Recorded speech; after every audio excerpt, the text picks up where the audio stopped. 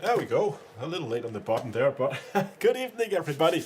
It is not really launch day. It's launch of early access day. It's early access day, I guess, for Kerbal Space Program 2.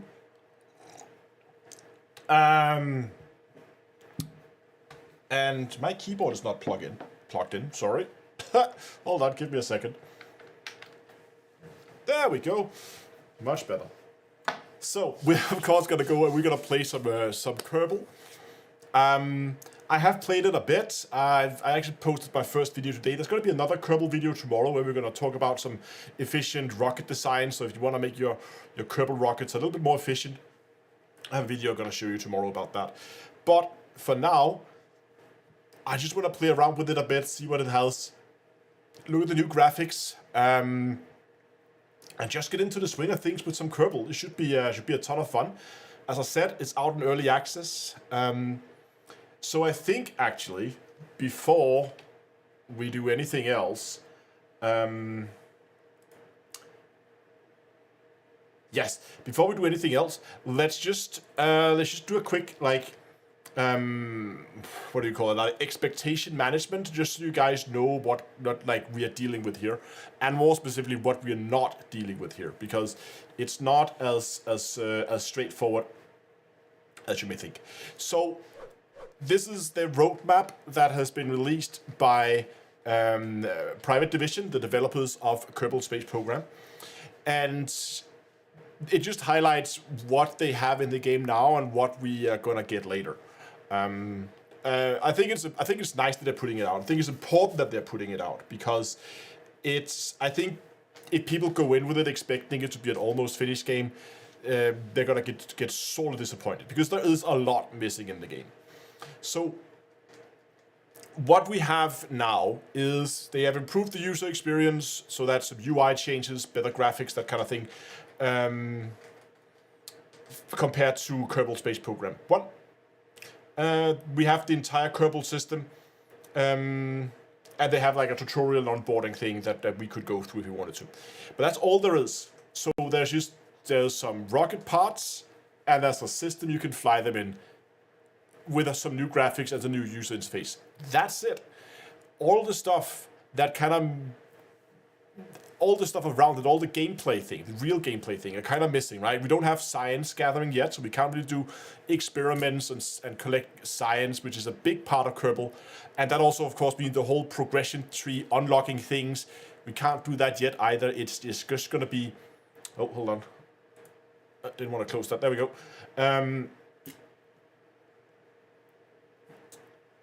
We can't do that. It's basically just going to be like a creative campaign you can start right now, where we just have access to everything and we can just go build and play around with it. Colonies, so we can build colonies on other planets, has not been added yet. Orbital vehicle construction, so you can begin to assemble ships in space or rockets in space, not there either. Secondary system with interstellar travel is going to come later. More new star systems, so there's going to be more than just one other star system you can go to. Resource gatherings, and begin to mine resources on other planets and moons. And then finally we're going to get some multiplayer and some more, like go out and explore with space. That's also going to be coming later, and we can see they have more boxes out here, so there's more to come after that. But this is all boxes that needs to be ticked before this game can go into a full release. So just to do some expectation management, this is where we're at right now. It's very bare bones, and definitely has a long way to go before it is up to par, at least with gameplay features, from what you were expecting from the normal Kerbal Space Program 1. So Axe is asking over on Twitch, so are we talking months or years? I think we're talking... I actually don't know the release schedule for this, like when they're expecting these updates to come out. But I will try to reach out, because it's actually a really good question. So I'll try to reach out to Private Division and see if they can give me... if you can find it somewhere. Because you're absolutely right, like it's fine to have a roadmap, but you need to have a time scale on it for it to make a better sense.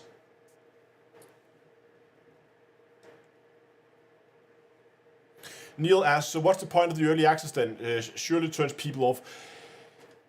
Private Division actually addressed this in one of their earlier videos, where their point of view was that they are going to be making mistakes when developing this game. And they wanted to have the community around the game help them figure out those mistakes. And we're not just talking bugs, we're talking design mistakes here. I think that's what they're referring to. Like, they might make a gameplay feature and implement it in a way that they think, this is probably going to be fun, but when it gets into the hands of players, they might tell them, no, this is not fun, you should do it in a different way. That's kind of their mantra, that's kind of the way they've decided to go about it. And this is why they're doing an early access. Again, because they want the feedback early. From a software developer point of view, getting early user tests make a lot of sense, but there is also a point to be made about companies releasing games in early access, aka unfinished states, but asking full price for it. Yeah, so it has a long way to go yet, but I still think it will be fun to go in and play around with it and see what we can make the game do, and more importantly, what we can't make it do. And then kind of take it from there.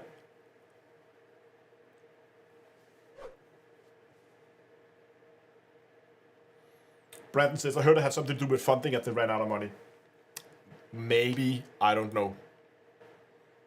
It would be a nice cash infusion for them, I guess, to go into early access and sell the game on Steam and then get a bunch of... But again, it's kind of like... It might give you a cash infusion now, but that just means that it's going to be that much smaller when the game launches, right?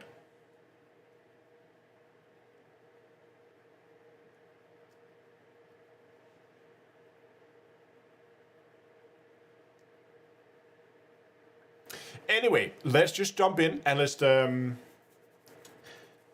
around with it and see what we have. We're just going to create a brand new campaign.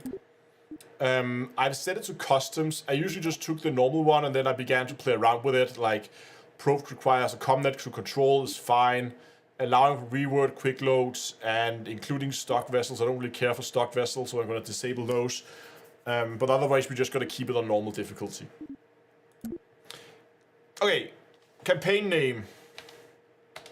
Howard Space Program.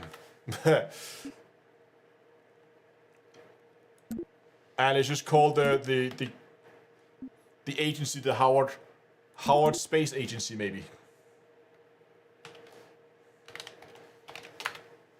A bad badge, like, uh-oh. Do we have a picture of a rocket exploding?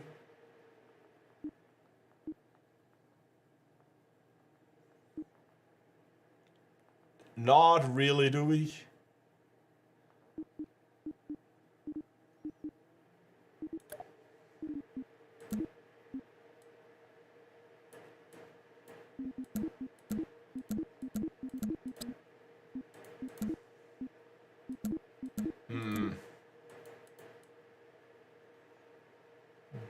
Base color, accent color, that's our rockets, I guess. Let's go with the nice planet thing. That's pretty. Damn it, Howard Inc. Yeah. Okay. Set agency colors. I guess let's go start a campaign. So what do you guys want to do first? Should we just try something simple like land a craft on the moon and then call it? Because Tuborg green. I was going for D2A green, but let's go with Tuborg green if you want that. I guess we're just gonna do like a very simple like touch and go mooncraft. There is a thing I want to test because I was testing the program or testing the game out. How is sound, by the way? Is it? It's a little low now. Maybe it's gonna get louder when we launch rockets. I just want to test something because I was testing it the game out, and it was a little weird because the coupling.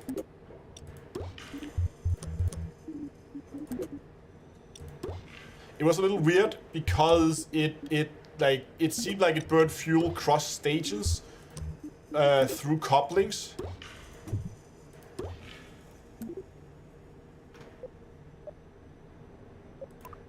So we can disable fuel cross feed, right? So with that coupling, we have no fuel cross feed, as we wanted to.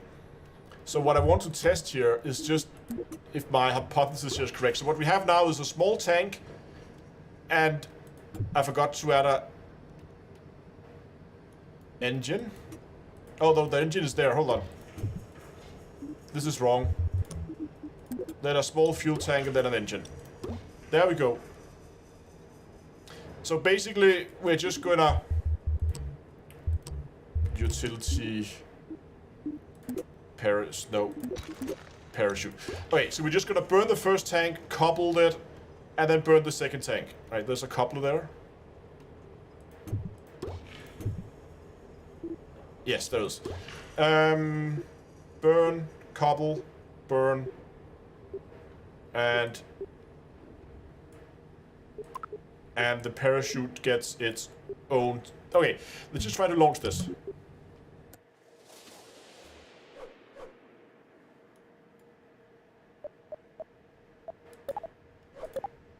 Oh, we're just gonna confirm that there is no fuel crossfeed on any of them.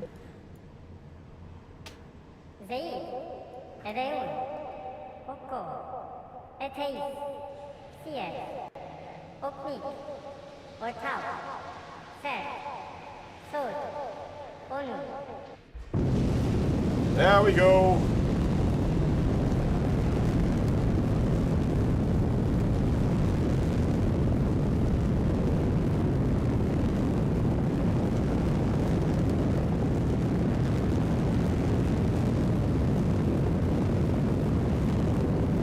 So we're just gonna burn this this stage, then we're gonna decouple and burn the next stage. Frame rates are not amazing right now. They're better in space. Yes, we do have a countdown now. Actually, I want to go out to the island to see if the airfield is still out there. Do we have an airstrip? We do have an airstrip. We have 2 of them. Oh, we're about to run out of fuel here.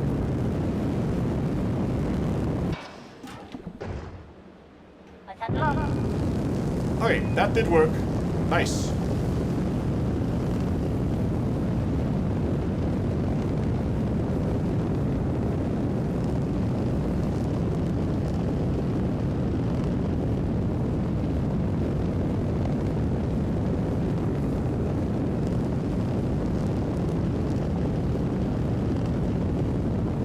Where's the island? Oh, it's there.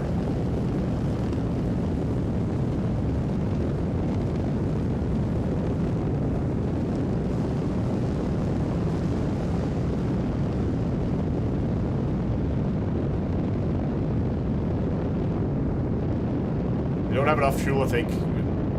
I flew too far in the wrong direction.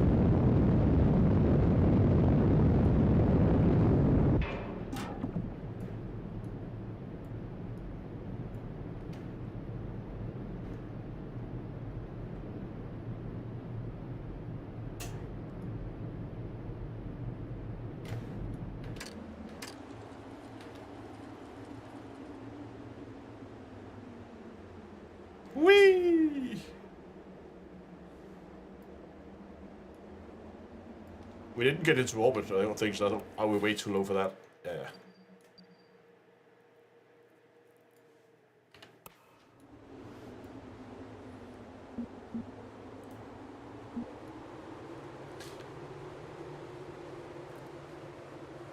Okay, so it seems that that was working. I just had some problems with it with my old... Yeah, it was just a suborbit flight. I did have, when I was playing around with it earlier, I did have some problems with, after a staging, my secondary tanks were just all of a sudden completely empty, which was kind of a bummer.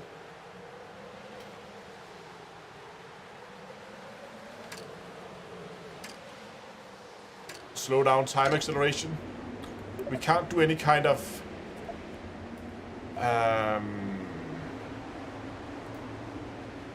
nope. Just gonna unfold the parachute.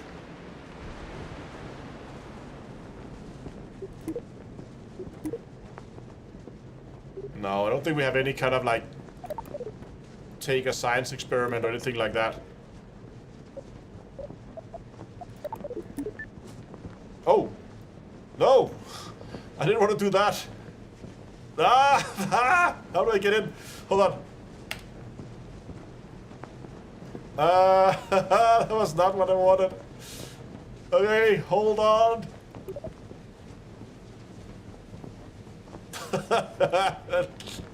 Is it B for entering? Okay, it's B to get in. Okay. Okay.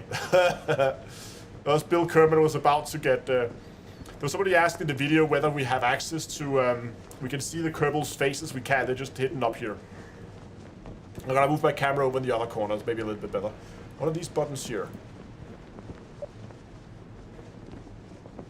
Anyway.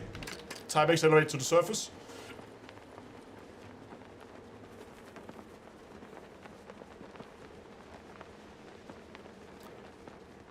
Again, frame rates, like, could use some work, but I'm not gonna give them too much for that. Good evening, Dunkel. I also noticed in my last playthrough that they did have some issues with the collision height of the water, so I was kind of like, you can see that the splash happened way high up, and we are kind of like, oh, this is actually okay right now, but. Yeah, it's not perfect, but anyway.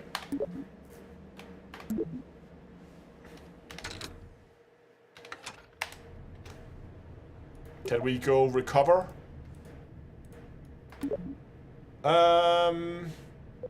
Recover vessel.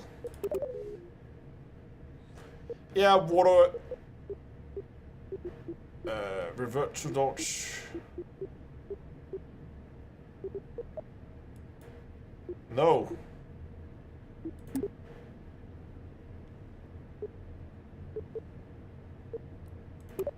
Back to the Space Center. Okay. Yeah, the water animation's not amazing. I can live with that. That's the tracking station. Ooh. Ooh, okay.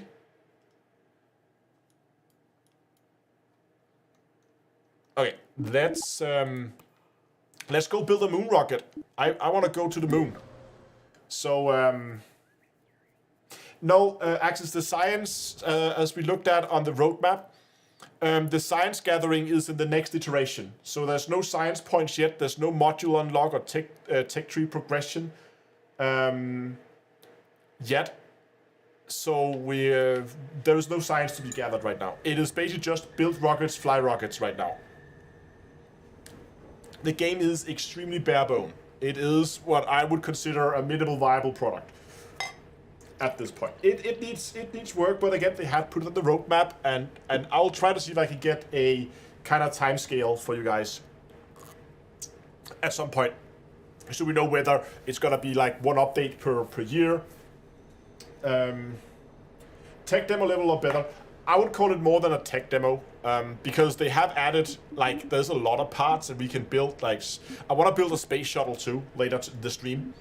Play around with space shuttle missions and we can build rovers. They have added a lot, and I haven't even checked. Let's just actually play through the menus. I'm just gonna put myself over there so you guys can see the menu here. So we have various pods.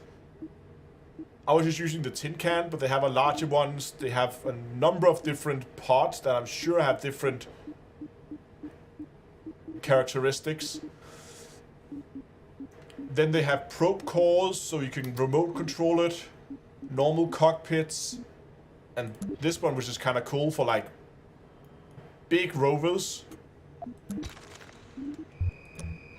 Fuel tanks of all sizes.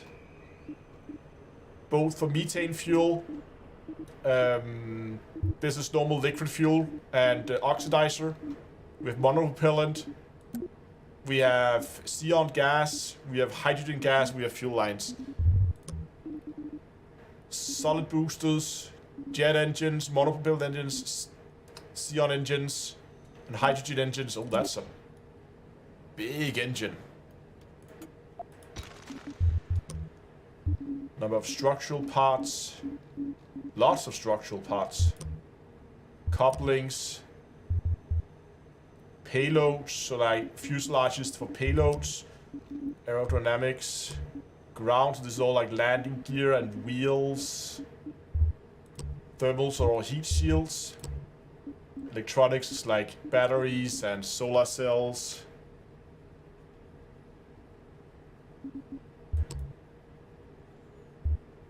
Antennas.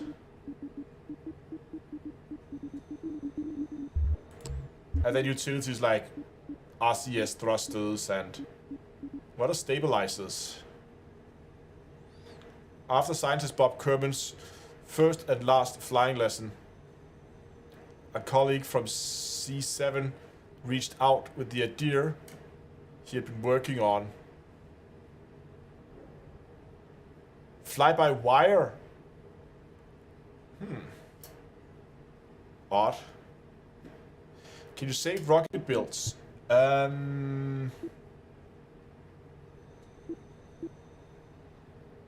There are, if I move my camera here, up here, there are some controls for saving rockets, it seems.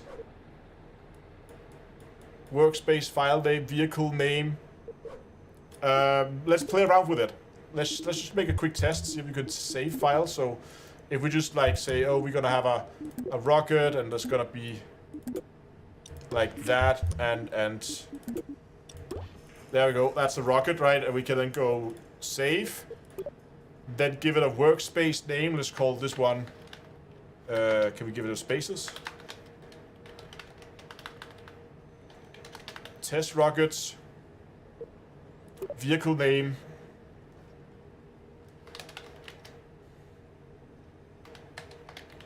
first rocket, and it is safe. So if I don't go and scratch it, I should then go open.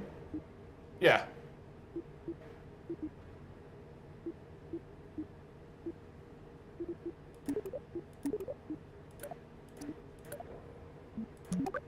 And we can load it.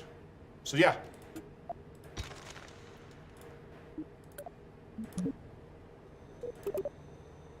So that is, that works.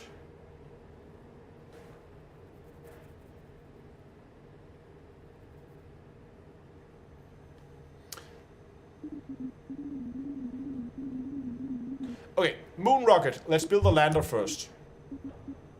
We want to return them back, so we're gonna just use the symbol thing there and then put a parachute on it, because maybe a smaller parachute, and then a heat shield, because then we have a return craft we can bring back as heat. Heat thermals. So that's what we're gonna bring back, right?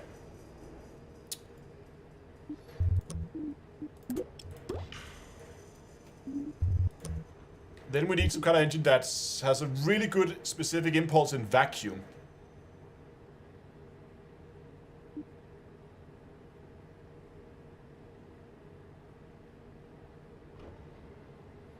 The Rapier engine.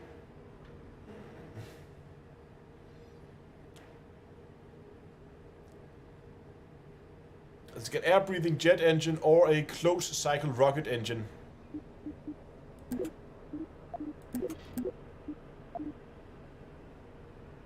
But the specific impulse here is just... it's just so much better than anything else. But does this actually work in... what's the downside here? 100 kilonewtons of thrust, plenty of...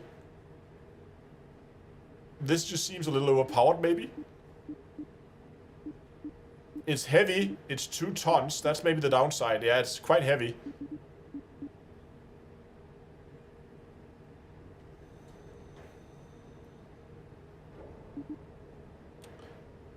But look at the specific impulse. So we agree that the two last ones, the ISP is the specific impulse at what atmosphere, so at sea level or in vacuum. And that is its fuel efficiency, right?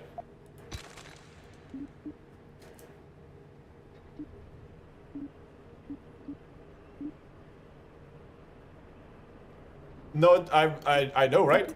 Because if I read this right, this one should be more than 3 times as powerful as like that one, which is usually a pretty good vacuum engine.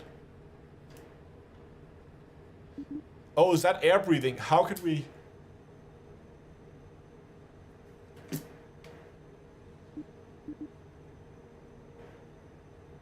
Ah, here we go. Okay, if we fold it out, we can see that it is... Yeah, okay, so air breathing, that is the specific impulse in air breathing mode. If we put it into... Hold on.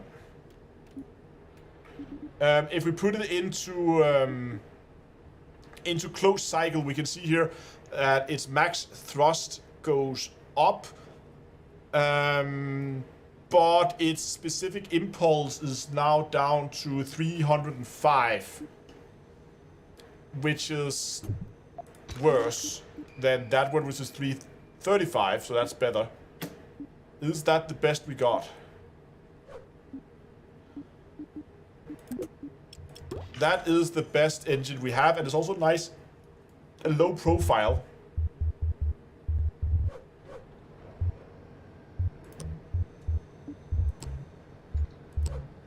Where do they put landing gear again? Ground things. Let's just add 4-way symmetry. And...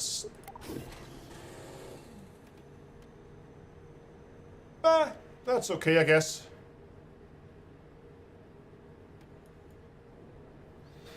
Do you think the game would run on a 1660 Super? What kind of resolution are you playing at? 4K, it's probably going to struggle a bit. If you're playing 1440p or 1080, I think you should be good. 1080p, you should be fine.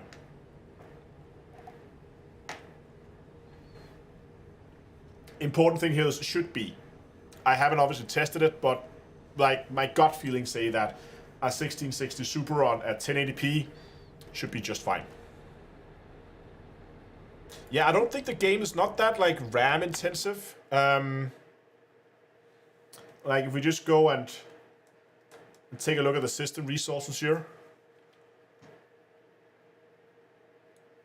There we go. We can see here we have Kerbal. It's absolutely hammering the graphics card. It's doing nothing on the CPU and it's using like 7 gigs of memory. And that's in 4K. If you scale it down to 1080p, it might use less memory if it has like lower resolution models. I don't know if it does that. I don't know. But we can definitely see that you are bottlenecked by the graphics card.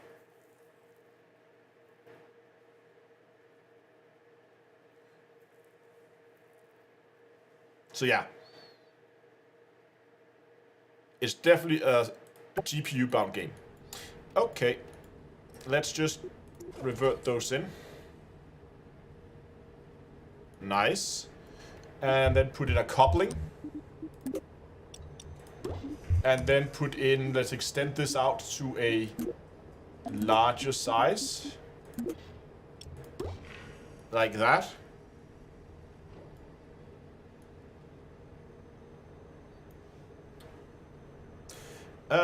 We have someone over on YouTube that says the minimum specs for 1080p is a 1070 Ti. So you are one generation up, but that's a 70 Ti and you have a 60 Super. So that should probably be somewhat comparable. At 1080p 60 FPS. So yeah, you should be able to play it. Maybe a lot of the highest graphics settings, but it should be playable. Big ass tank. I'm just gonna do a 2-stager, I think. So now we need something that's efficient in atmosphere.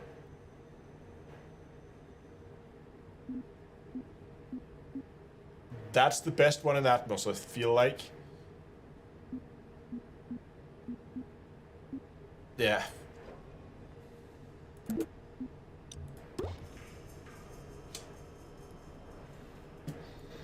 Should we put some solid rocket boosters on just for fun?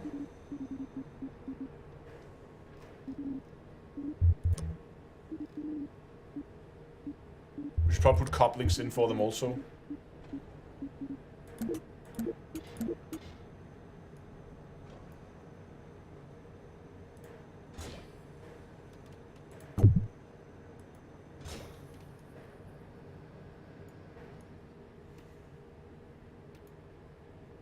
Maybe I can put them up a little bit. Like, well, they're way off center there. That's no good.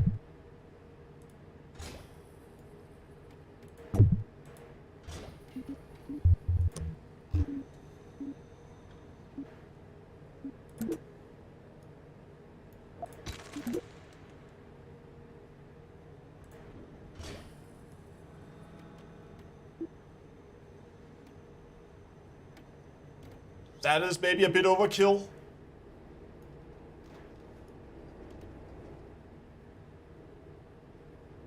But that should get us into space real quick.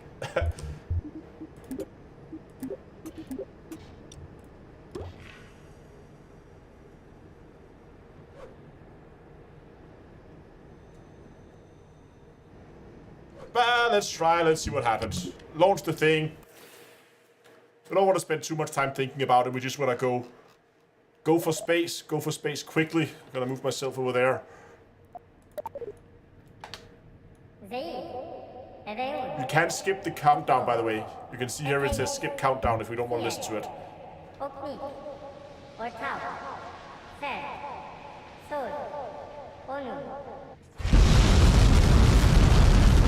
Woo! I'm gonna begin my turn right away here. Oh, hold on. I messed up my staging. No.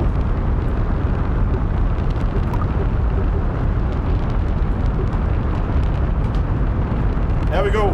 I forgot to turn on the center stage.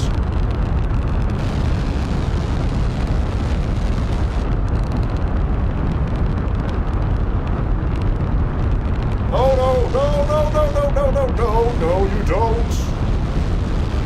No, you don't. Stop that. Turn back. Turn up, up, up, up, up. There we go. Okay. Now it's gonna scroll away because that's very loud.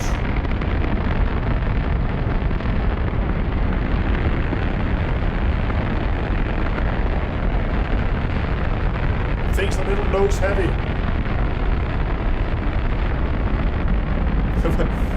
Why no go boom yet? The sound of the, yeah, exactly. Like the sound of these rockets is amazing. These solid rocket boosters will keep going. You have to pilot the rocket in real time. Oh yeah.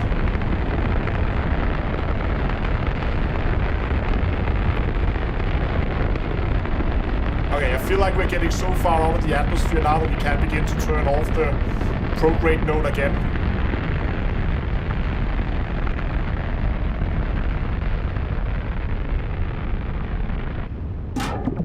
Okay. And we have clean separation.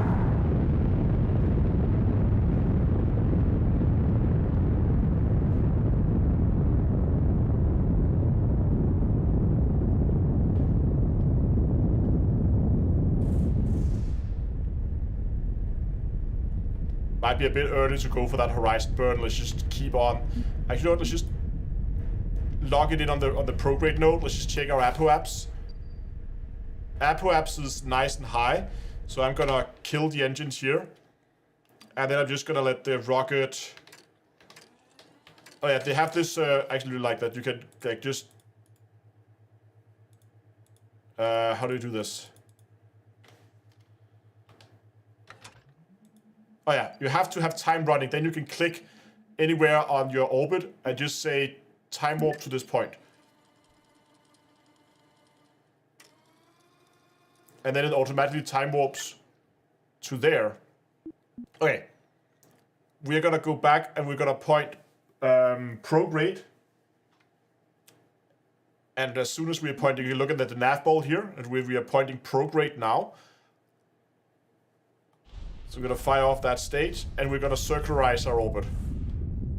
Just go for full burn until we have a circular orbit. They made a lot of special music. We could turn on the... I usually just turn off music because if you want to edit it later, it's annoying that there's music, but they have made some music for it, yeah.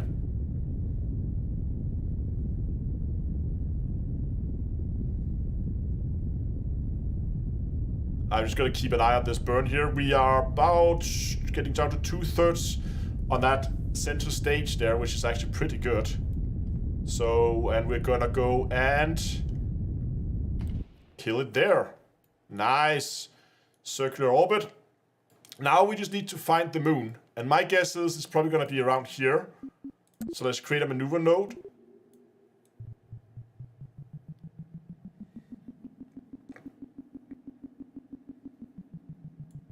Oh, look at that.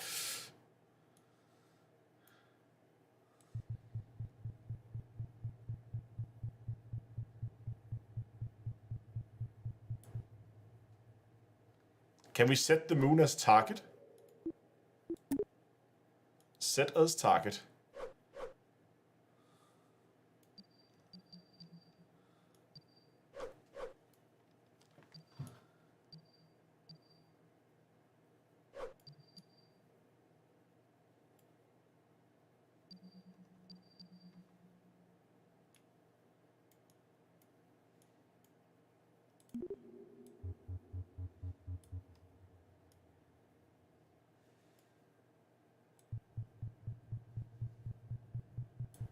Oh, that's not what I wanted.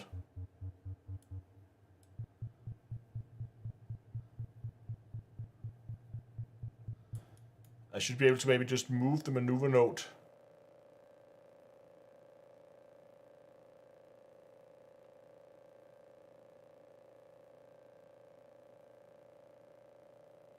To a slightly better position here.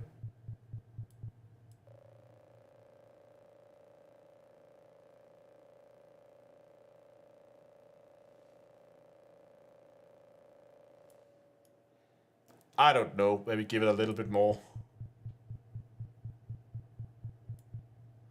Let's just go with that and we're just gonna wing it from there, I guess.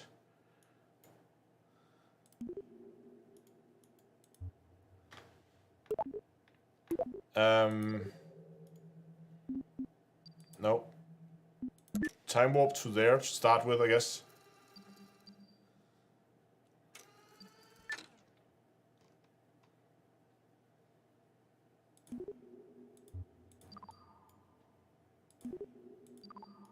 What do I do? Did I just... Okay, normal click. There we go.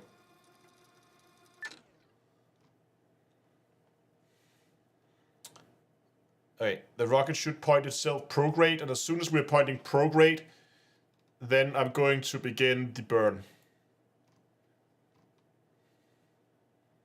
We are prograde now.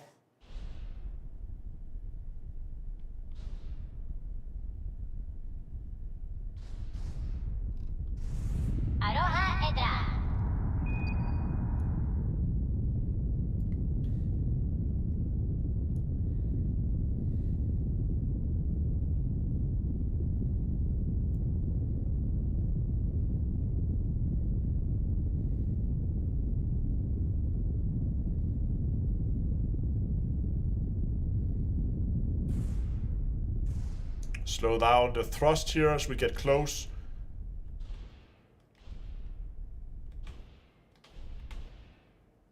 Okay.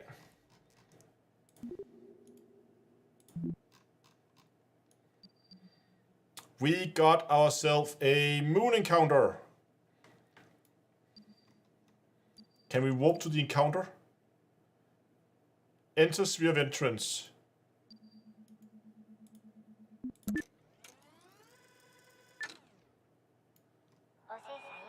Okay. So I'm gonna make some slight corrections here. Can I reset our SAS? So what I want to do is try to turn this thing.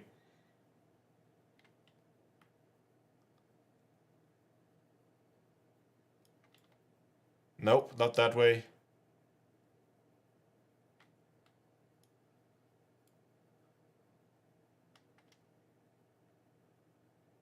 That's better.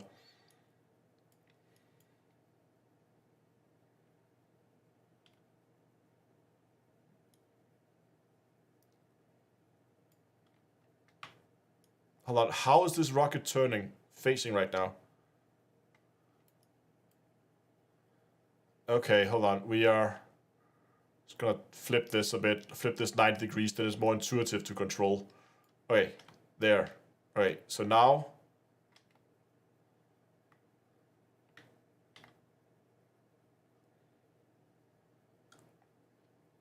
I want to point it out this direction here.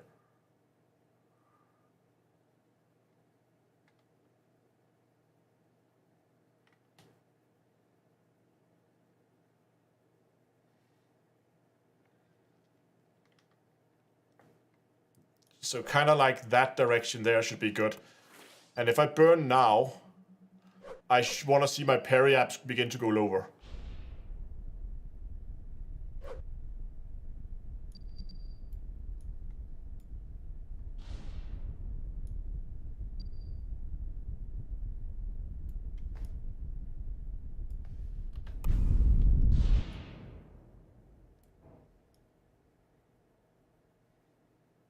Not quite pointing the way I wanted to.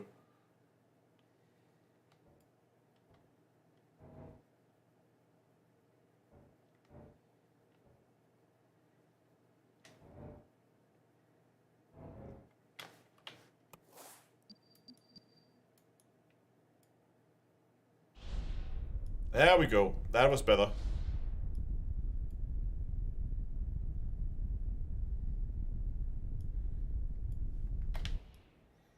Good.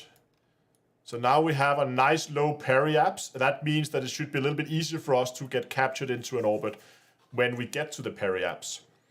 So I'm gonna point the rocket retrograde now and just give it time to go and point retrograde.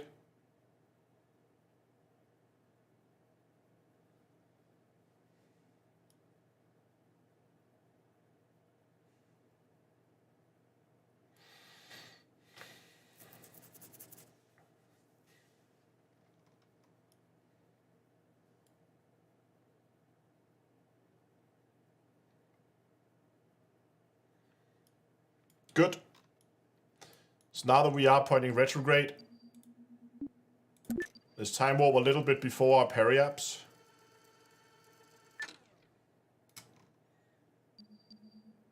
Periapse is in 11 minutes, so time warping a little closer.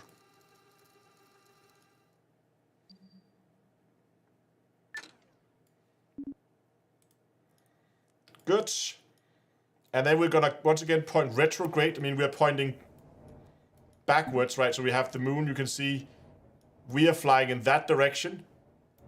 And so that means now, if we begin to burn now, we should slow ourselves down. And then we should slowly see ourselves get captured into an orbit.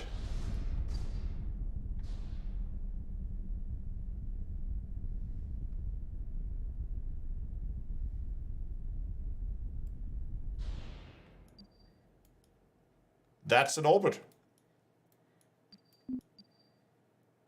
Now let's time warp, I guess, to the dark side of the moon and then do our deorbit burn like here, I guess.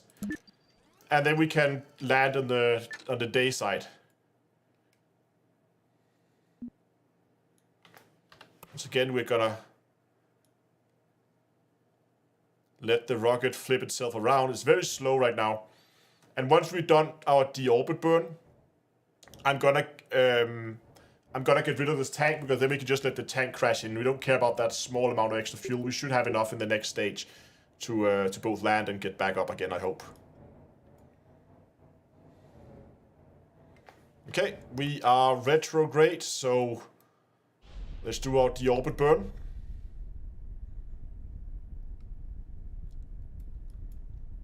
Let's try to land somewhere here, I think.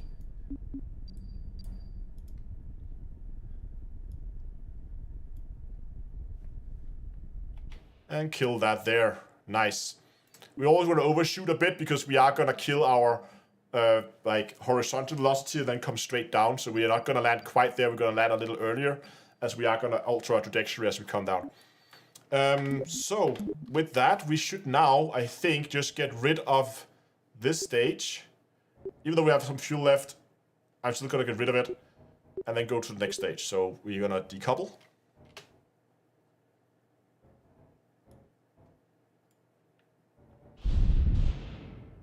Why is this still connected? There we go. Now it decoupled.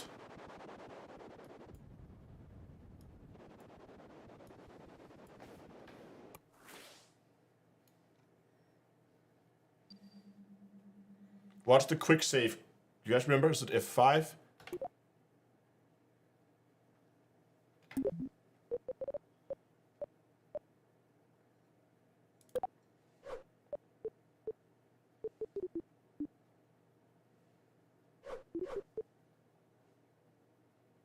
Okay, it was F5. We have a quick save there. 9:51. Sounds about right.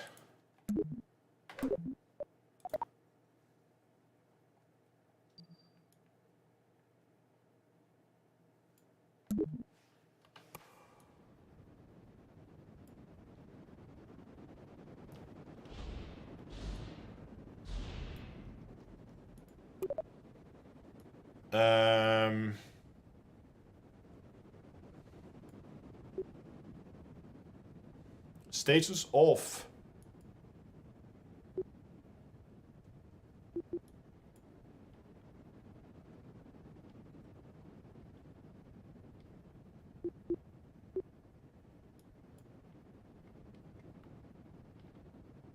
Hold on, where's this decoupler?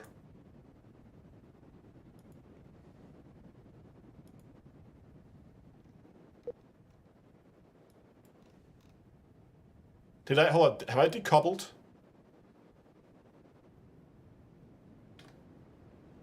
No, I don't feel like we're decoupled.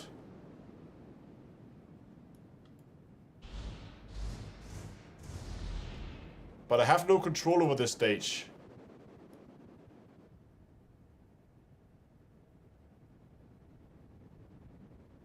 Yeah, something's not right here. Oh, there we go. I clicked activate. Now we have throttle control. Okay. There's an activate button.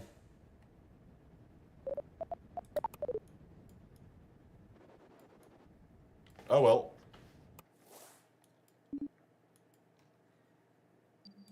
Definitely needs work. Let's time warp to here. Nope, you just had the heat shield.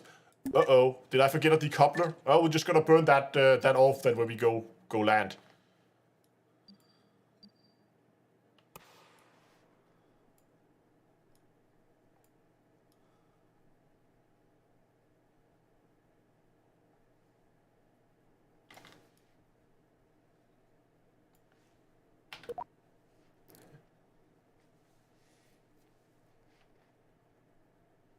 Radial decoupler don't work at all. Okay. I had radial decouplers before. They worked okay, but they were the first stage.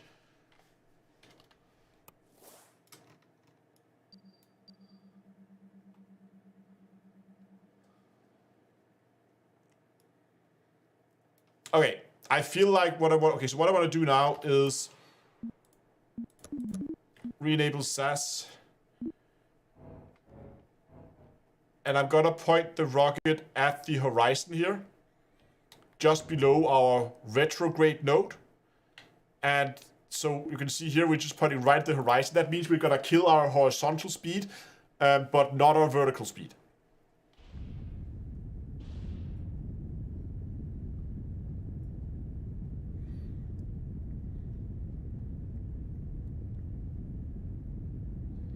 And I'm gonna keep an eye on that retrograde node, and what I want to see is that begin to move upwards.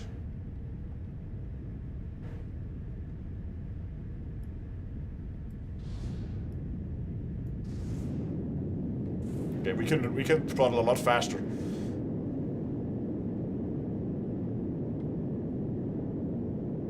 Now we see that begin to creep upward, right? So I'm just gonna chase it. But I'm gonna keep pointing below it. And as I'm pointing below it, I'm gonna keep basically pushing it upwards. And I want that to be at the top of my nav ball. Because when that retrograde node hits the top of my nav ball, that means that I'm going straight down. So we're just navigating by the nav ball. We're basically just flying by instruments right now.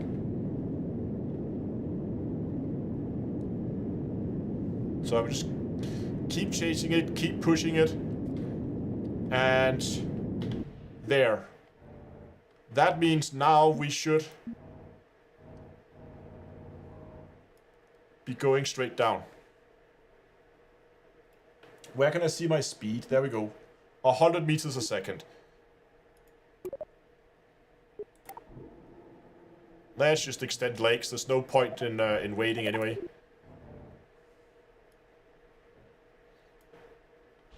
How quickly can I decelerate? Okay, good. I'm just gonna let us free fall, I guess, onto like... What are we up? 10 kilometers?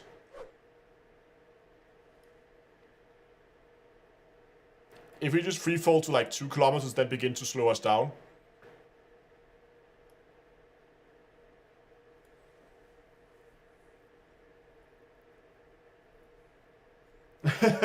Something's not right here. It's probably the last thing you want to hear from a rocket engineer.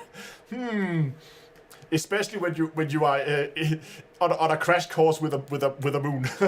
Like, we are about to crash into this moon, and my rocket engine doesn't work. Oh, hold on. Auto ground. What was that? Oh, hold on. Speed just went way up. Okay, I'm just... Let's just begin to slow us down now. I feel like this is going a little fast.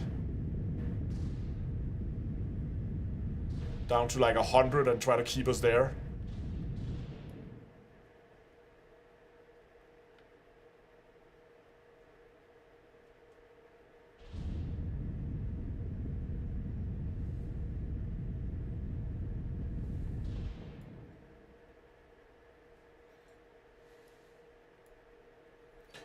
But it is burning that fuel awfully quickly.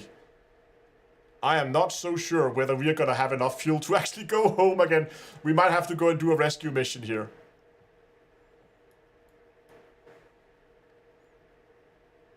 Let's just focus on getting this thing on the ground.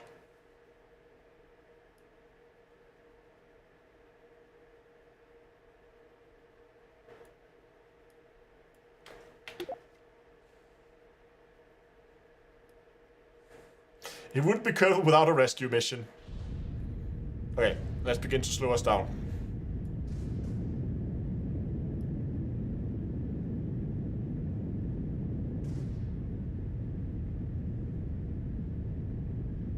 Looking for that shadow.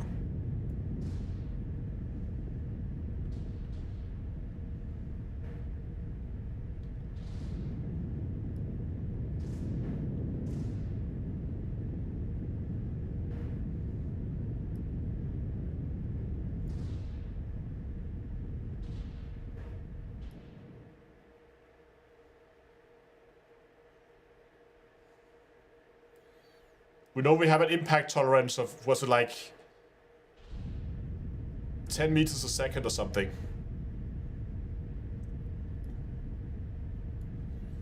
So as long as we hit the ground with less than 10 meters a second, we're good to go.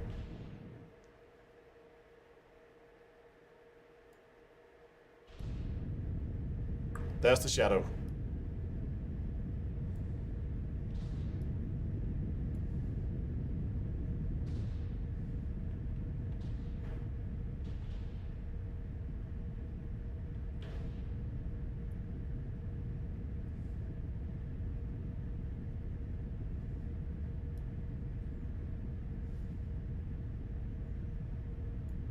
Look at us go.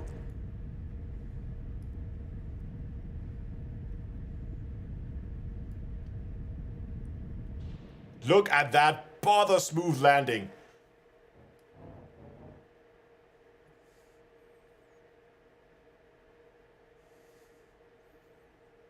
Woo!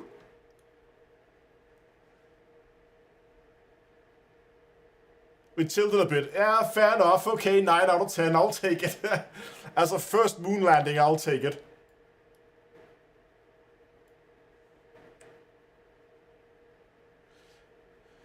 $1,100 Delta V will bring me home, no problems. Yeah, let's see. Let's just take an EVA tour here and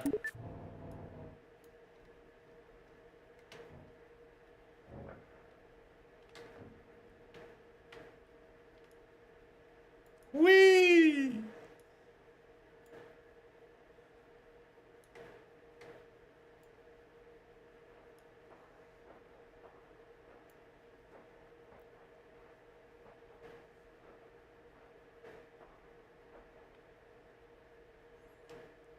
Is the performance as bad as you say? I mean, the frame rate here is not amazing. It's playable, but it's not amazing. Plant flag. Yes! First moon, oh. Moon landing. Clear text. I'm glad Howard is not here.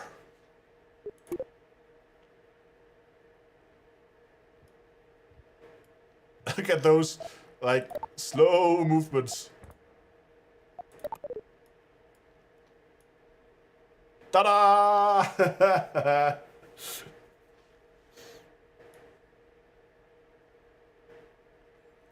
Moon texture looks lacking. Yeah, and you can clip the camera into the ground also.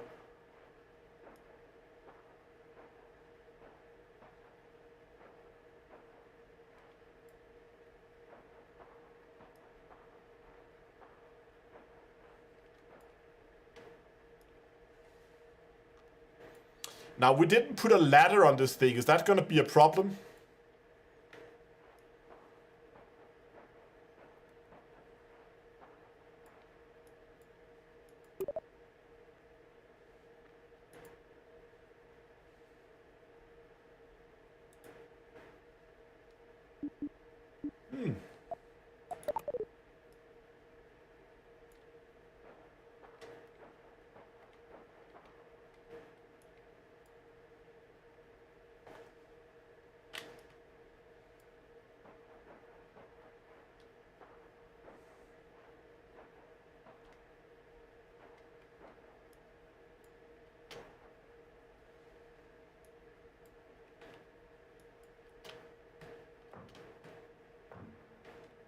No. Oh, that's the door there.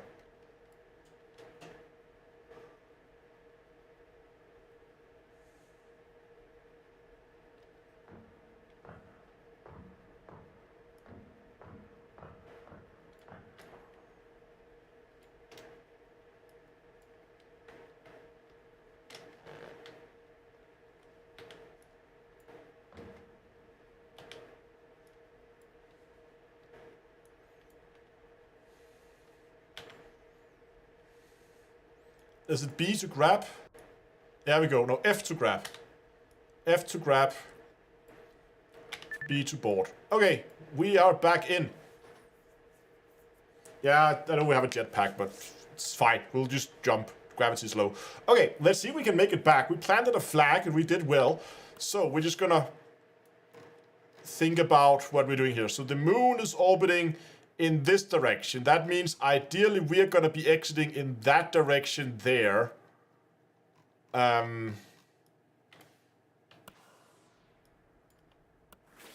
So that means... So for us, there's this Kerbal sun. And that means the shadow is pointing north and we want to go east. Okay, so our shadow is pointing north. We want to go east. That means we need to go that way. that way out there. So, like, there. Towards that thing there.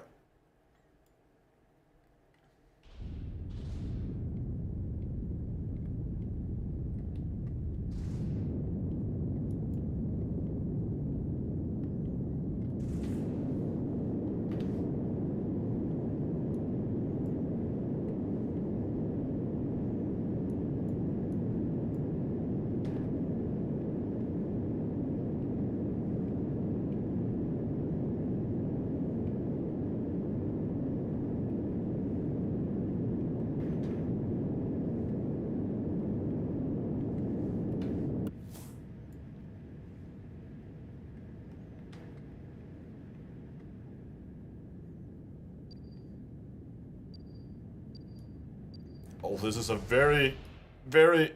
I didn't want to go up that high.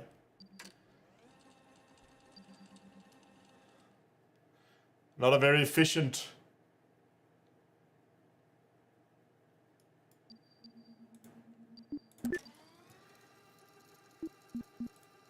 And now we need to point prograde.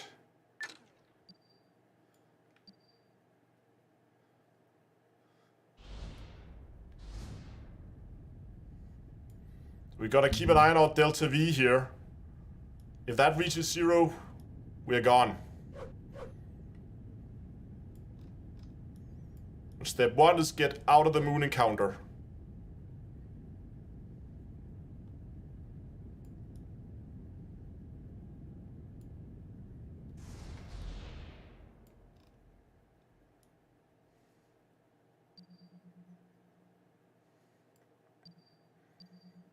Okay. I know we don't technically have to, but I'm just gonna leave the moon's sphere of influence. Just because it's slightly easier to do from out here, I think. So now we need to point retrograde.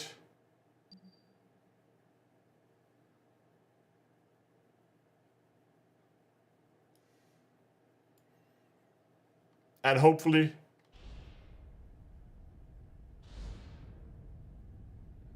we have enough to slow us down and send us home.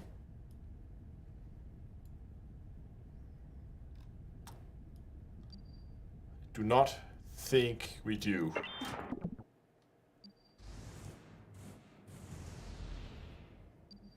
That's it. We are out of fuel.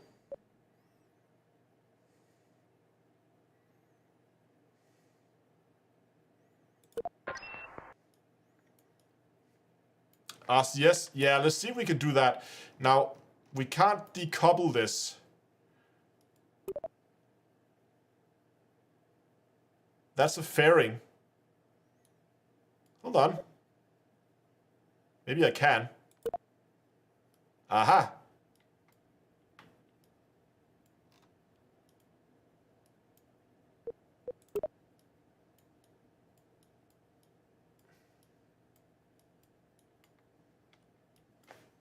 What's happening?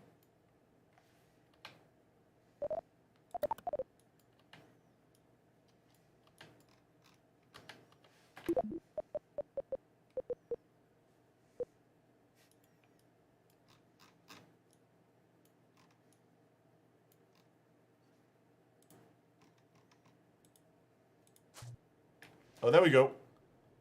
Okay.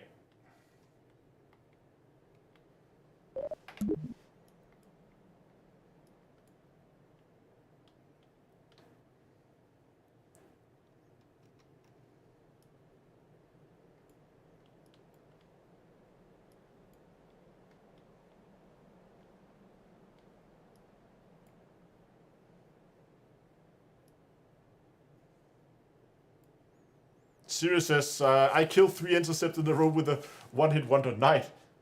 Okay,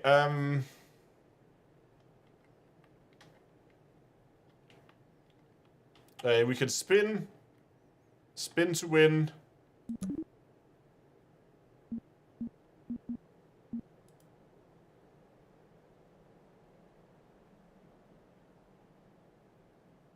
Okay, RCS is not our friend. Stop spinning! Stop! Something's not right. Look at my nav ball compared to that. Hold on. No, no, I don't want to go out when this thing is spinning out of control like that.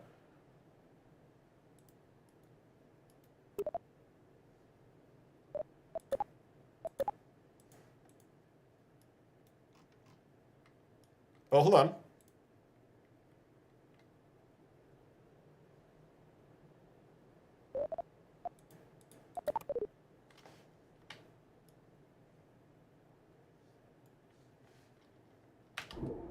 Look at that, I can still control the gear on the stage, even though we decoupled it.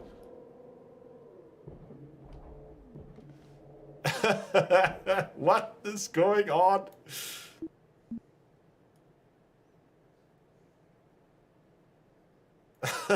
What the?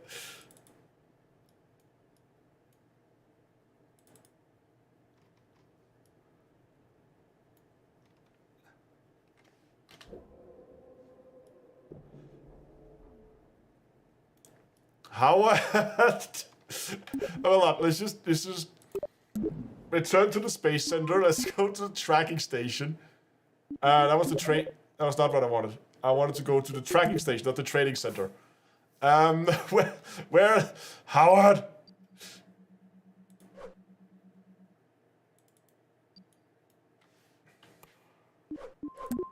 How Hawks? Debris. Why do I have debris there?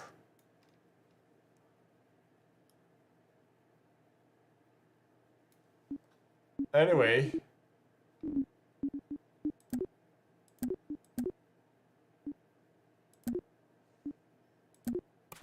Control.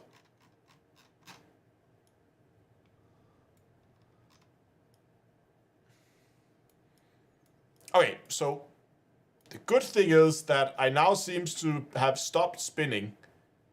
The bad thing is I still have control over that somehow.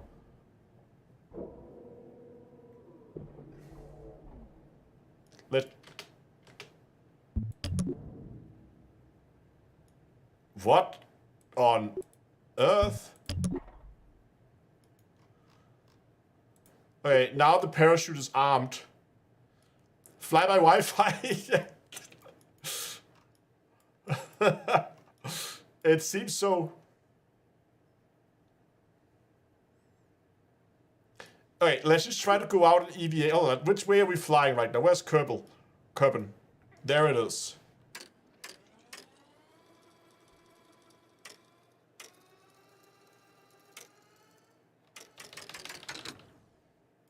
Okay, so we are moving in like that direction out there. So what happens if I EVA?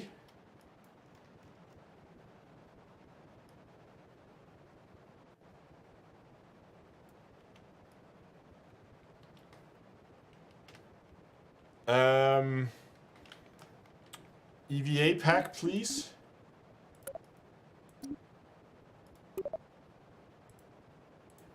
Jetpack status off.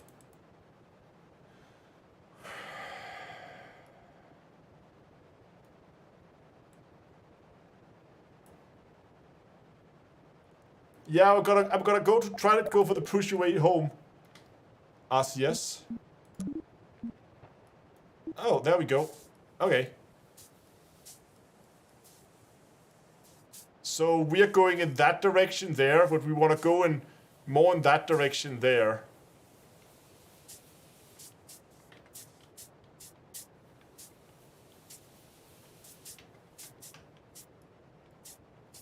Oh, those controls are not super. Okay, hold on. Just familiarizing myself with the controls here.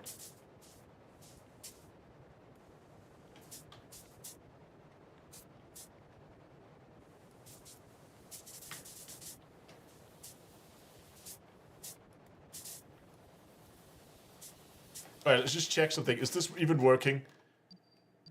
Periapps is at 7,151.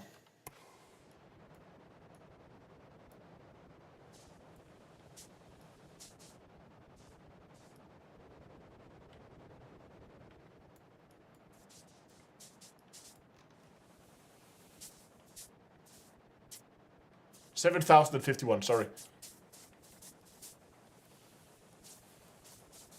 But now I no longer know which way we are going.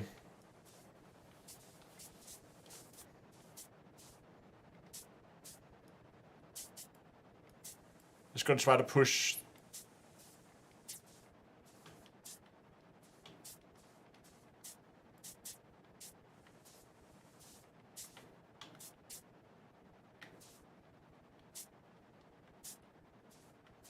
Can we still use the...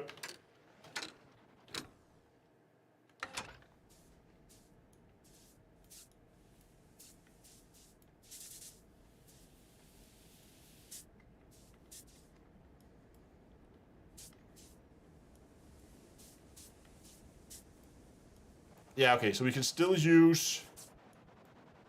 We can still use time warp to stop rotation, as we could.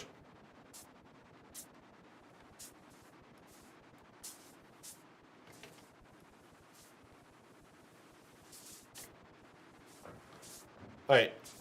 Not sure if this has done anything at all.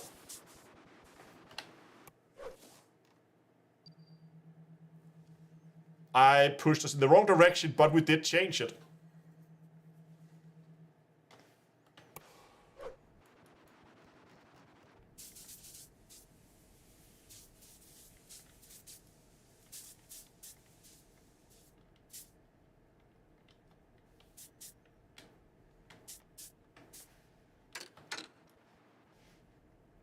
Oh my god, okay. So just a small time warp, apparently. I got pushed far away.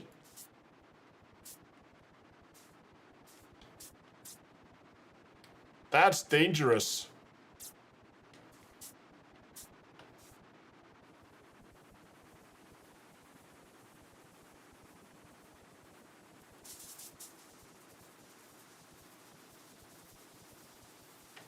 Wait, hold on. Is that better then? Yeah.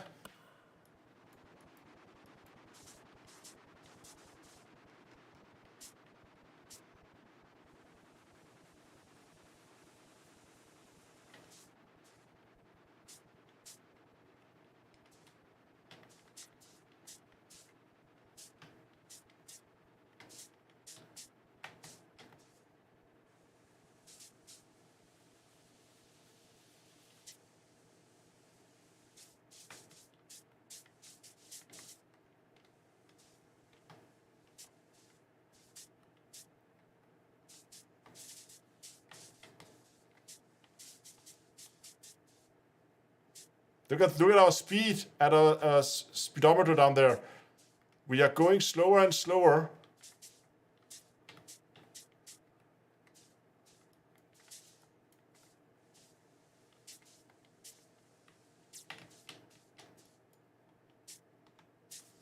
I need to try and board this thing, I think, just to slow it.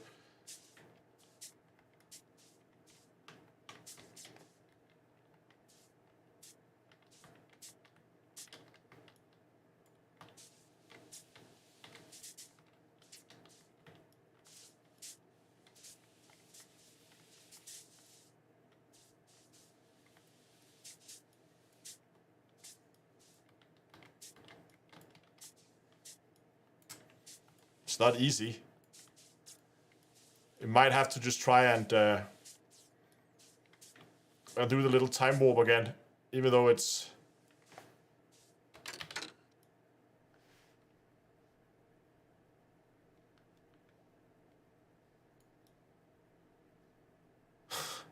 I lost it this time.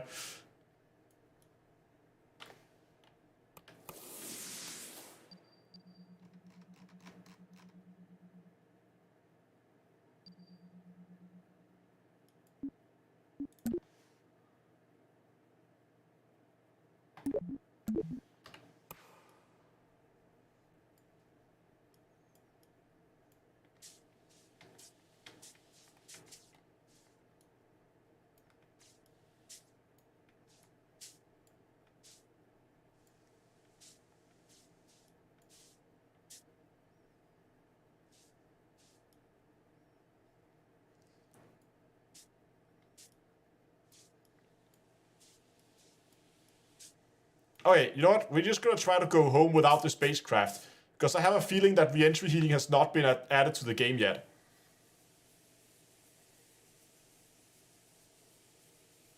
So just look at our speed here, how it's going downwards as we are slowly just EVAing home. Yeah, not sure if these packs have a parachute though. So that's another problem, but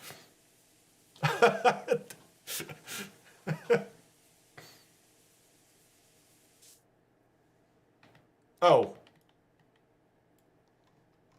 And we are out of EVA fuel.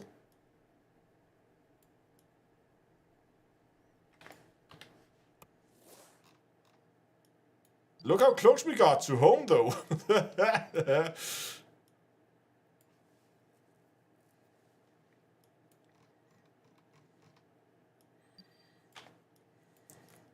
Okay, we got quite close to home. Should we try? Okay, we need to do a rendezvous now and go out and get him.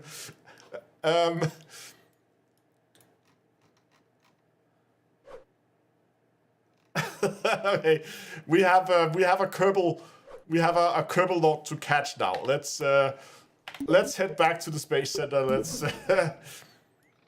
Let's build a rescue vehicle here. Okay, rescue vehicle. Crew required 1.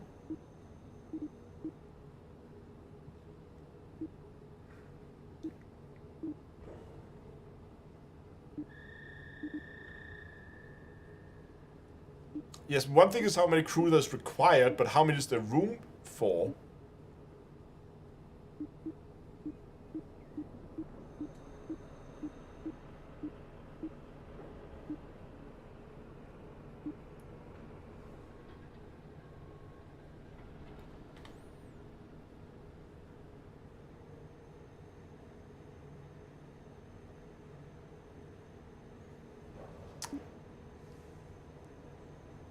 I want to know how many crew members they can have.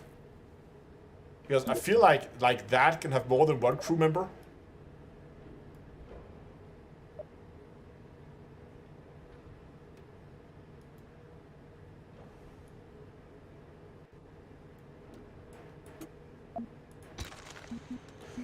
Or we could experiment with probes.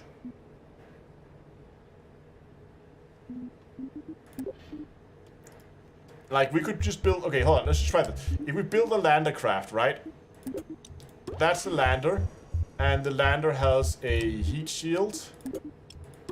And then it has a decoupler. In the correct size. There we go. And then underneath the decoupler, we put a probe core. I did try shift. That is this. Oops. This is the normal, and this is with shift active, and it just says command module crew required 1.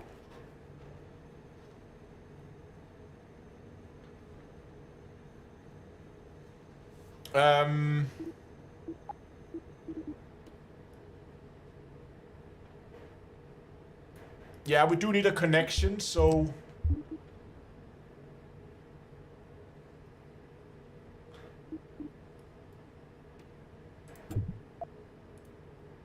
Okay, can we do something? Okay, I have a silly idea.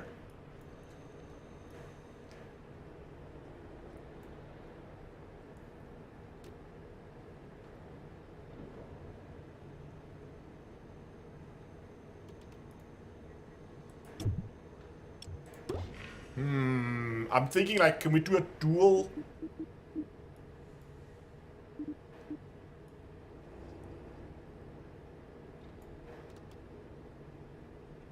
Yeah. You know what we do? We do this.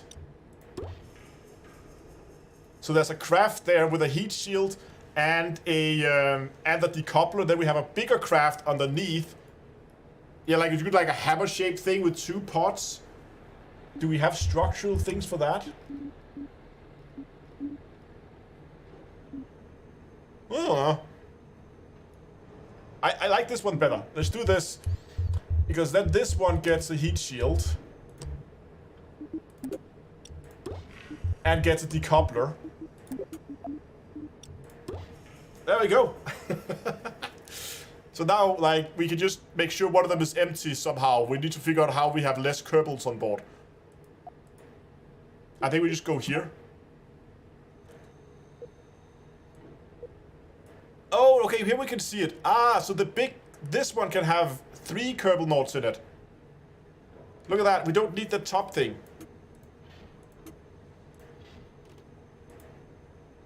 Alright, scrap this entire thing. Let's start over. So this one,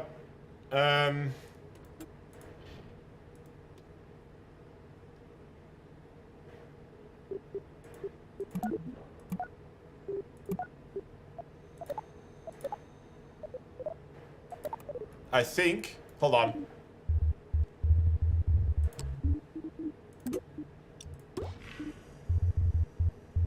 Heat shield. Heat, there.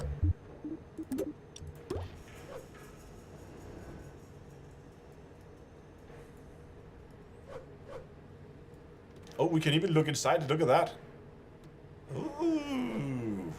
Okay. Oh, he has no EVA fuel. Like, no EVA fuel. We need to put this up right next to him. Because he can't even, like, he's just drifting now. He can't even EVA over to, we can't even park it close by. We need to push it right next to him.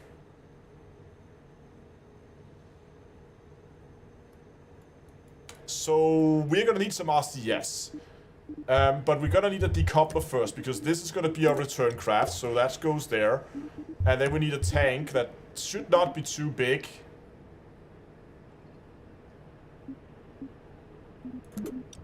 Because that's going to be a maneuvering craft. And then we need something with a decent vacuum-specific impulse. Which is that one.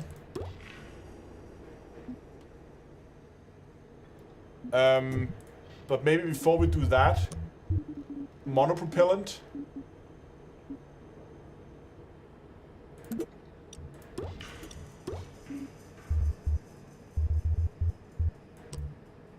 Control.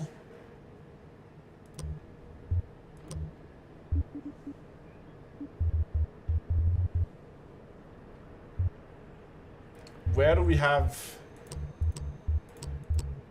like RCS? Oh, here we have RCS.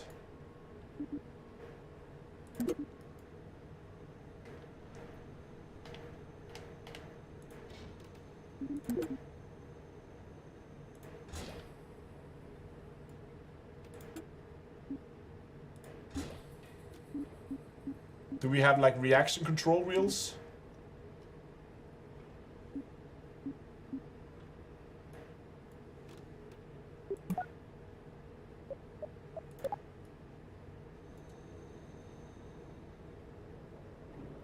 Can one rescue? No, I don't think we can grab, Kerbals can grab each other.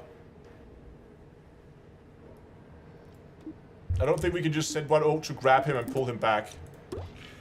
And then we just need to basically build a launcher. I mean, we don't have to go far. We kind of have to go almost to the moon, but let's just build like massive thing there, and then a good engine with good specific impulse in Atmos. Is that our mainsail? It's a skipper, okay. And then we just say that couples, then that starts, then we decouple that. Okay, and then we say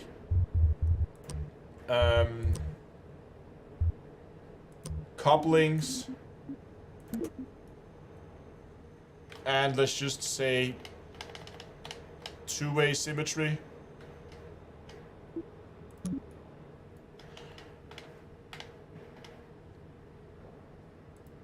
And then just some solid rocket boosters on the side.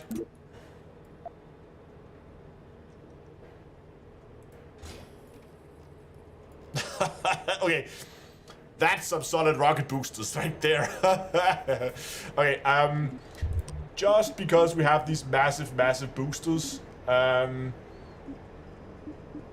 We gotta put a... I'm just gonna try to make us a little bit more stable in atmosphere. Stabilizers.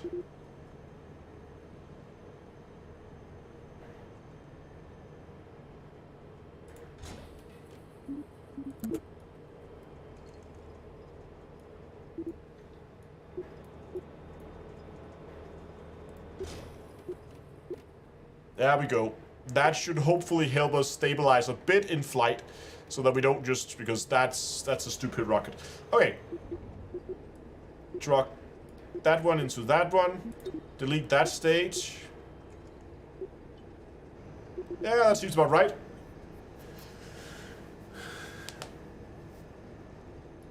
Let's go. Let's save ourselves. Struts? Nah. We'll be fine.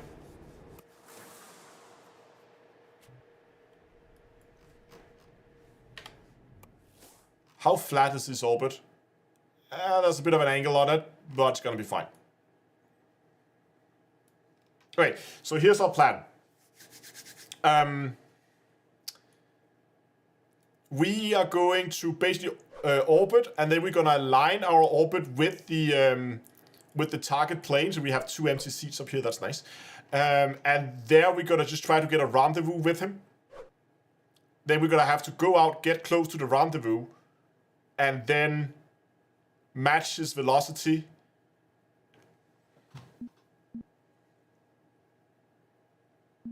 And then just take it from there, I guess. I don't know. I've never done this in the Kerbal Space Program 2, so we're just gonna wing it. Everything is on. 3, 2, 1. Let's go.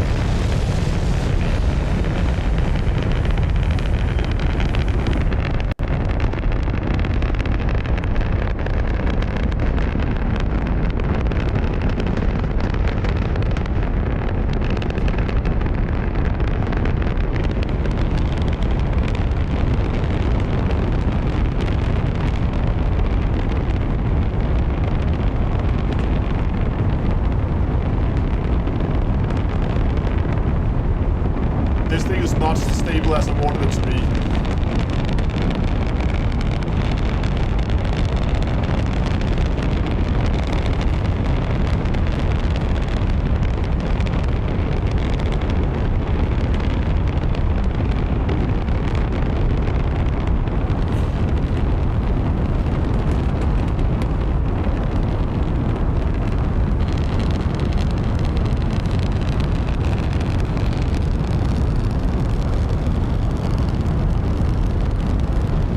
Wait, I lost the booster.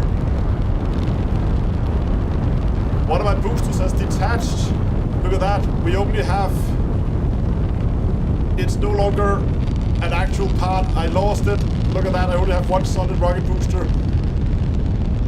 It's spinning out of control. This is a disaster.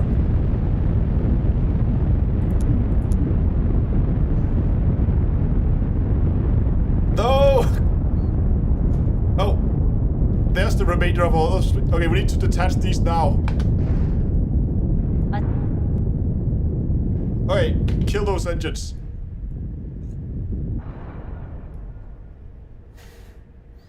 Well.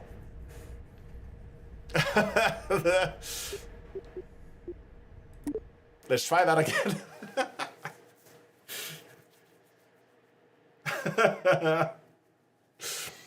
I was trying to roll the rocket because I wanted it to be so that the boosters was on the side, so that we didn't have to, so when we were separating, I didn't have to have one like come down, smash back into me, but I need to do that roll earlier, I think.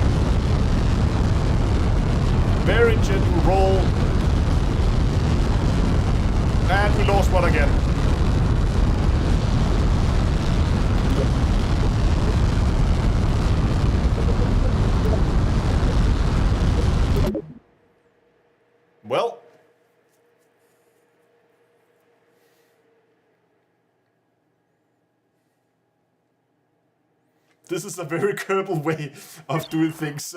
So we're on track, yes. Okay. In case we are having structural issues, there's only one thing to do. Strut it everywhere. So you get a strut. And you get a strut. And then this is where it's attached, so let's just go.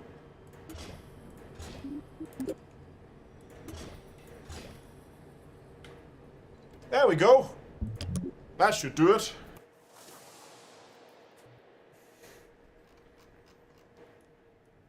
Three, two, one, go!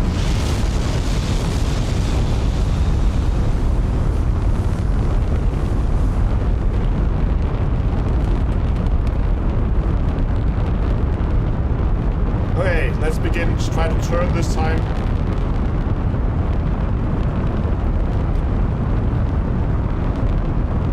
Ooh, there's a boat dock.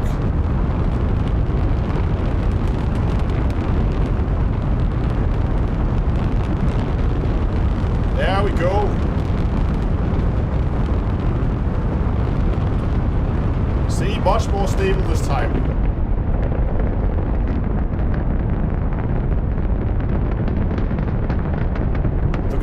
Listen to that sound. Oh my god. Can you adjust the force of your separations of the engines? I think I can, yeah.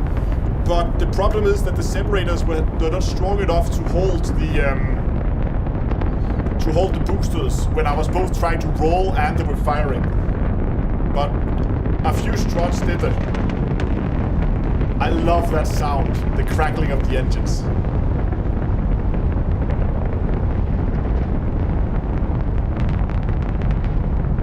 I think they improved the sound a lot. Like, that crackling is so nice.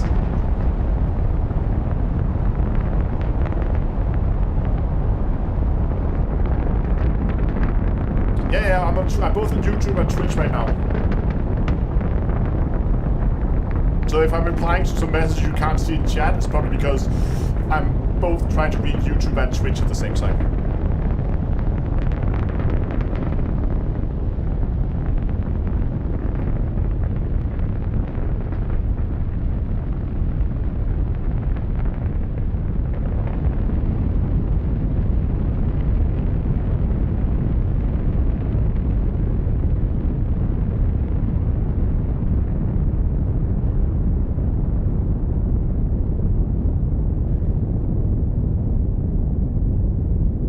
There's the debris coming in the other way.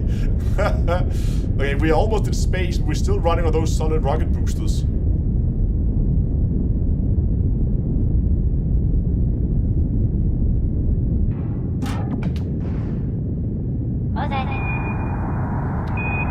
And they are gone. Okay, I think we have a very high orbit right now. Yeah. But that's okay. We need to get out there anyway, so...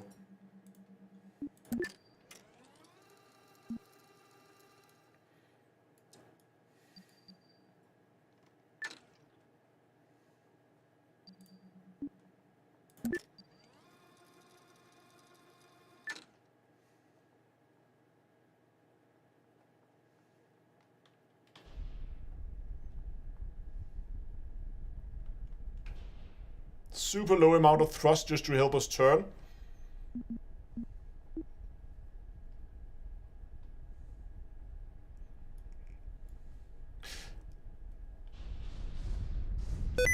Ah! That's annoying.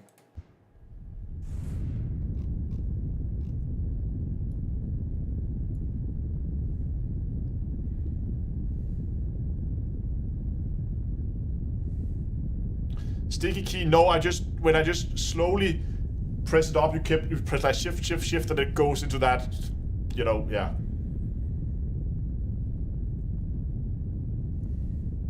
Not at all a very effective launch trajectory here, but it doesn't matter.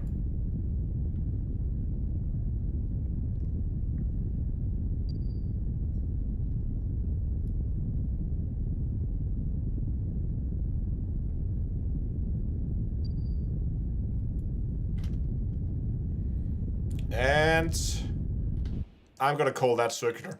Okay, where is Bob Kerman? Set as target.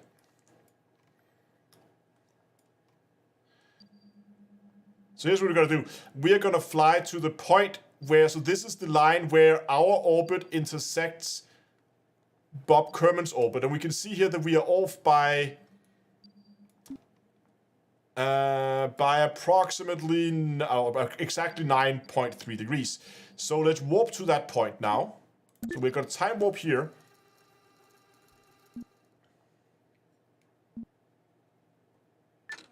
And then I think we need to go to that node there.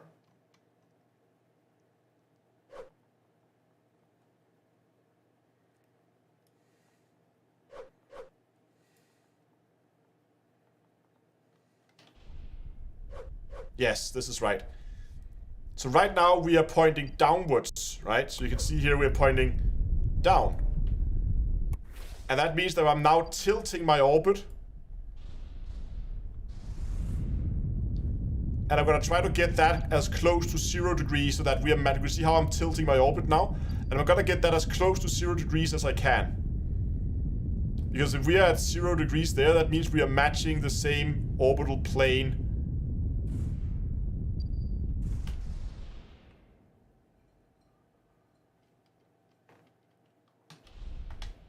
There we go, 0 degrees. That means that our orbital plane is now the same as Bob's orbital plane. This is where we want to be.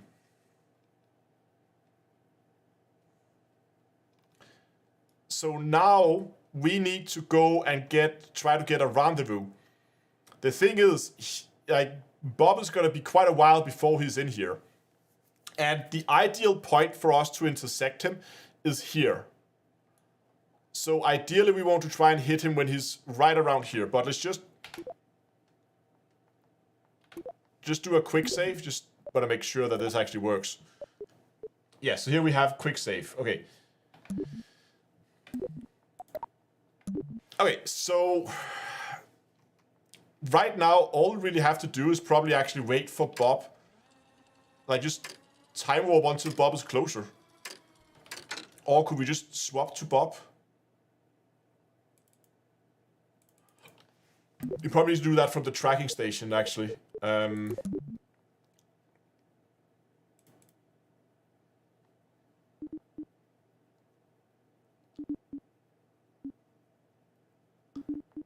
Okay, it's just gonna delete some of all this debris that's floating around.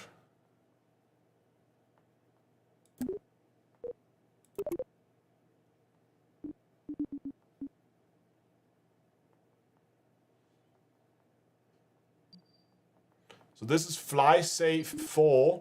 That means the default name, that's the capsule that we now have no use for anymore. So default name 10, we can delete the, we can't delete that because that's a craft. But we can control Bob Kerman. Hello, Bob.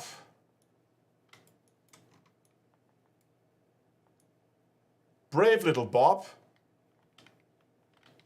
Who's out of EVA fuel. But now we can just time warp Bob to, like, there-ish. Maybe here, just so we have a bit of time.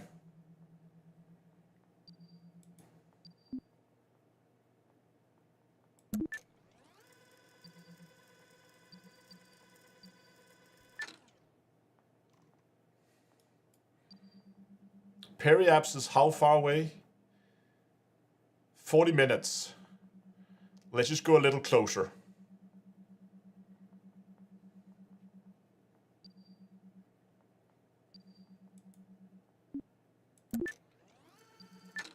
Okay. So now we can go back to the tracking station. And then we can take the fly safe for control that. Okay, so now we are ready to begin.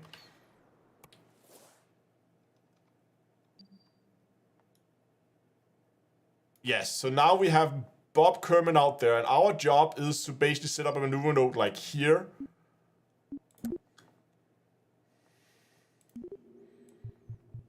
and then try to see if we can get an encounter with him.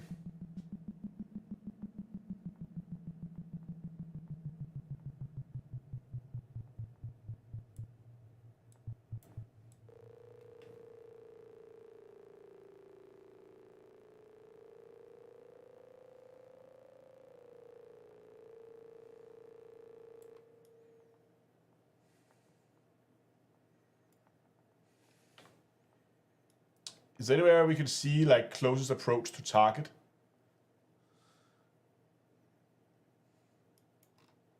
Hold on. We have the wrong target.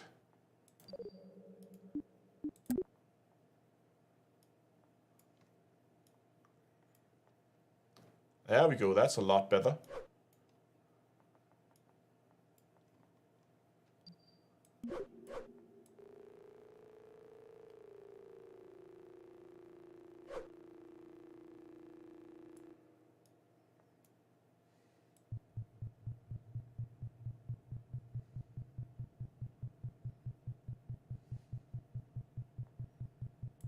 Oh.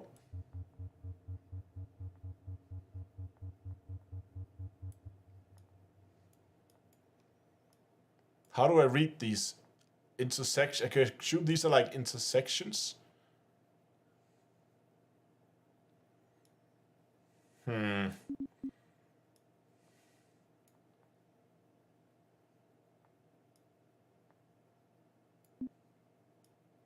But I can't get an intersection there because he's there.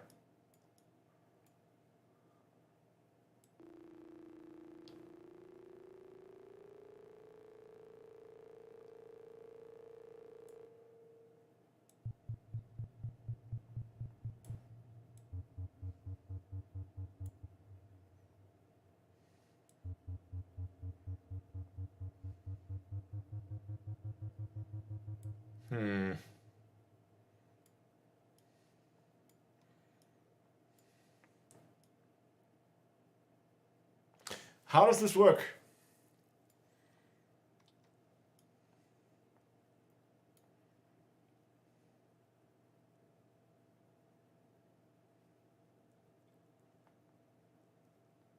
Yeah, I know he's moving also, but I'm looking for an intersection.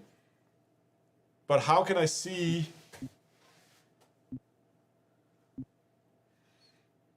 I'm looking to intersect his orbit. So I will be coming, he'll be flying that way, I'll be coming out, and then I need to just turn and match his orbit.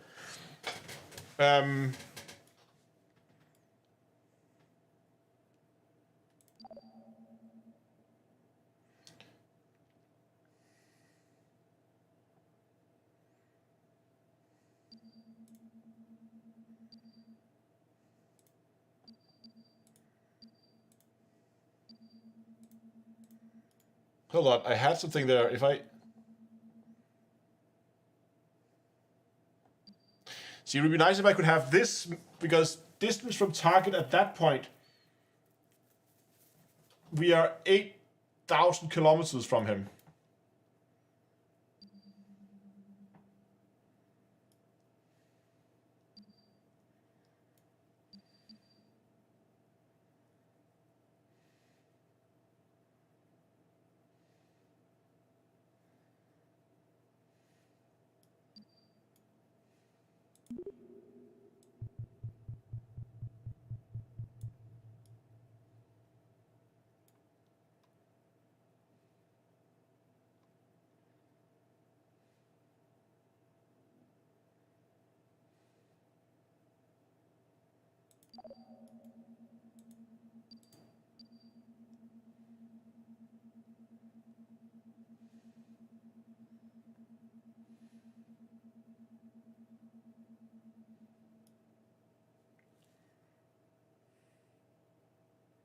I feel like, no, I don't think we need to do another. I'm just gonna quick save here.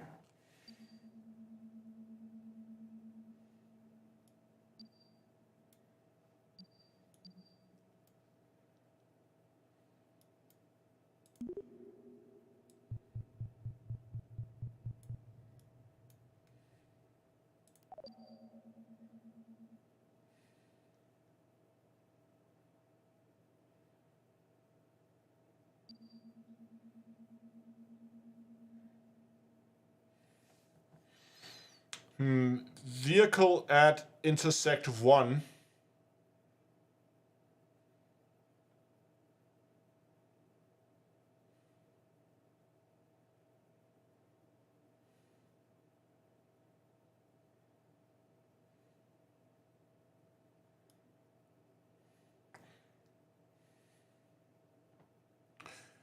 Maybe.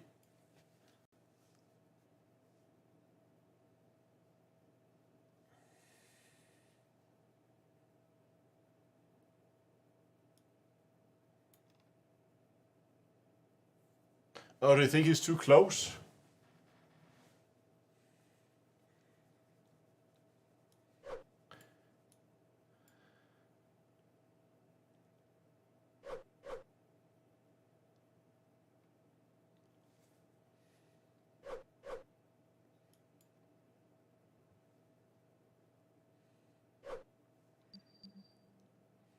Okay, let's just reload a previous save because I think maybe he's too close now. So try to load that one.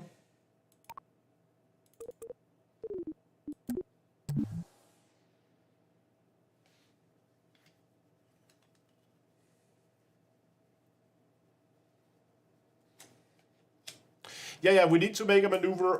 People ask if I should make a maneuver at the intersection. We need to, but I want to. I want to make the intersection.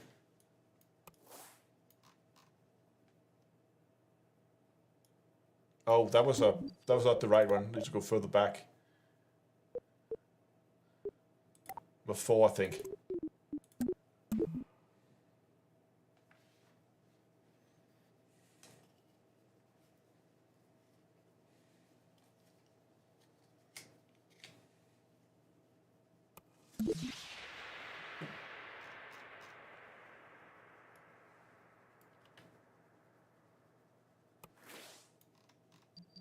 Okay, so now he's out there.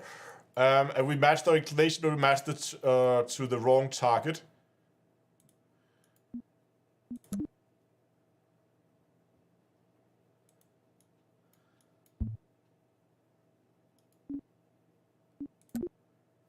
Yes. Okay, so we just need to match our...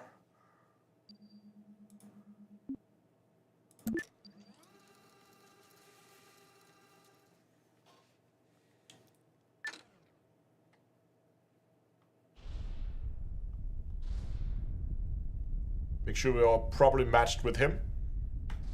Oh, okay. 0.1 should be fine. Okay, we are close enough. So...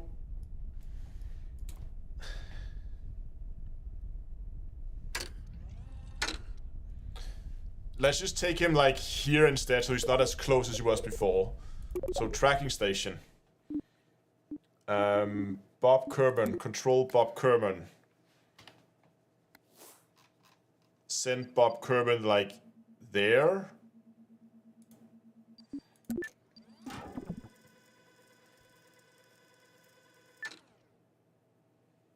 Yeah.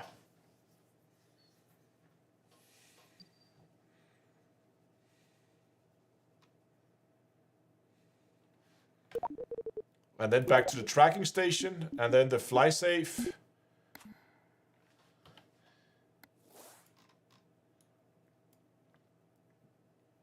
I think I need to just...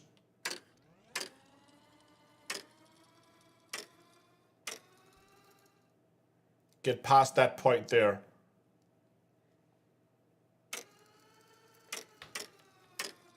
Oh no, I shouldn't have done that. Hold on. Oh, okay. I can see the game has been... I might have messed that up.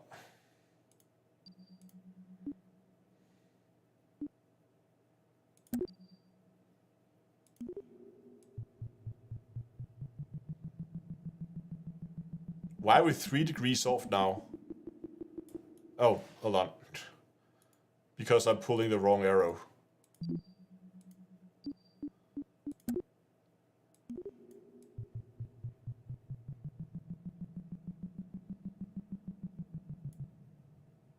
Ah, now we can see there and there is an intersection. Okay.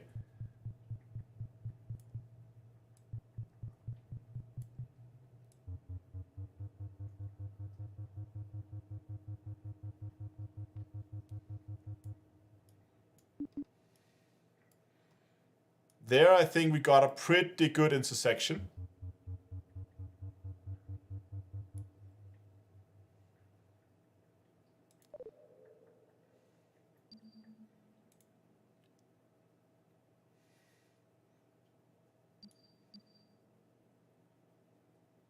Or not? Am I reading this wrong? I'm guessing intersection 1 should be...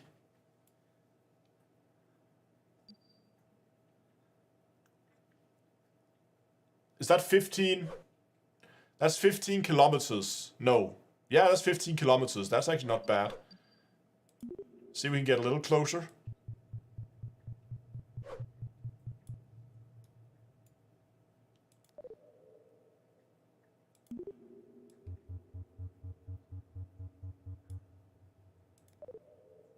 Alright, I guess this is close enough.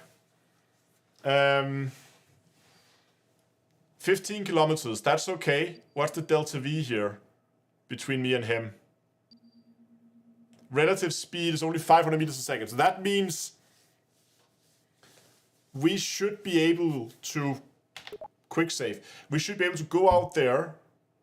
Our node is 443 delta V. Then we have about 1500. So ideally, if we do this perfectly, we are spending around 1,000 meters a second of delta V matching his orbit. So we should have around 1500, let's say 1,000 delta V meters a second of delta V left after everything, right?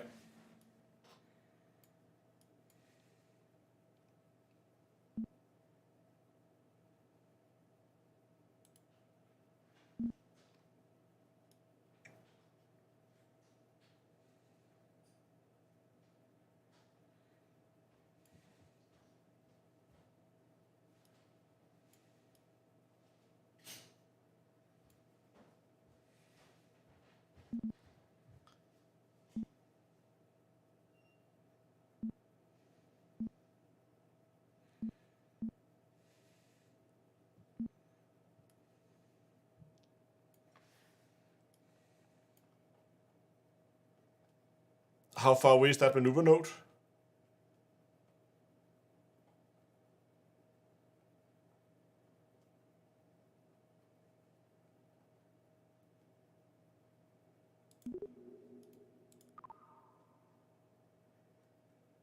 Oh, I can see it here. Maneuver node in 3 minutes.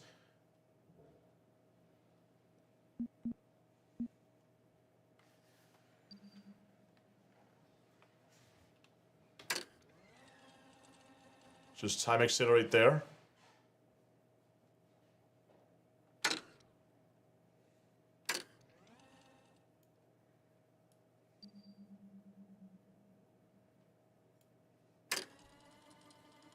I think I'm just going to time accelerate to like 30 seconds or something.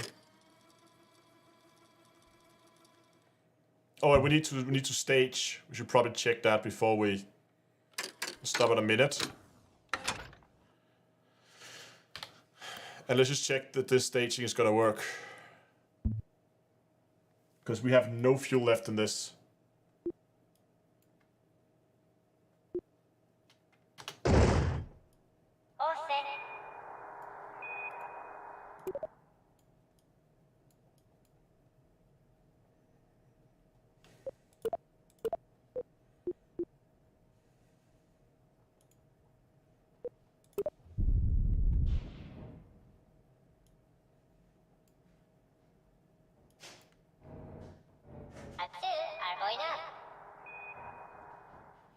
Okay, should we just try to do the burn now and see? We're like 20 seconds from it. I don't know how long the burn's gonna be.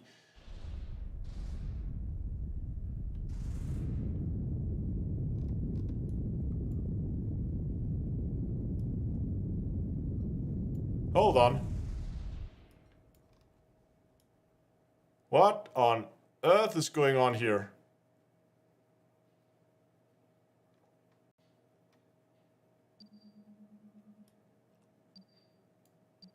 That maneuver node is all messed up. Pause game, please stop. Oh, is that because it thinks...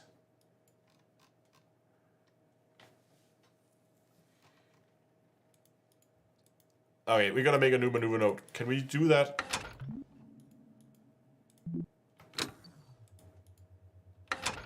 So you can't make maneuver nodes while the game is... That's great. I'm just gonna eyeball this then.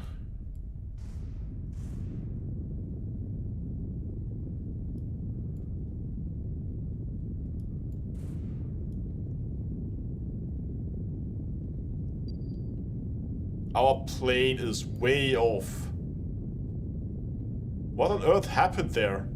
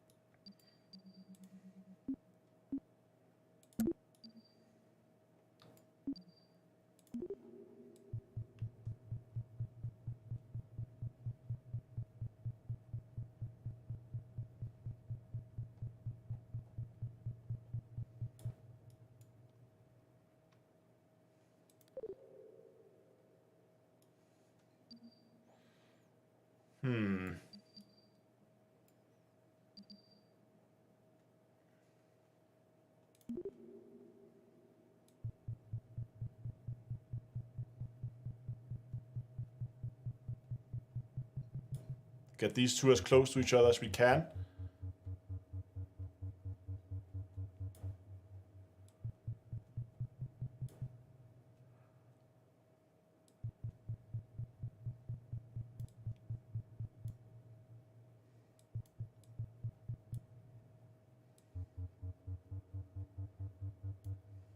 Well, how close is that?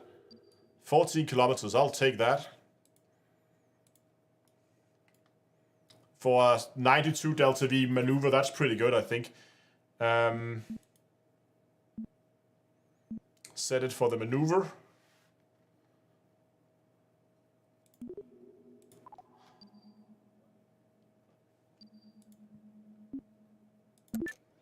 Whoa! What the hell?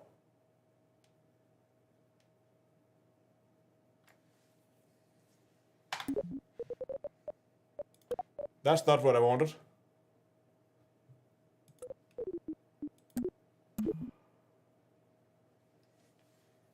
Ah, I choose the yellow line. Ah.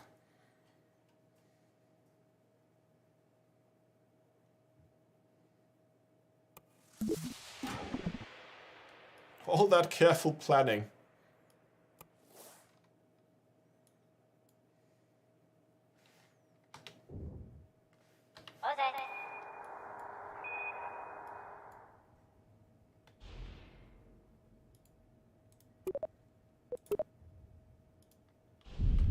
Okay, that's working.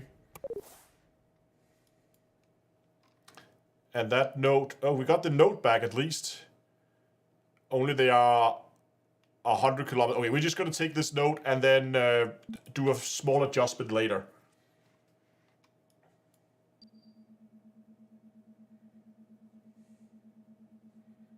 Alright, so we're going to point at the target. Make sure we're not picking that, but that. Time warp 2 minutes, that seems about right.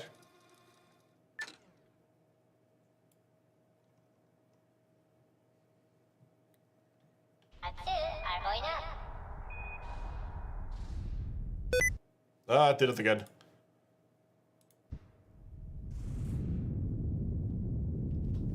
Okay.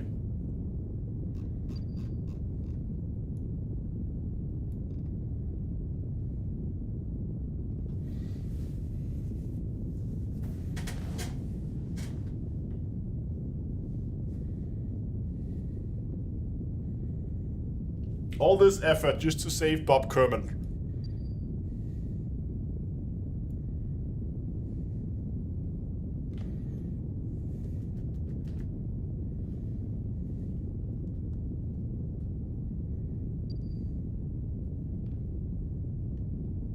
Bob is important, very important. We need to have Bob back.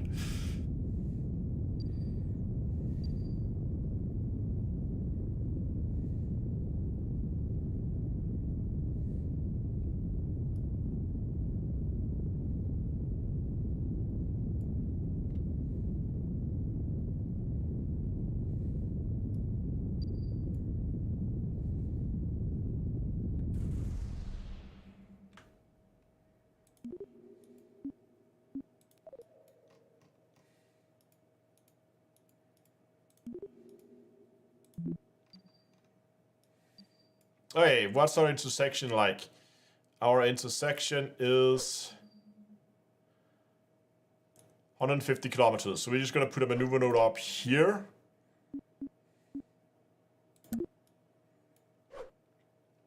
And then we're just going to try to get these two dots as close to each other as we can. We're going to lift that one up. Oh, that's pretty good, actually. 11 kilometers. I will take that.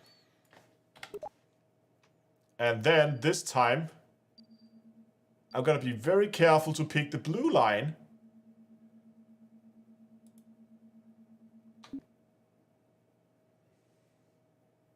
Yeah.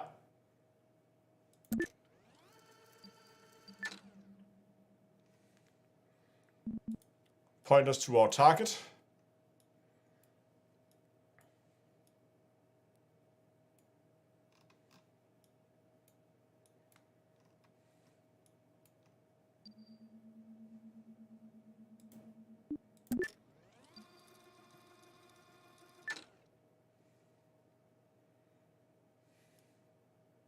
One minute until the maneuver node. It's a very small, it's like a 50 delta V burn. Very, very tiny correction, but that's going to bring us very close. What was our... And only 600 meters a second relative speed, so hopefully we get like... I mean, that's still quick. But... It means that we should have a chance to actually find the relative velocity between us and the target, I hope.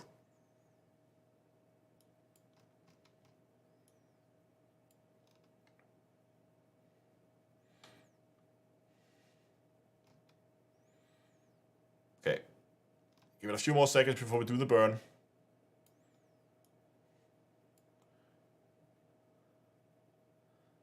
Don't know how long the burn's gonna be. We're not gonna go full throttle on this. We're just gonna take it easy. Because I don't want to overshoot it.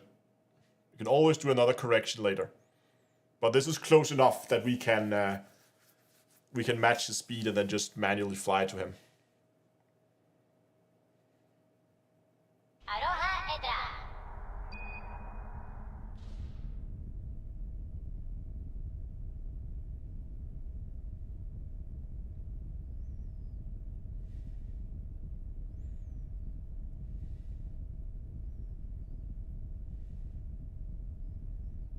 Very careful. Match those two orbits like so. No. So how close are we? 18. That's good enough. Quick save.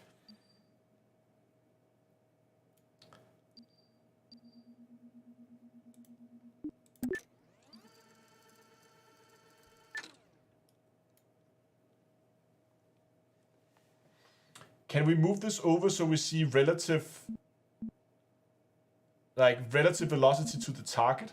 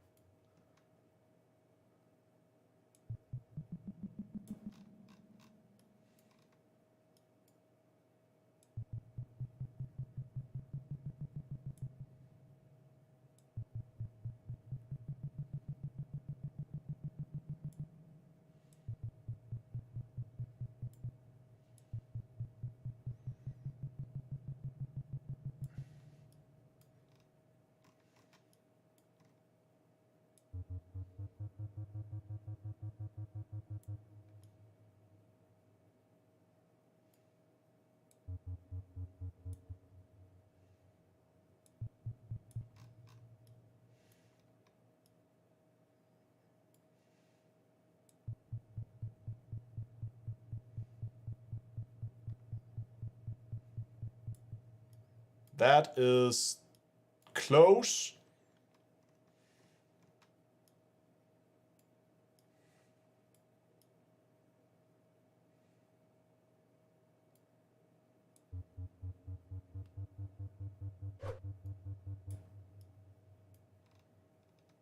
That is very close.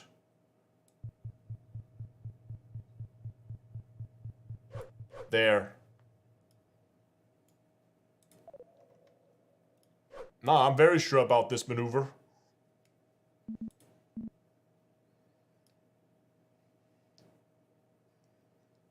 But we need to begin burning soon.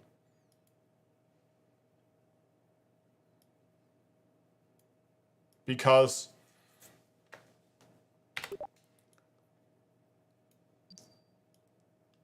that's pretty good. If we can make this should be good.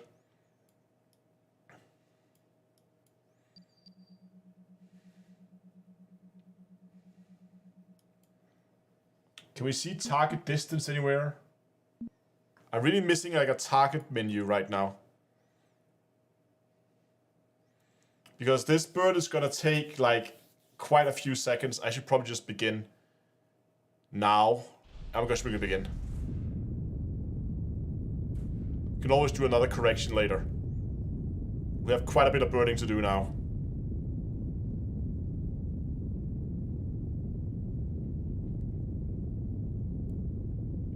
Okay, we are a little early on the burn.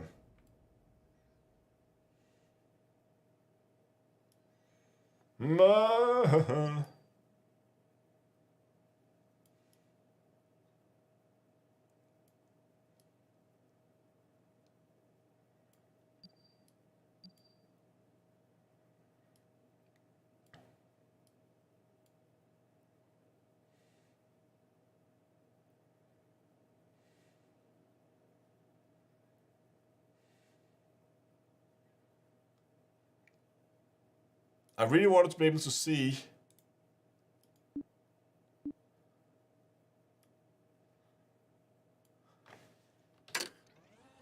Gotta time warp us a little closer before we... We are so close.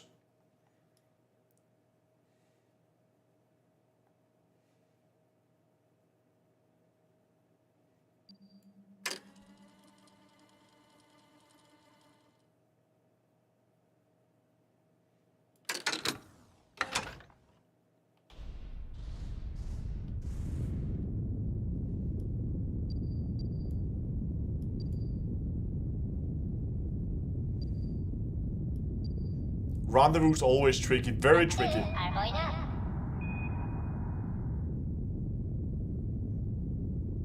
You can see that, I think that's how close we are. Before the burn is estimated to be completed.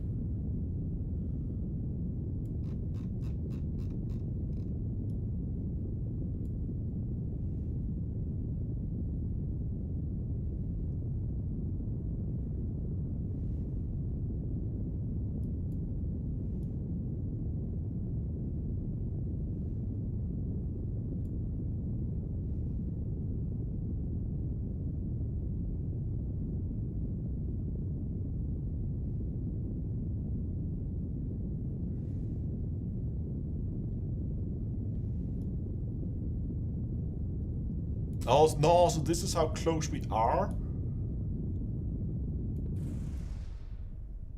I feel like we're going off right now.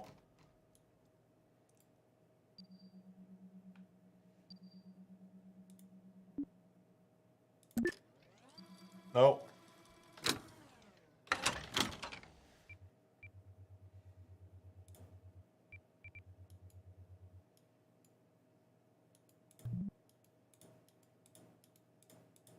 Can I get rid of this note here?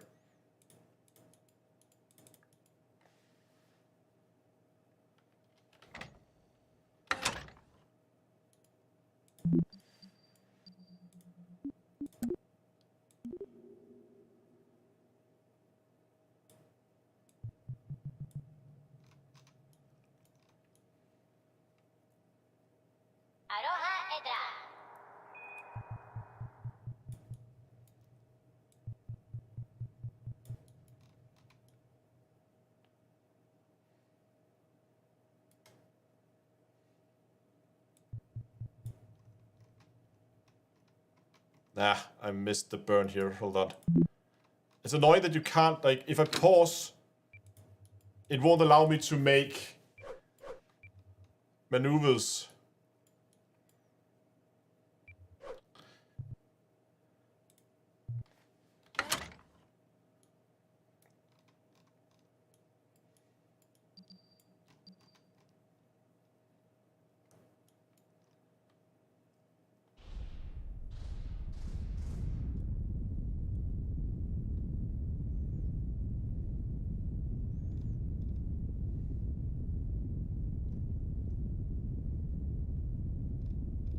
Just try to match the inclination again.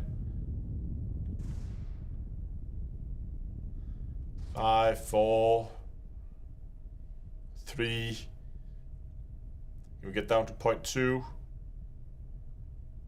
Oh, it goes up to 4. Okay. In 2 minutes. We can make a quick maneuver node in 2 minutes, I think. Okay, so we need to try and match those two orbits up. And then phase shift it a bit. And we're a bit too fast. There, that's pretty close.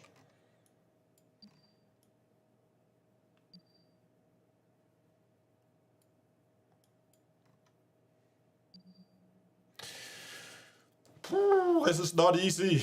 Okay, hold on, what is this? Warp to maneuver. Oh, can we just...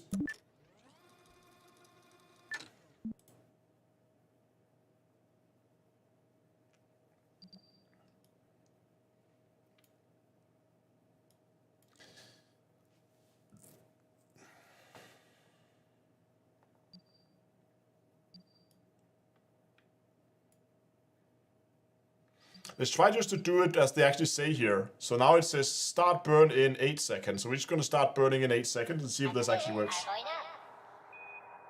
3, 2, 1, burn.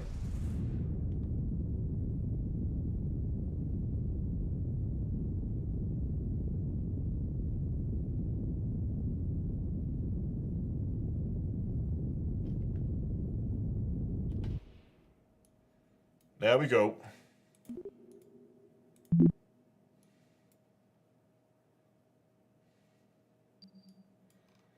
Okay, so what I'm gonna try now is I'm gonna try to, in another 2 minutes, basically create another intersection between us.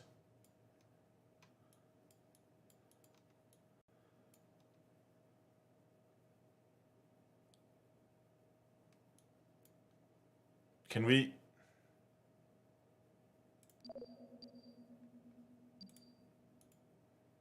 That's not a very good intersection.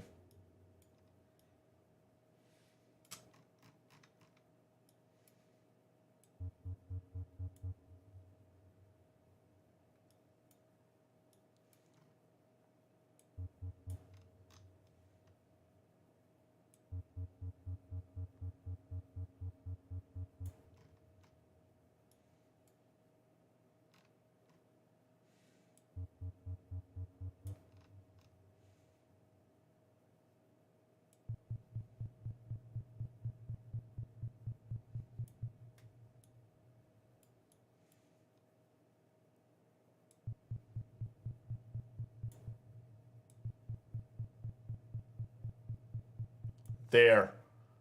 That ought to be a good intersection. 7 kilometers. Okay, let's do this.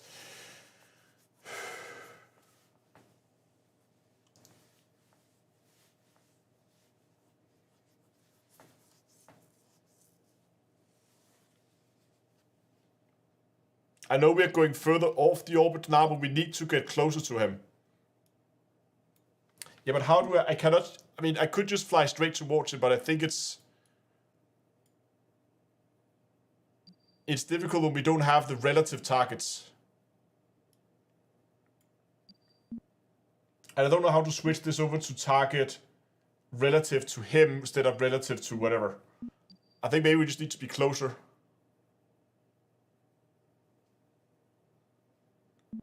Oh yeah, right. Sasman will select that. Yeah, you're right.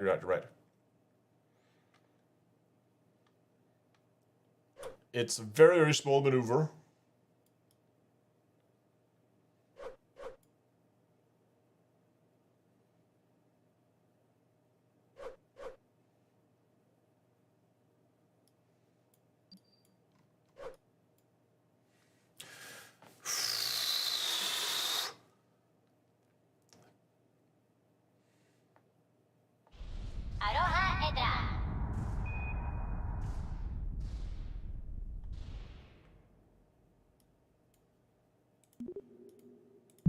think that was a successful maneuver.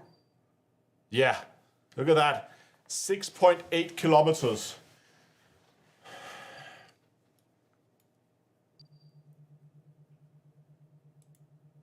Okay, quick save.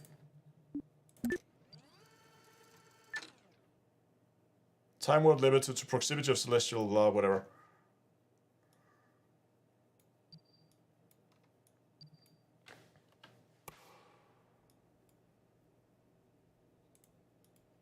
There he is.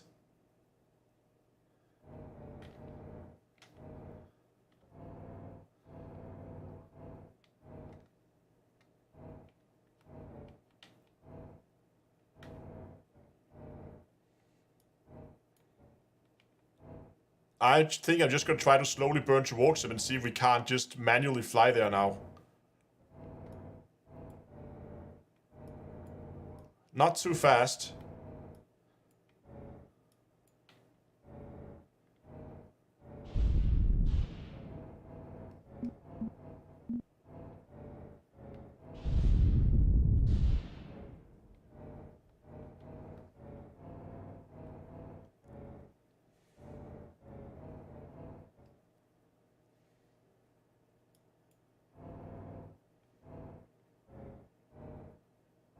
Set to docking mode under RCS. Orbital cycling. Full control.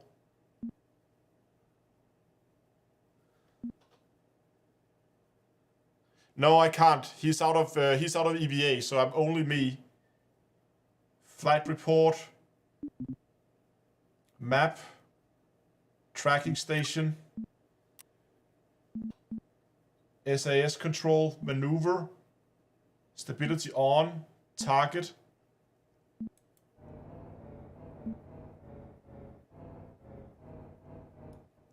So now he's just pointing at him.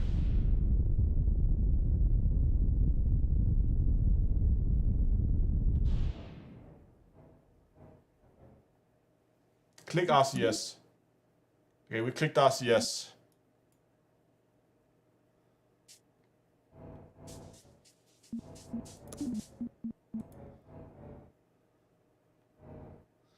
So he's moving that way, so I need to...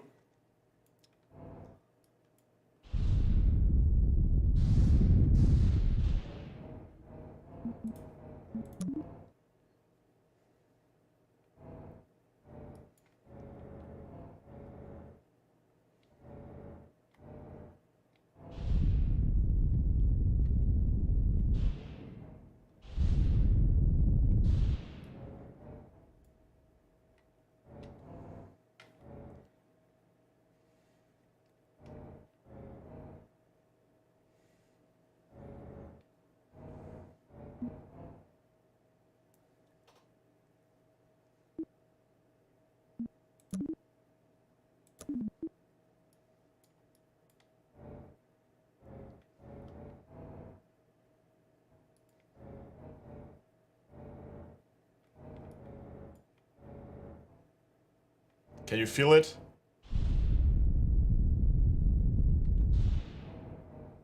So he's not really moving. I'm just trying to prevent him from moving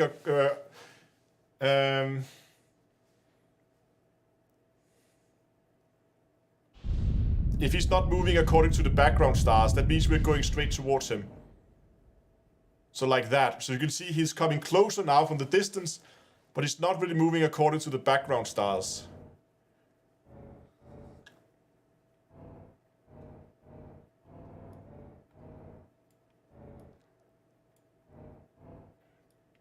So I'm getting ready to slow us down as we're passing him. Quick save. And our guess was to have around 1,000 meters a second of delta V left when we caught up to him.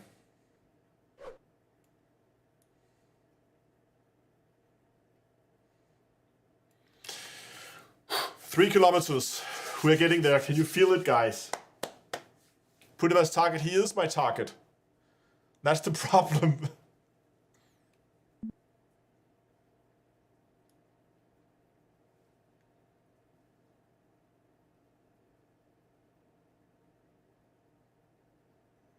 come on. 2 kilometers. As he's coming up next to us, I'm gonna begin to slow us down so that our relative speed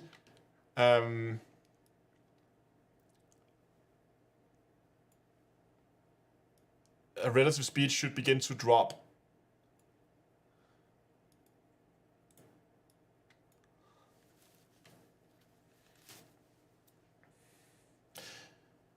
Okay, so for those who just joined, we're trying to save Bob Kerman. He is out of EVA fuel, so he cannot move. We need to basically put the hatch on him, which is going to be extremely difficult.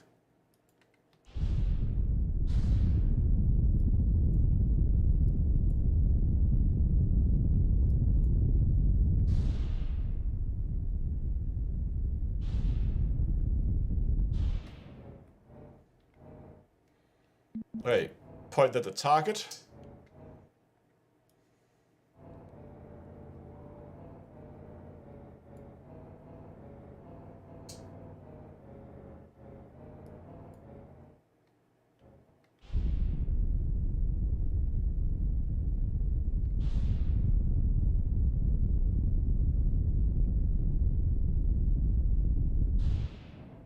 Come on. Is he getting closer now? Yes, he's getting closer.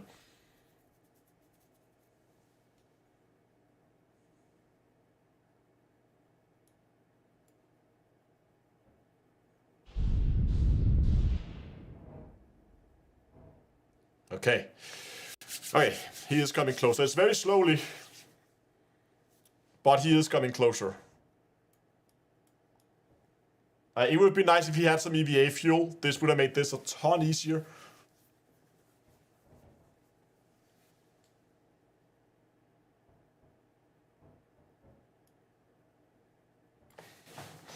We should have visual on this guy in like not too long. I'm beginning to actually feel a little nervous.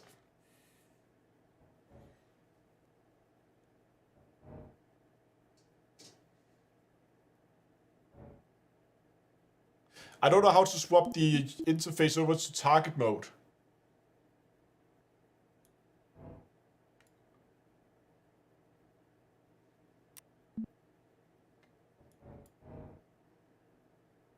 Flip it around and we're gonna do the same.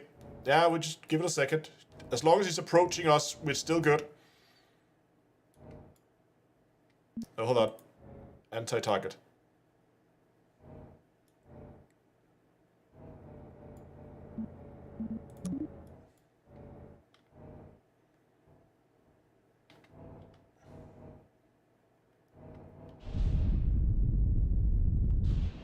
It's not quite right. I need to be more like that.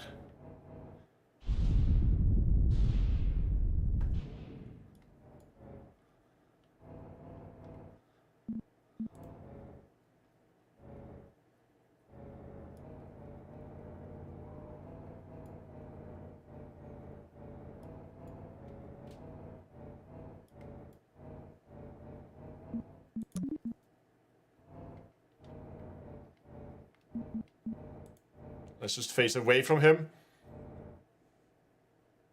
There is no flight assist here. This is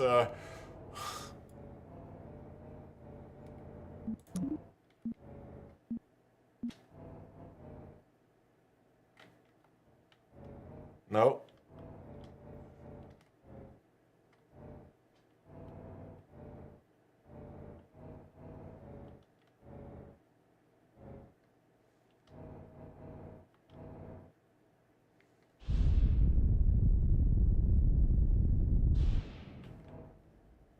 Oh, that was too much.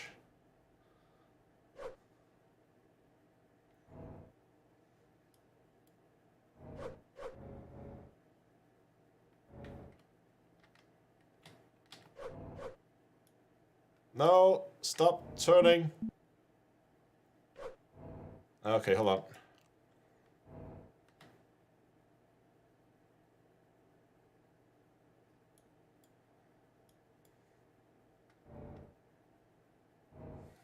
No, I'm doing this wrong. I need to go the other way.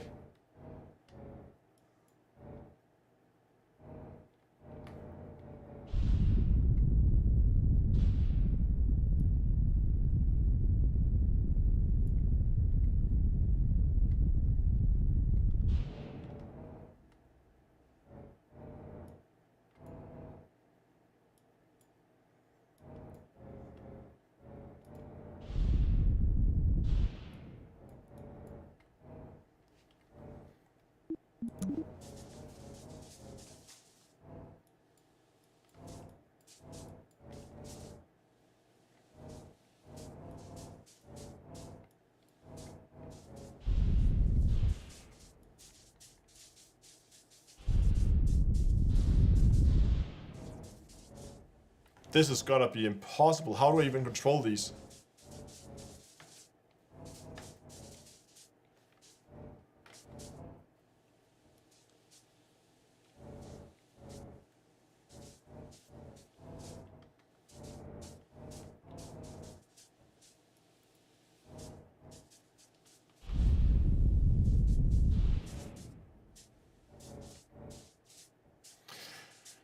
Okay. So, how do I use RCS thrusters? What's the key bindings here?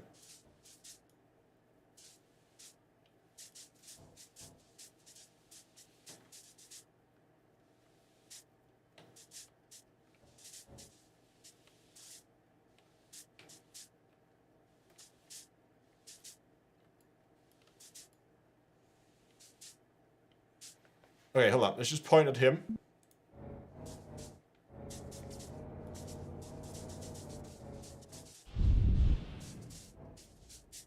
And then maybe we should be able to use these, so I need to go down.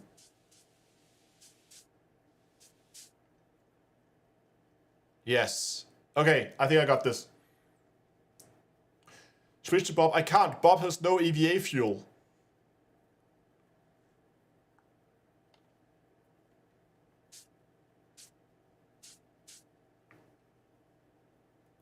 Okay, I know this is gonna be painstakingly slow.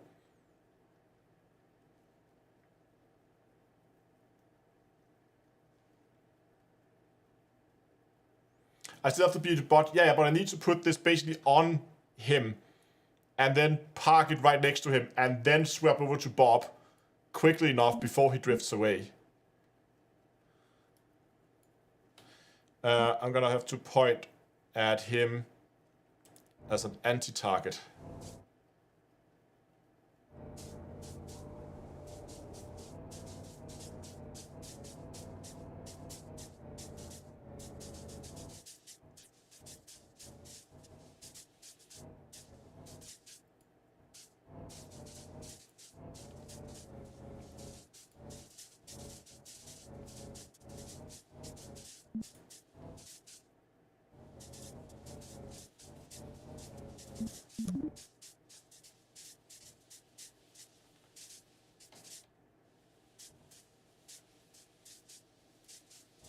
I can't really see what these thrusters are doing.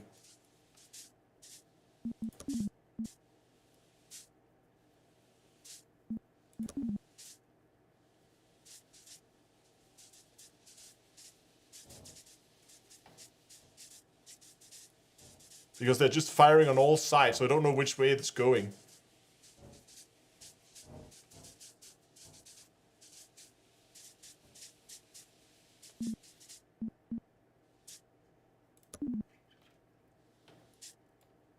Okay.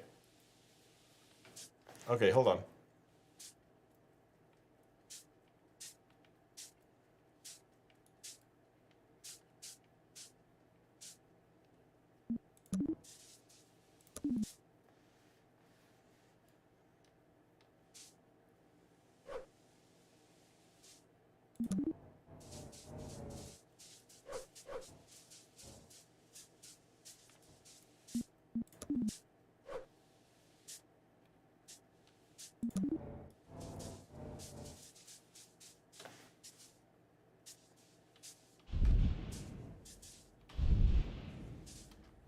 I'm just carefully trying to maneuver myself down.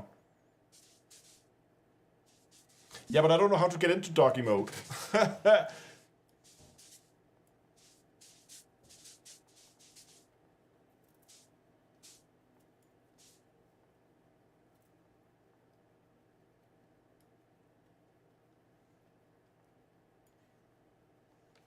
Okay, pause and check key bindings for doggy mode.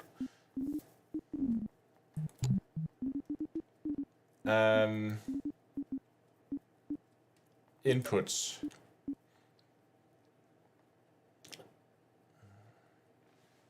Yeah, so J and L and translate forward and backwards N and H. Okay.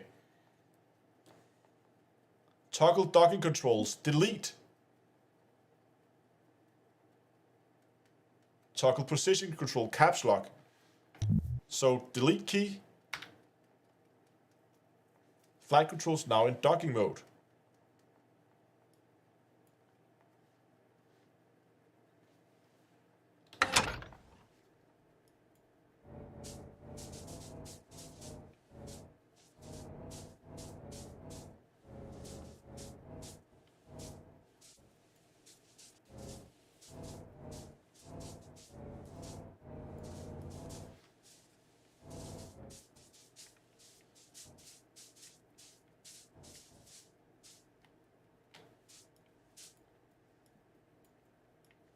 Oh, hold on.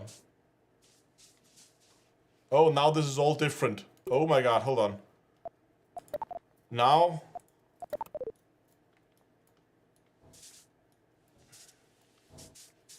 Where's roll now?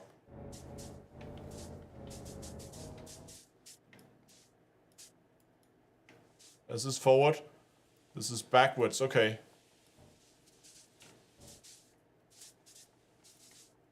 Forward, backwards. Okay, we're going backwards.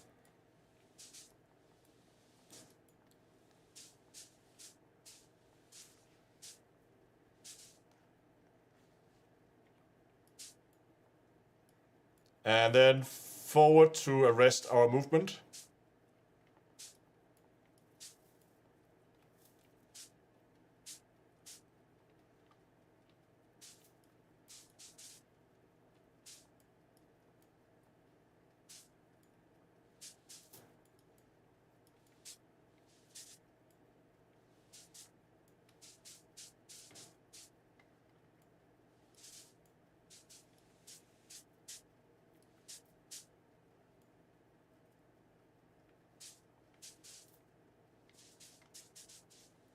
Okay, push in towards him.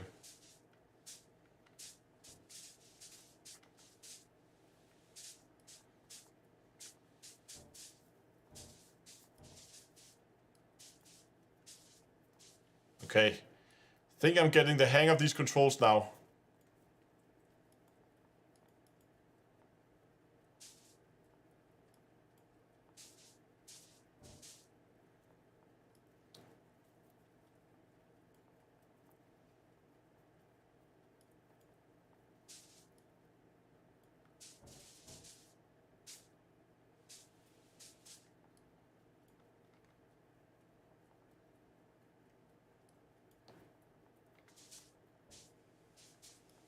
And then slow us... No, that's the other way. Slow us down, slow us down, slow us down.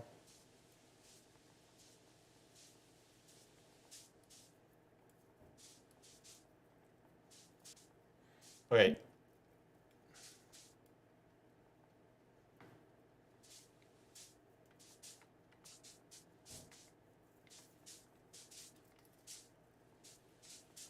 Okay, I think we're almost come to a standstill. So let's go and let's point at our target.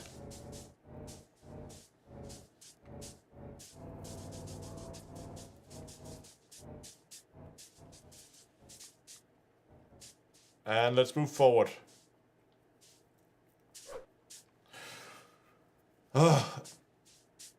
Connie says, I'm stressed out. How do you think I feel? Sorry for not paying too much attention to chat right now. I am so damn close to saving this Kerbal. Imagine if he just had a little bit of RCS fuel left.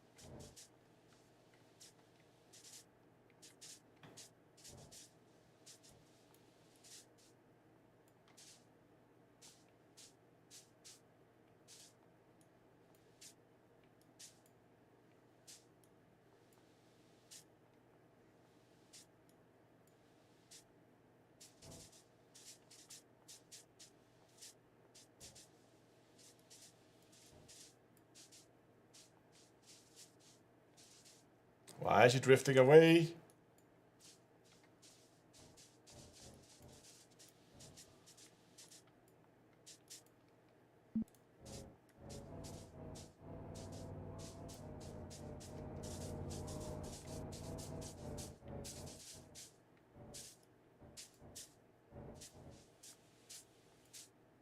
There, perfect.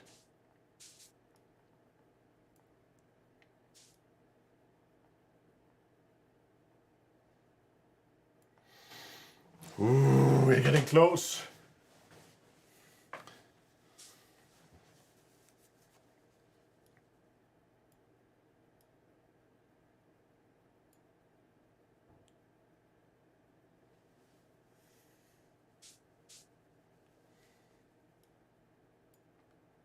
Okay.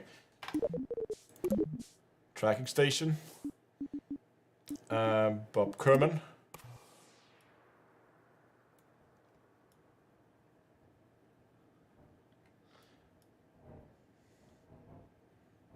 Okay, we gotta get ready to grab. I don't care if I...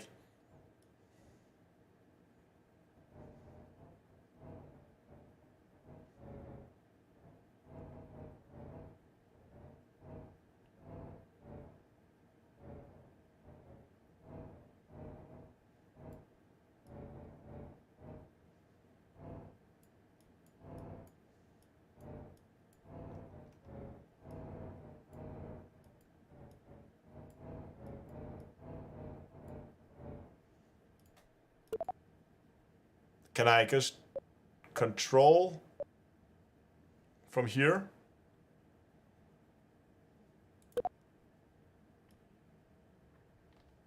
Hold on, is he Mac booted on? Oh, I think he is. Hold on. Hold on. Tracking station. Fly safe. Lock. Do not approach target. He's Mac booted on now. Where's the hatch of this thing? There's the hatch. Okay, that's the side. Tracking station.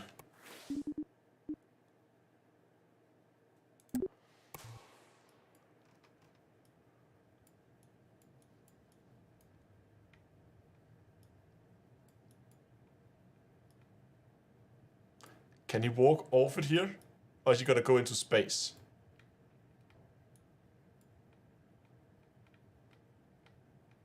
Or will he walk over the edge?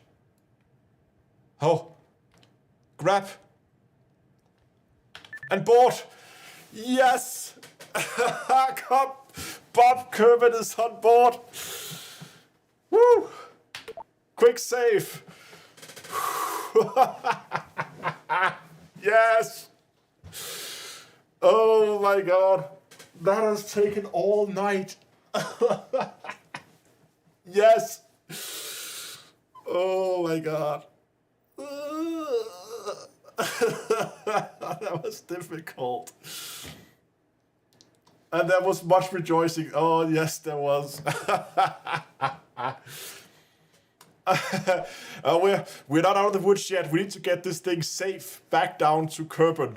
Only then and only then are we truly safe. Okay, but RCS thrusters off. Did you save? I made a quick save now. So what we're gonna do is we're basically gonna complete the same maneuver that Bob attempted to do, because even though we could just begin to burn retrograde, I'm not really sure how much fuel we're gonna need to drop our orbit down.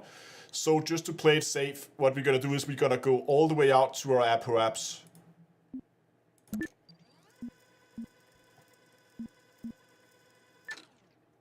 Point ourselves retrograde. It doesn't have to be exact, it's just...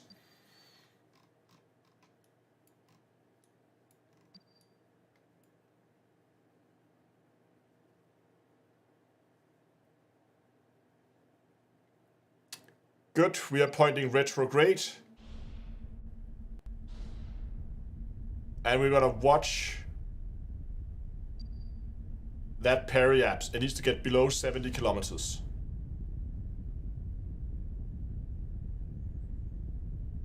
$1,500. If we're below 70, we are golden. No problem, we have plenty of fuel.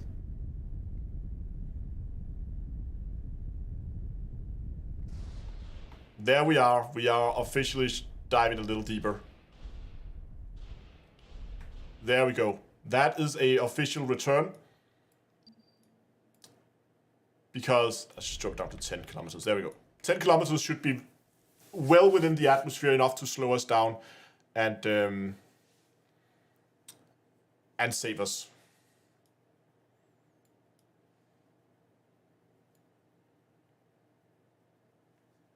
Oh, am I still in docking mode? Flight control now in normal mode. Okay, thank you.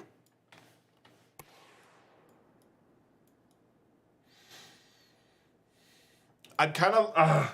okay, you know what? We're just going to play it absolutely safe, and we're going to go for an actual impact. I don't want to end up, like... There we go. Now we have an impact. So that means that we can now safely get rid of that rear section.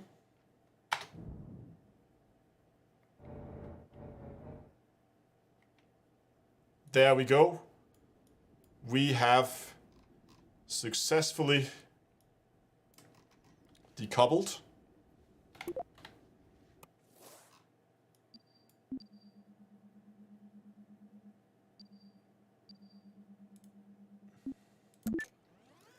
Time warp was a little closer here.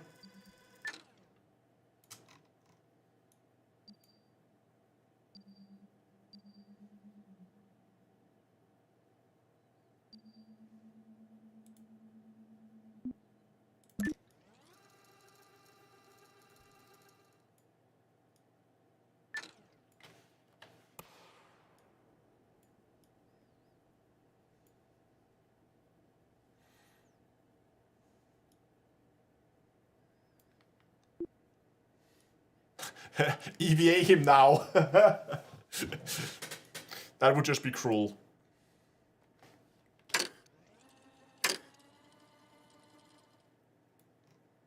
Look at them in there. Hello.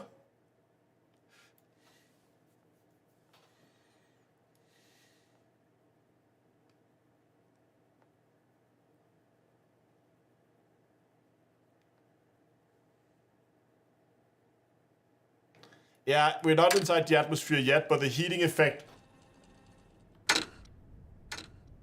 Hatch still open? No, that's a window. It's okay. It's just a window.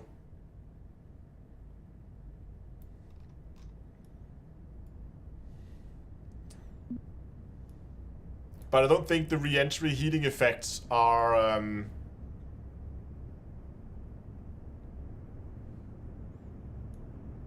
implemented yet. At least I'm not... Last time I've done re-entries, I didn't see any heating. But we still carry a heat shield just in case.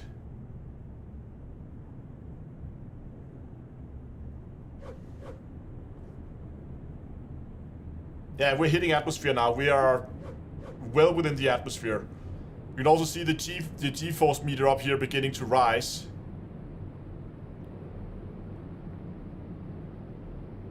And we are going into the red.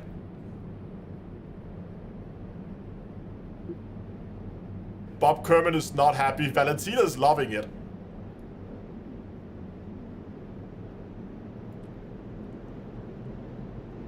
Look at Bob panicking. Ah!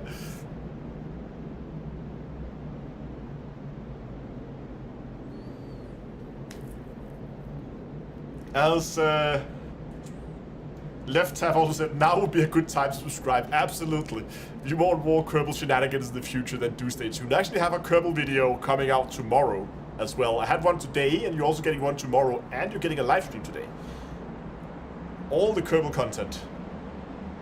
Yeah, Bob is freaking. Look at him just sitting there. Oh, just panicking. Ah! Imagine if all that he passed out from the G's.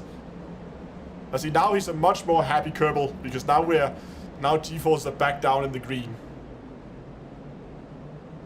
Enable parachute. We're way high for the parachute. We're still 10 kilometers up.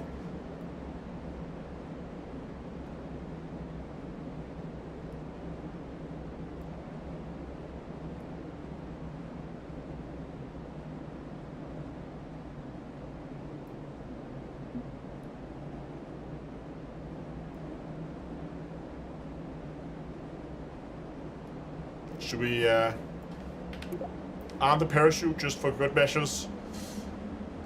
I'm so afraid to mess something up now. I just want those 2 Kerbals back. I don't want to blow anything up, lose our parachute or something stupid here at the last minute.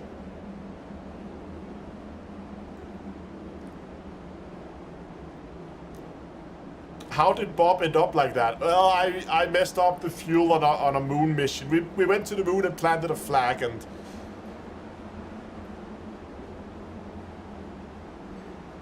then they didn't have enough.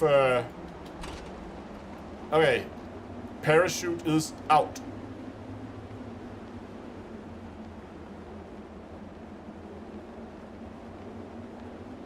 It's not deployed yet. No shoot, still no shoot.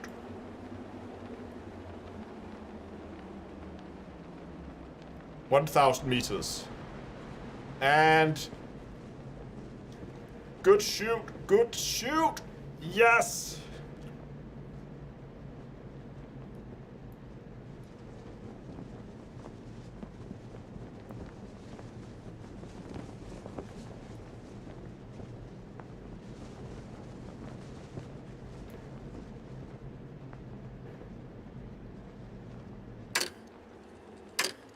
And now we just time warp to the surface. Welcome home, Bob. Yes, welcome home, Bob, indeed. Dunkel is like, no kaboom. Dunkel is just sitting over there on Twitch, like, asking for stuff to blow up.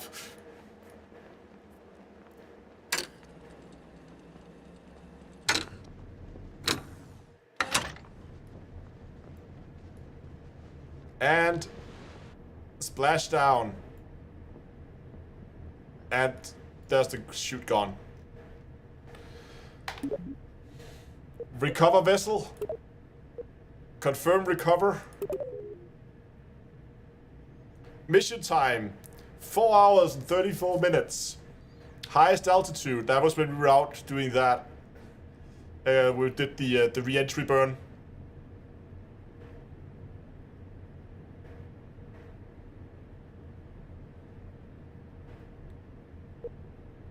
Highest G-force is 35. Okay, so Valentina Kerbal, she can pull some Gs. She's pulled 35 Gs. But look at that. The most important is crew. Valentina Kerbal setting out alone, coming home with another Kerbal. That's awesome. Yeah, that's deadly. Now you don't know how many G-forces a Kerbal they can withstand. They're rugged little beings.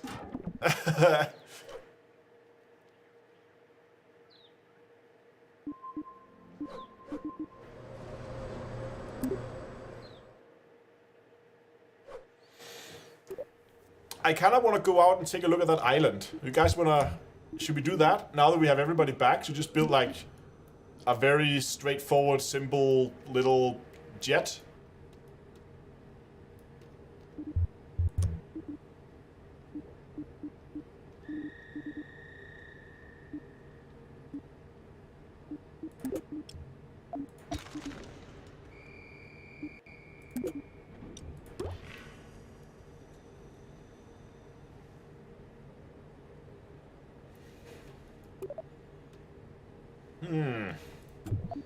What kind of fuels do the jet engines actually run?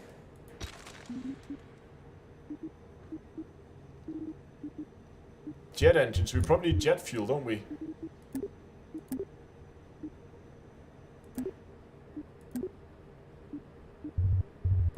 Because jet engines...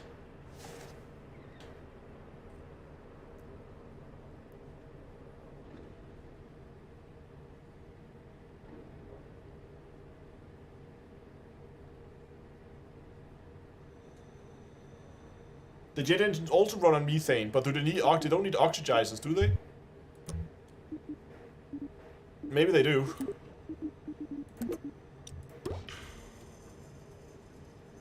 Like, can we... Has another cockpit? I don't like this cockpit. I like this one better. It's more sleek.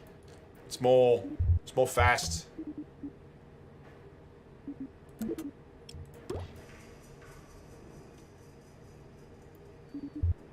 then if we go structural,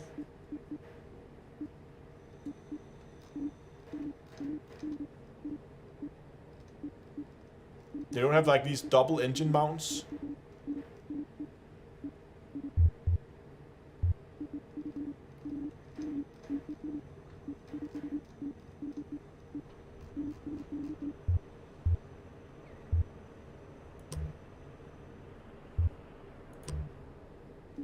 Maybe not.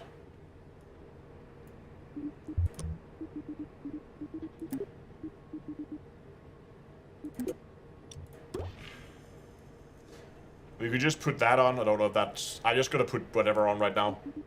Aerodynamics, wings. They seem a little big, maybe.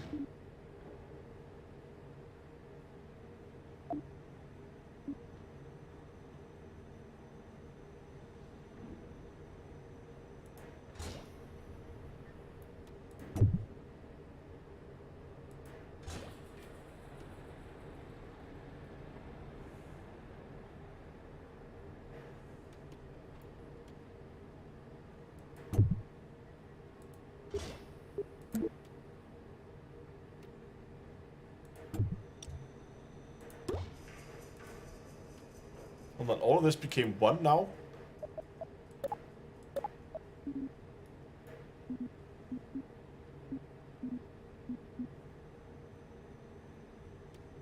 Yeah, that's my center of gravity. How do I see my center of thrust?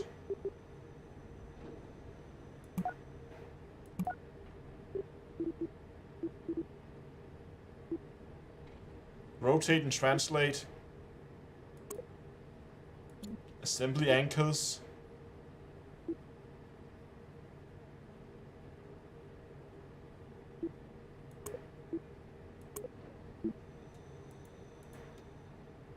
It's almost like these things got fused into one part now, somehow. But I guess we could just do a delta wing.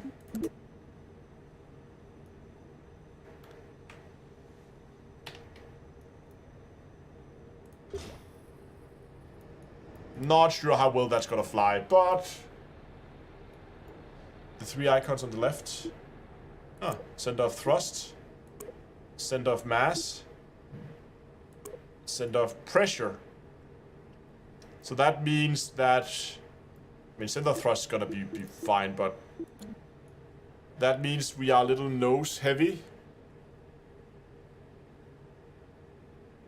So that's, yeah, air intakes. But this means that because our center of thrust is slightly behind our center of mass, so if we go into the airstream, our center of thrust is behind our center of mass. That means it's going to push us back. Yeah, so that's good. It's going to push us back. I think it should push us back into the airstream. So that's actually pretty good. Air intakes.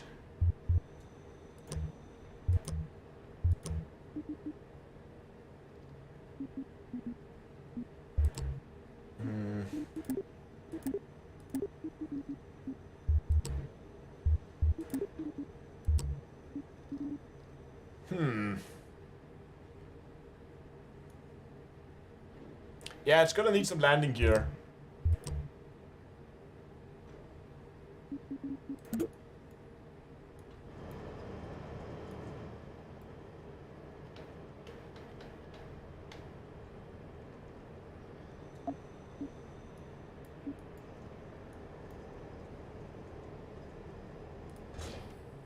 A little nose gear.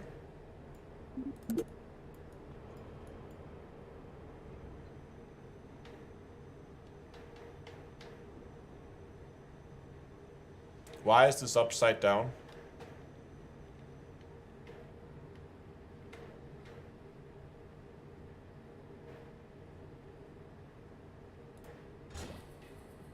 And then can I then click rotate and translate?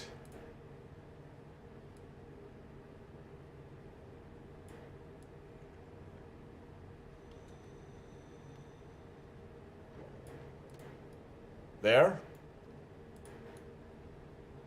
Nah, it's probably fine. Launch it. Send it. I don't know. Let's fly and see what happens. I know we don't have any air intakes. Oh, it's a bouncy one. So, who's flying? Jebediah is flying with us today. That's gonna be fun.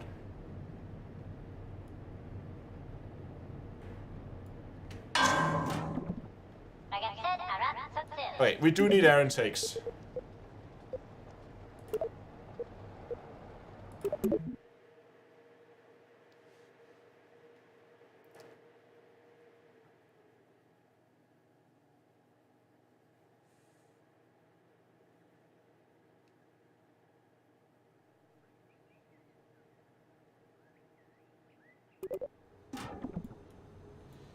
So how do you air intake?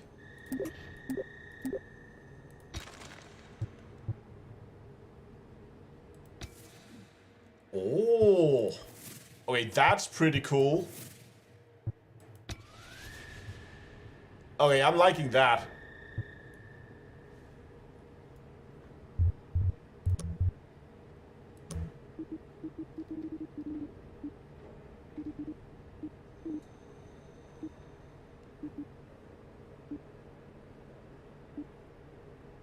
So, okay, nothing here looks like air intakes to me.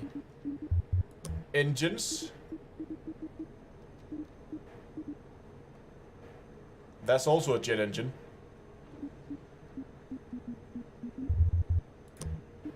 Structural.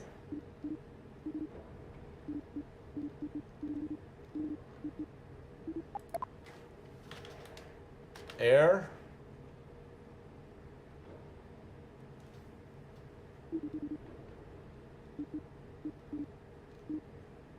Oh, here we go, intakes. So I wonder what...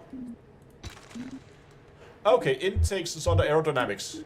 That kind of makes sense. Radial air intakes. There you go.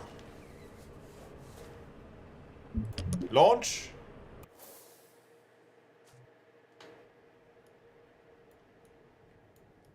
Whoa, what's happening here? Camera's all funky.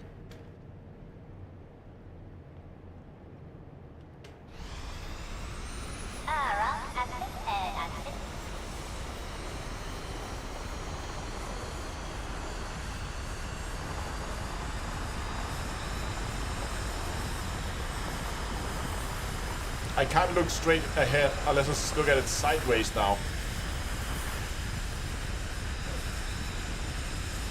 Oh, it wants to go.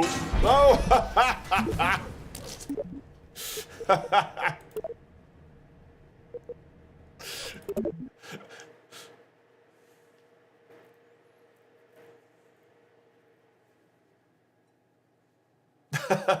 So the landing gear at the yeah, the dog was like, finally, kaboom! The landing gear at the back just collapsed and the engine, and so we need more clearance.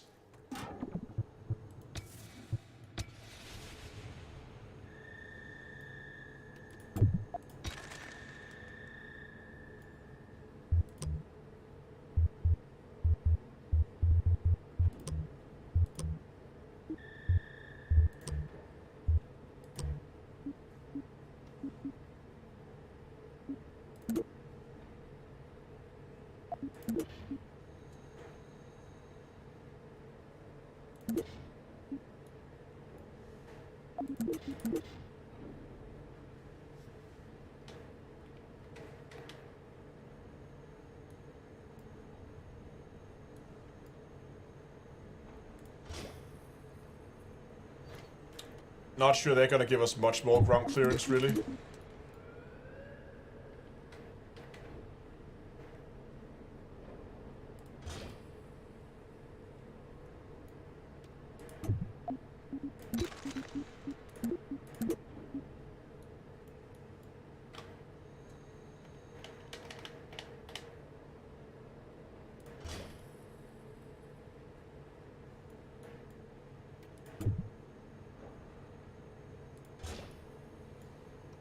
And then just rotate that to be level. And then hold shift for more fine control. And then maybe translate it up into the craft a little bit.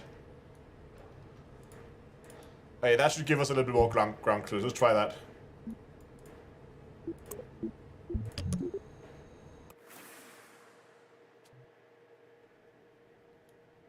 And again, the camera. The front gear is backwards. Doesn't matter.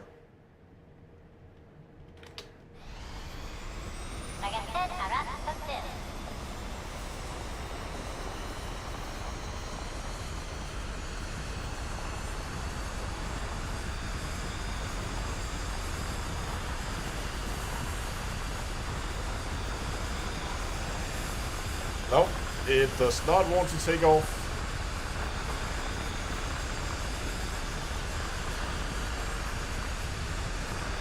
"100 meters a second, come on! Fly!"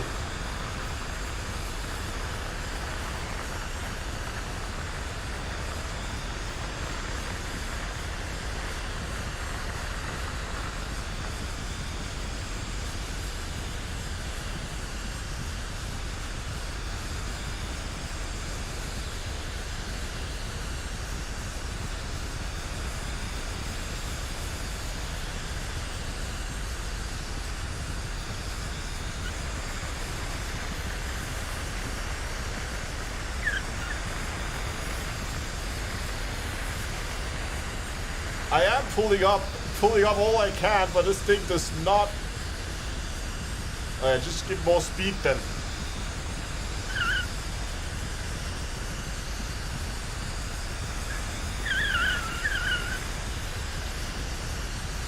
We're at 200 meters a second, and Jebediah is loving it.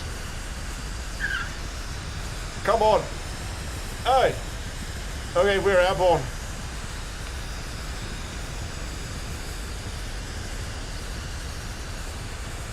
There's some bad oscillations here. SAS off.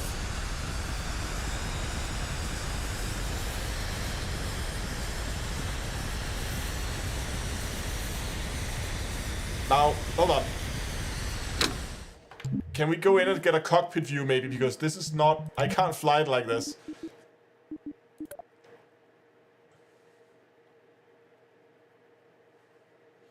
Max throttle, cut throttle. Toggle RCS and RCS, that's T and R. Oh, right. Landing gear, brakes, lights, action groups.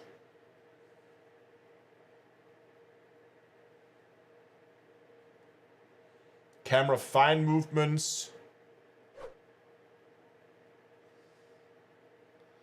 Toggle flight hot is F2.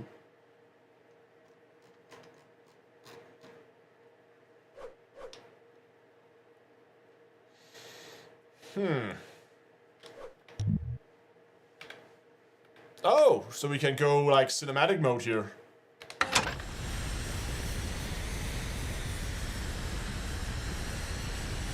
Do a roll. It rolls.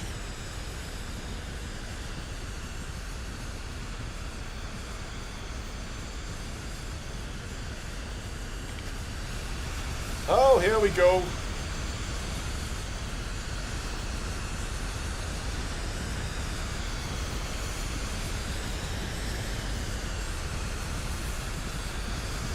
Oh, this thing really want to nose down. It's not happy. It needs some constant trimming here.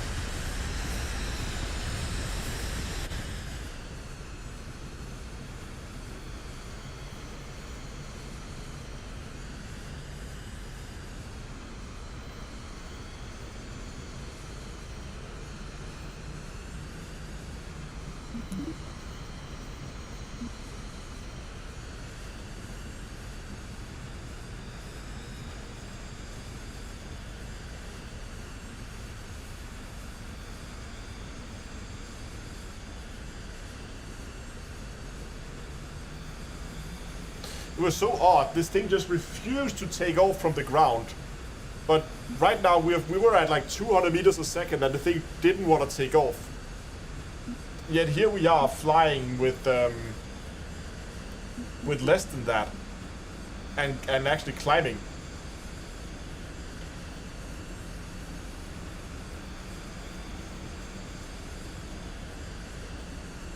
Where's the Top Gun sound when you need it?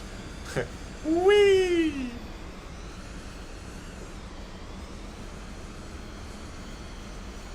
And SAS is having a really hard time recovering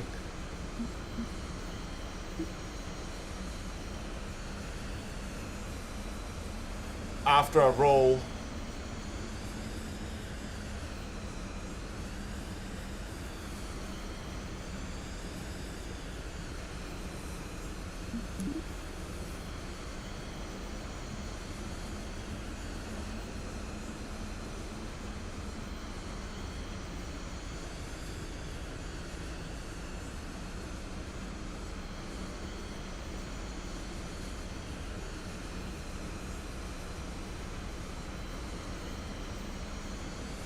Yeah, exactly. SAS is drunk. Go home.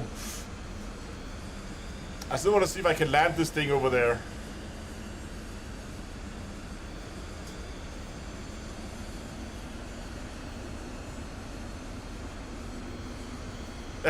But I think Jebediah is kind of liking it.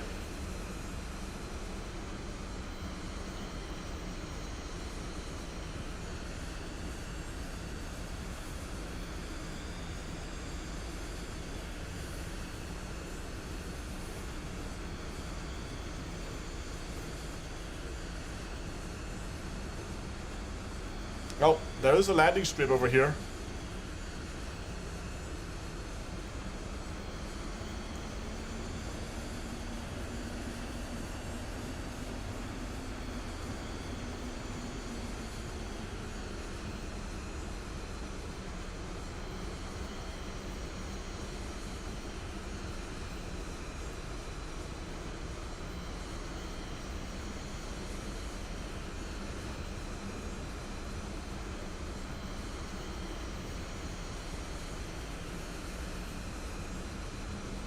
Yeah, the HUD looks quite different. We have Master was taken. Says that he played KSP1 just an hour ago. Didn't realize this was that, but whoa, the HUD looks so different. It does, yeah. Okay, I'm gonna begin to throttle us back here.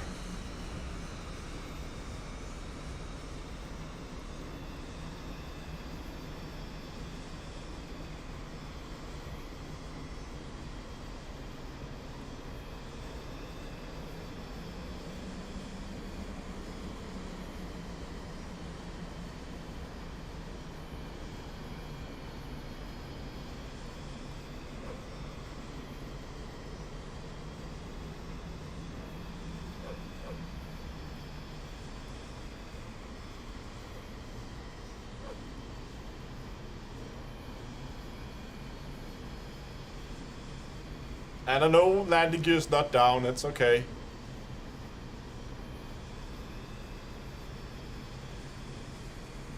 Just carefully lining yourself up with the runway.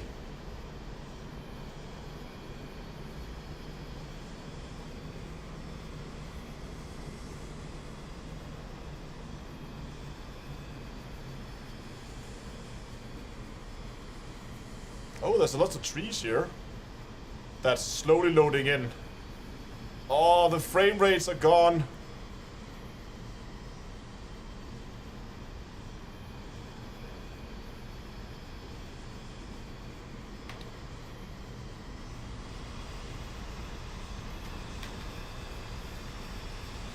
Landing gear's not working.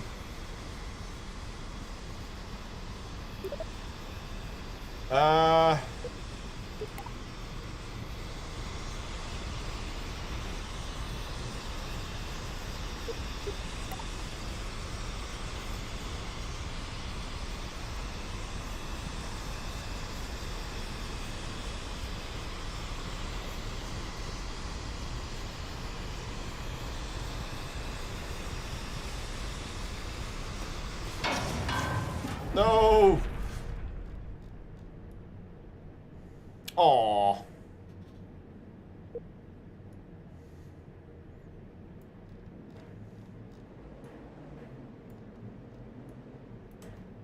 But there is like not a lot over here. There's a small hangar And a tower. There's not like the control tower as there used to be. What did we learn? Yeah, we learned that the landing gear was not working. I have an idea. Okay, so it seems that atmospheric, like, what I'm saying, like atmospheric heating effects is not an effect. So, how quickly can we go? Like, if I take that one,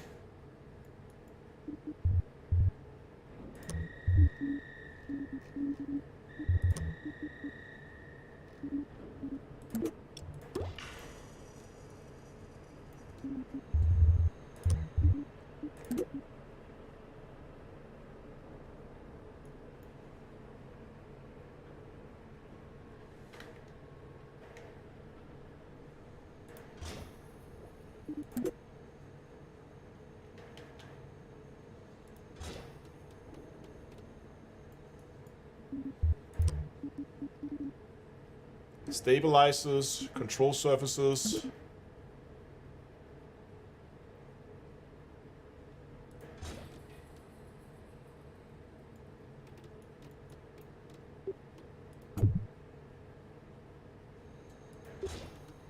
No, they need to be level. Oh, they're gonna get hit by... Huh, that's ain't gonna work.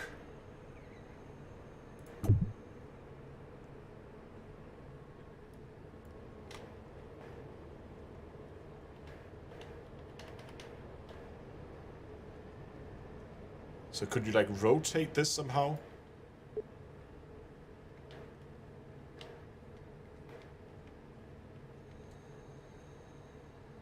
Huh, that's really weird.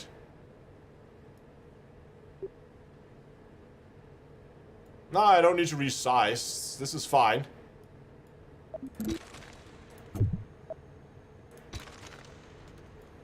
All I gotta do, I have a plan. Look at this.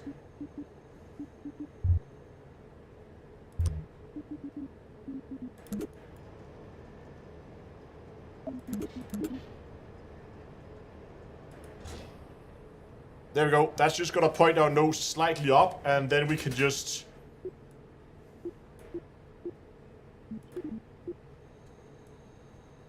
decouple that. And we should probably also put a tail on it, just so we have that amount of control as well.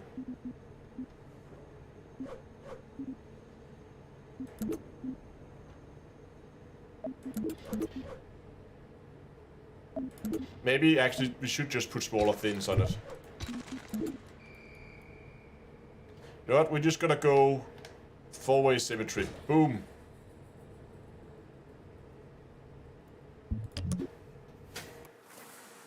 Let's see what kind of speed we get. Oh, the fins are too big now. And it's tipping over to the side.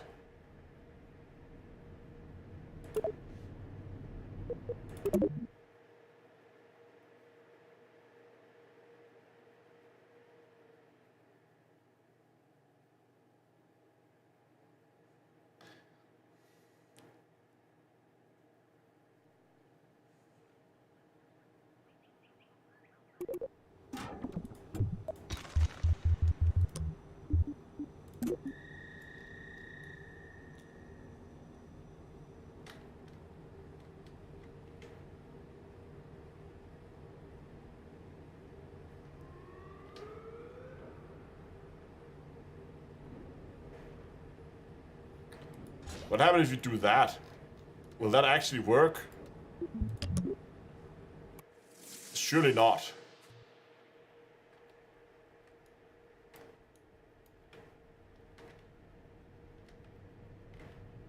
Okay.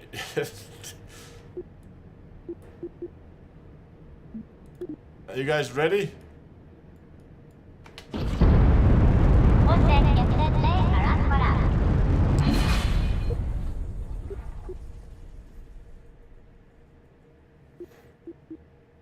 That didn't work.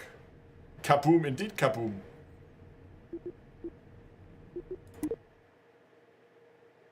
I thought that thing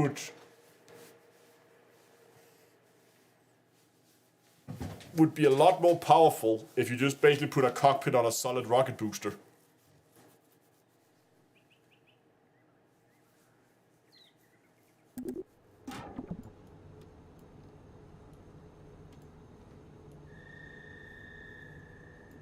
They're making a nuclear missile, almost.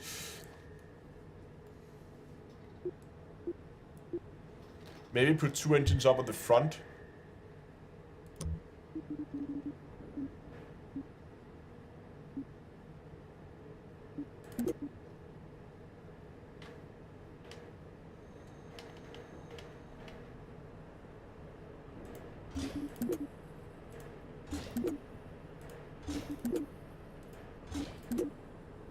Just to help us get going.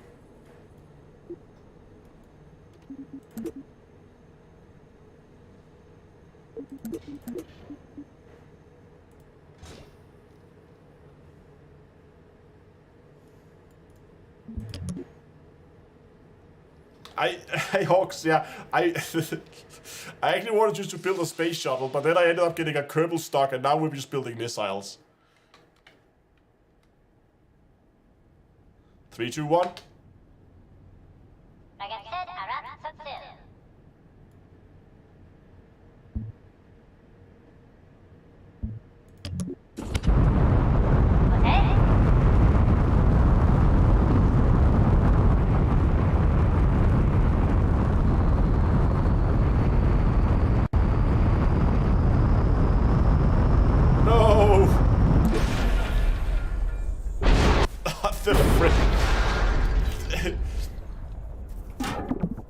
Did you ever save Bob? Yes, we did save Bob.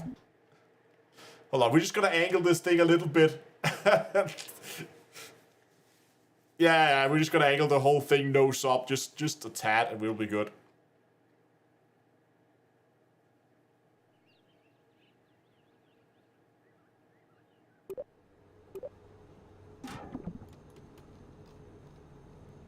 So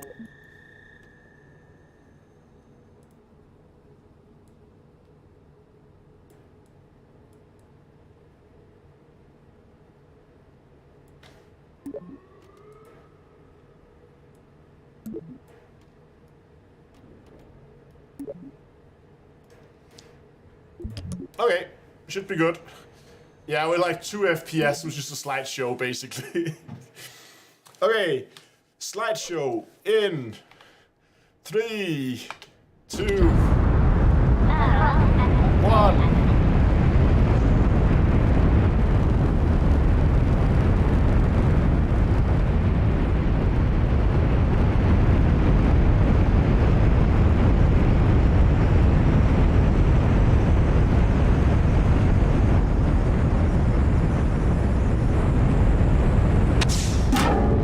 The fin, but it's okay.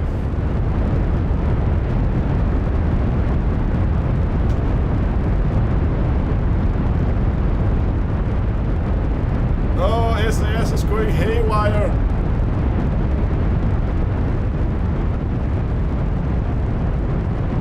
Whee! SAS is no, SAS is off here. I'm flying this. Go up.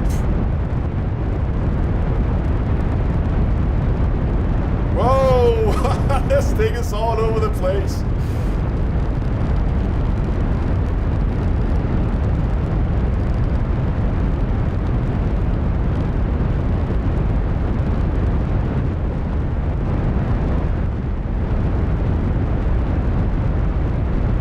They definitely need to work on the performance.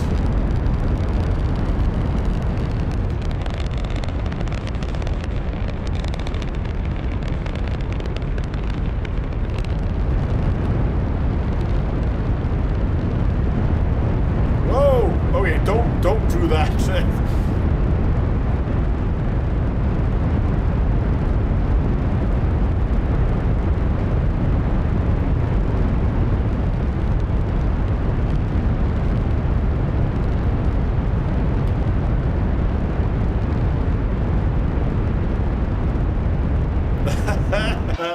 Hey, we went up to like almost 900 meters a second.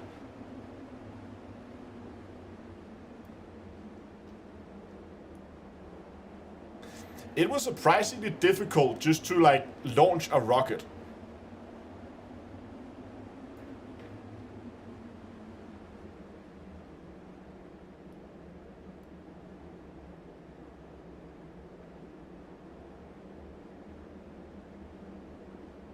Come on, loop, loop.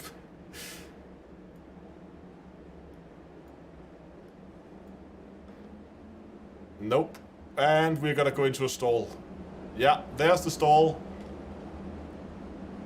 Let's nosedive this thing.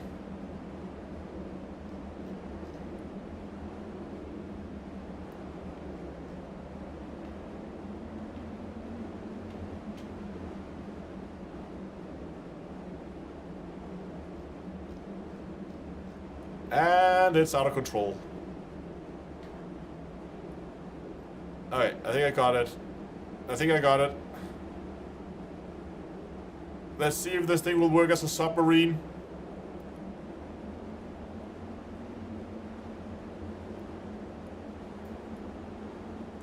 This is like watching North Korea test their missiles. Except that I hope they don't strap a guy in the cockpit.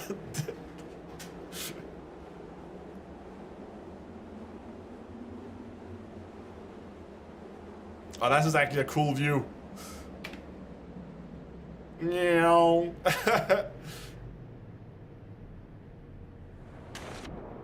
Oh.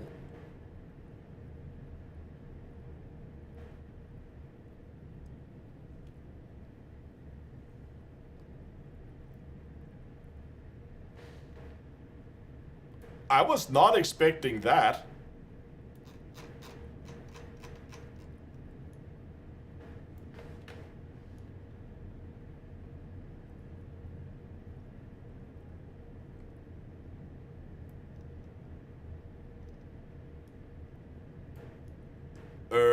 Are we gonna make submarines now?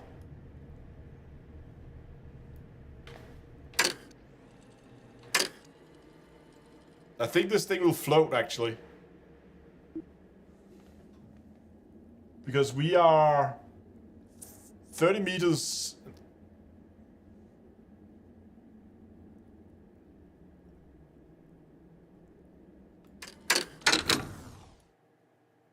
Ah.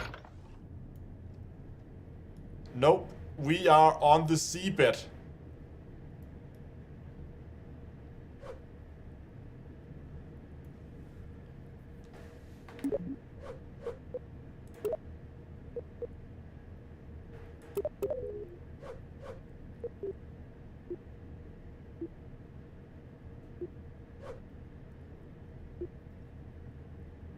Yeah, it was sinking, so that's... I thought it was going up. I don't know.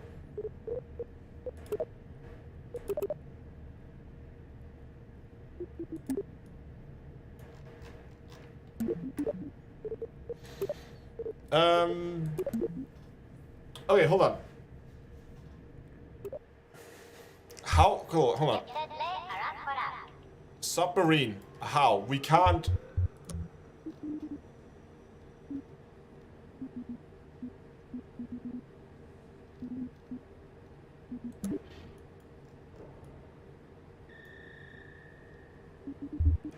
I'm just gonna build like a... Can we do like an underwater rover thing?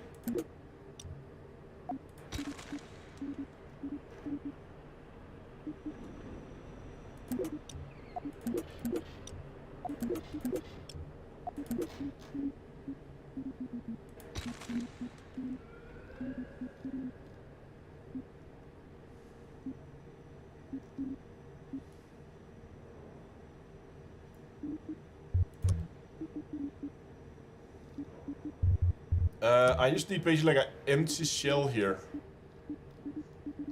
On the other hand, I don't want it to float.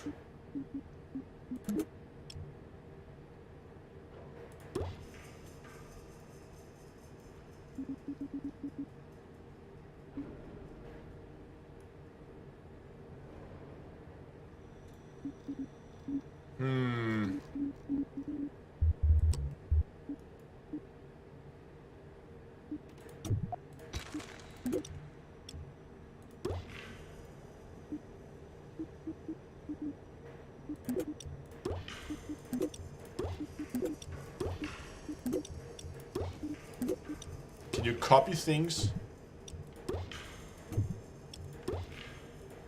Yeah. So by holding Alt, I can just copy things. It might be a bit long now.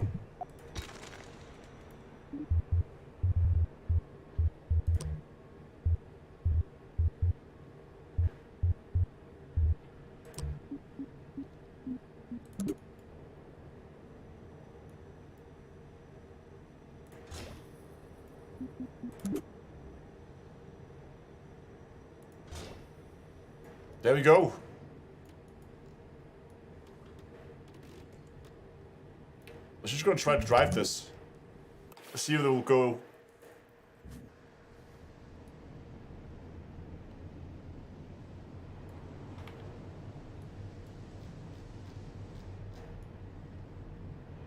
Where's the water at? Okay.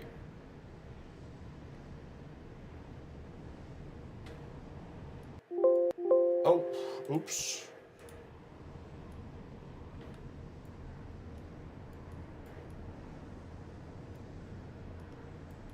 It seems we may be a little nose heavy. I just thought all those batteries would be heavy.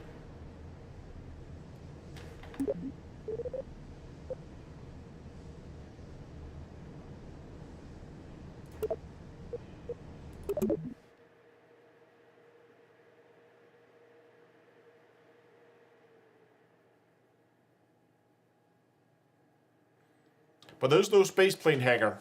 It's just...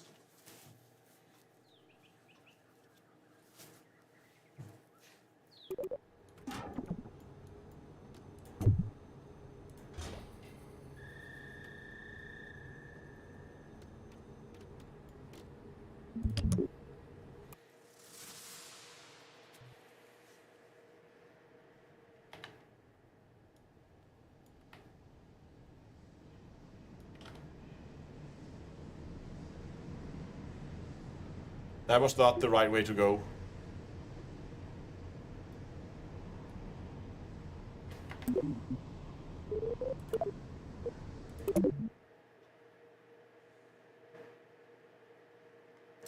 Maybe if you put wings on it, it'll put it on the launch pad instead of... Well, maybe. Let's try. We're just gonna try to reverse this off the landing or the launch pad, see if we can get it off here.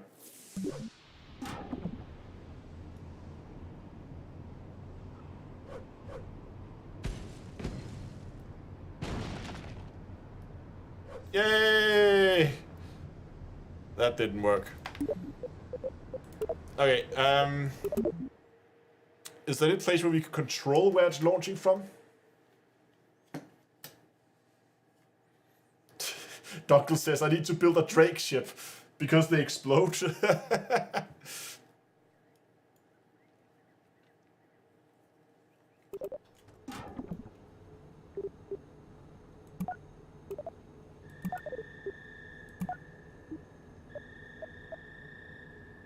Trip plan, a one-way trip, round trip.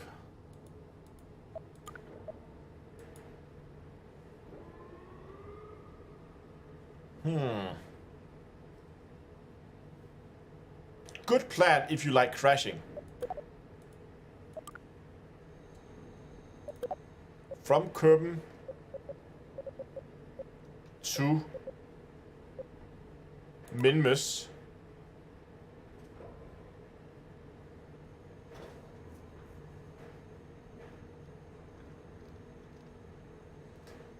Ah, so you can see, like, how much Delta V you need for the different planets. That's neat. Action Group Manager.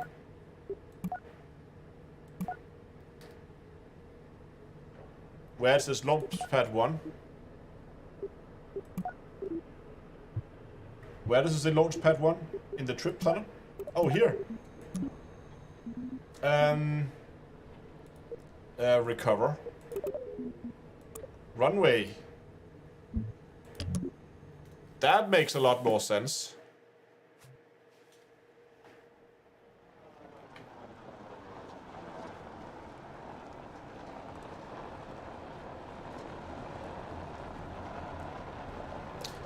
I didn't think that this would... Maybe I should have... Oh, there was a boat launch.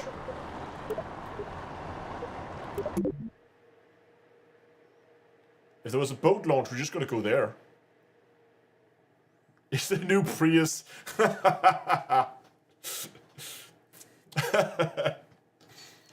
Oh.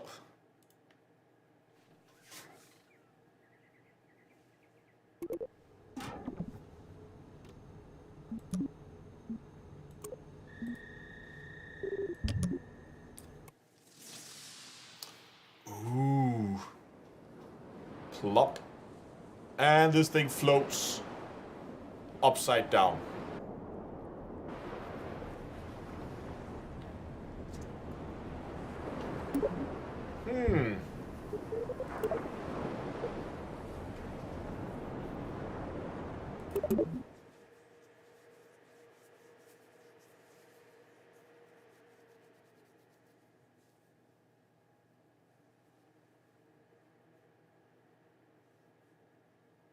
What if we just built like a simple rocket?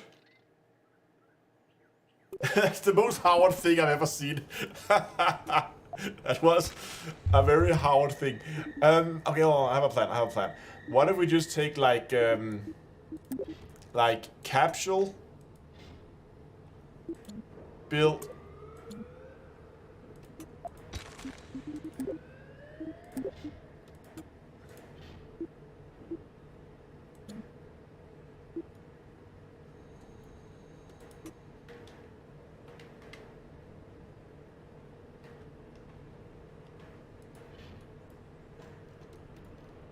And then we just basically, we don't need a lot of thrusts.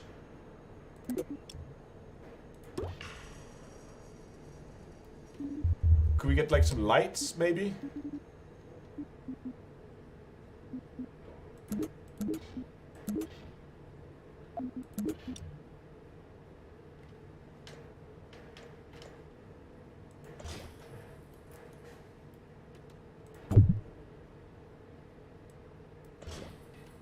And then we're just gonna take these and then like, wow. Oh, that was weird. Okay.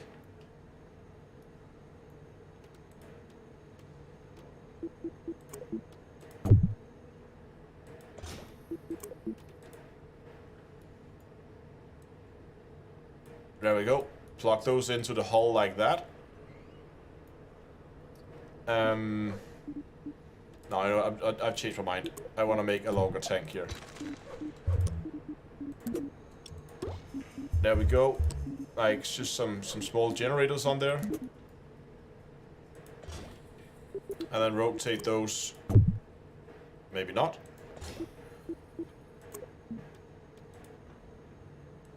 Rotate those 90. And then we just need any engine that's like efficient in this size for the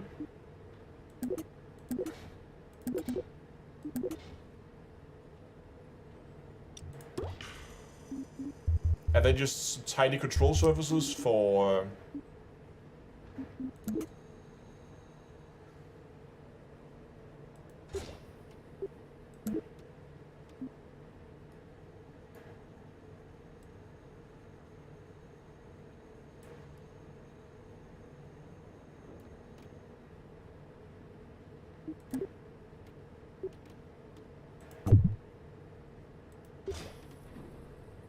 tiny small control surfaces. Look, that's a submarine.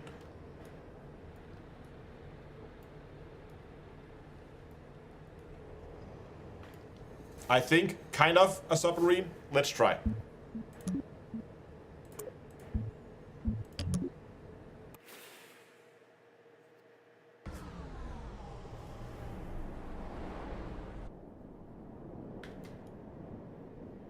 It's sinking.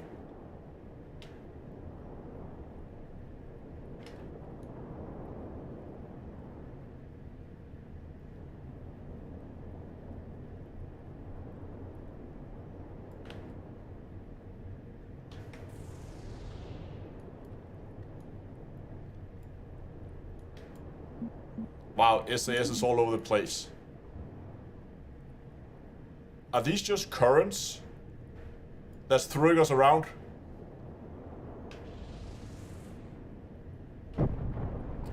Need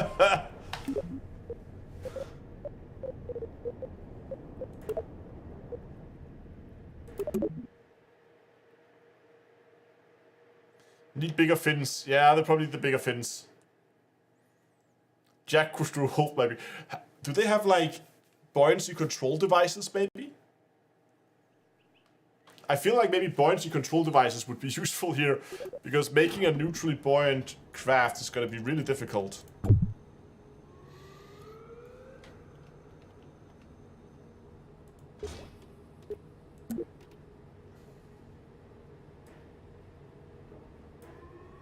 Wing angle. Oh. Very sleek.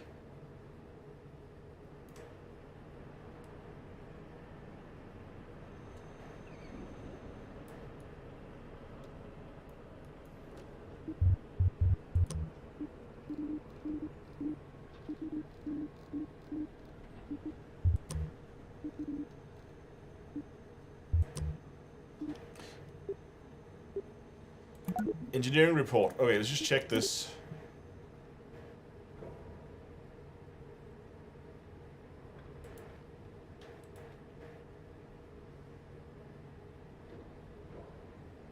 We don't need a parachute. Low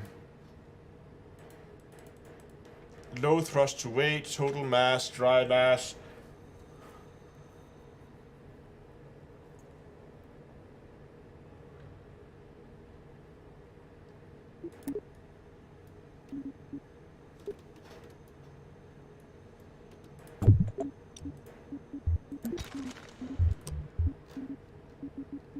Oh, what is these? Oh, that's weird. Crew cabins. Cargo bays. Trusses.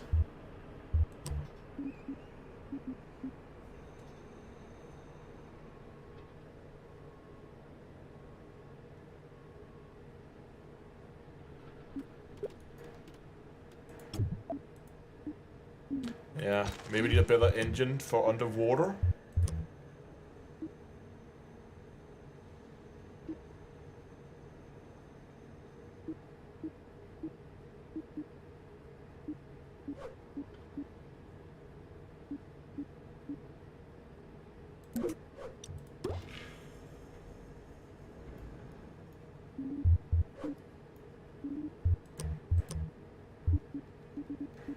Thinking we might be able to find like some empty hull sections or something.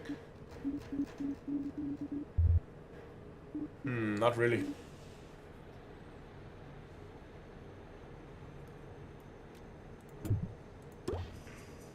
Or we could be just maybe like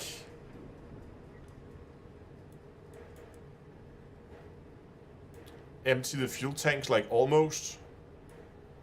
I know we can't go very fast. Just want to see if that has an effect on our buoyancy.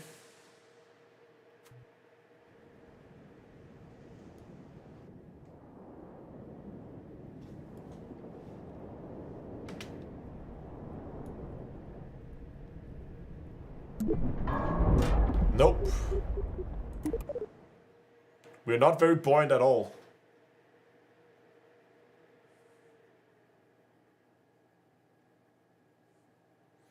I can see someone build an aircraft carrier in the future. I just want to build something that floats right now. That's like... Maybe instead of submarine, maybe we should just try something a little simpler. What about we just build a boat? Like something that floats.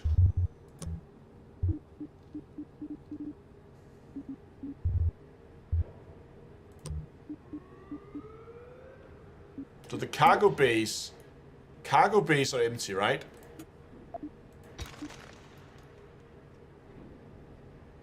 Oh, I think I have a cool idea for a boat. If we take like this, yeah, and then go to cargo bay.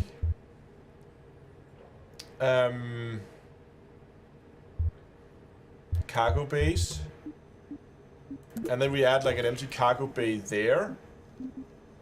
And then I saw the aerodynamics, there were some tail sections or something.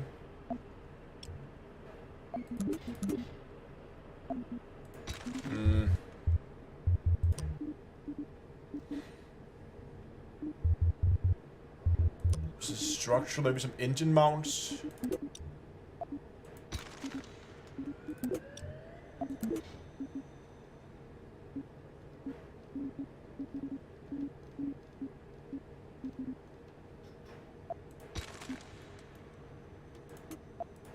Let's try just a round cockpit instead. That's probably easier to build around. And then cargo, and then just put a round cargo bay that's appropriate to its size. And like make it long. And then just go structural. Find an... no, you know what? Let's take that one off. We'll place that forward one with a fuel tank. And then a cargo bay at the back that should float. And then to avoid flooding the cargo bay, we're gonna go structural, engine mounts. There we go. Put an engine mount on there.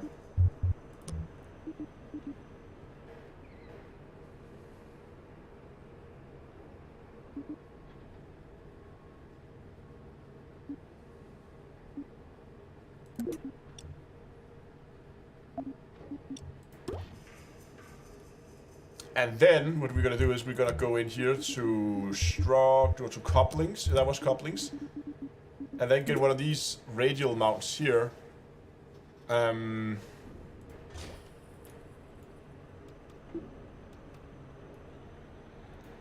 out there we're gonna put also cargo bays.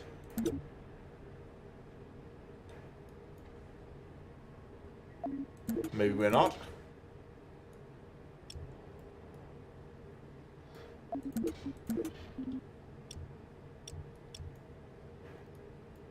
Well, that's not working. I wanted to put like pontoons out on the side by just attaching cargo bays and just blocking the whole thing up.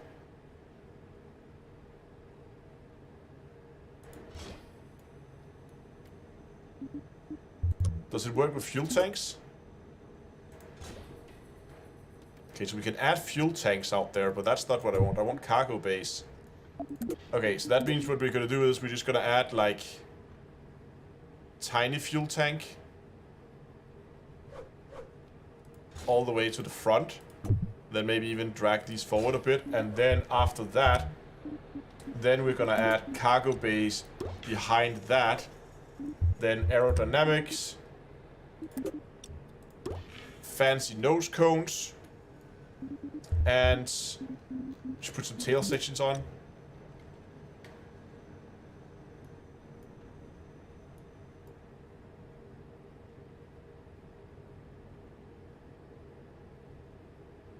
Why is this not?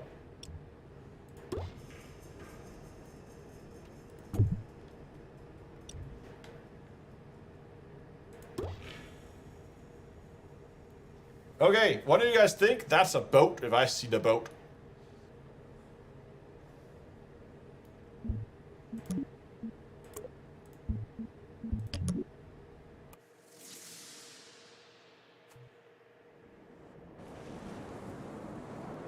We are sinking. Yeah, we're sinking.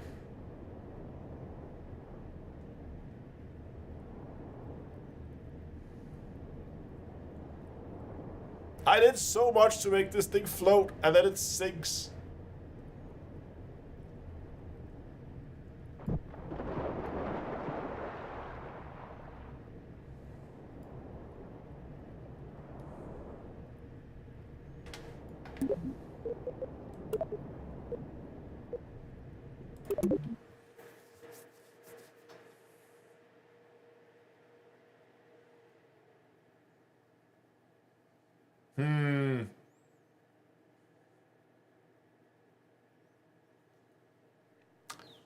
What can we do?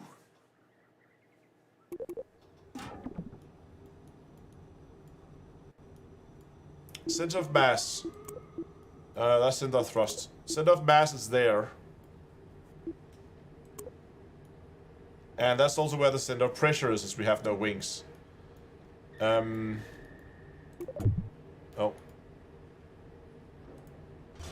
I mean, I guess...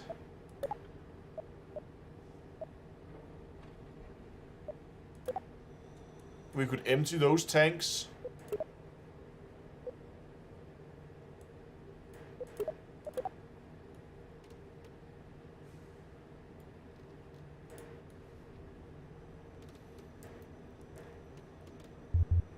What else can we do to make this thing more floaty?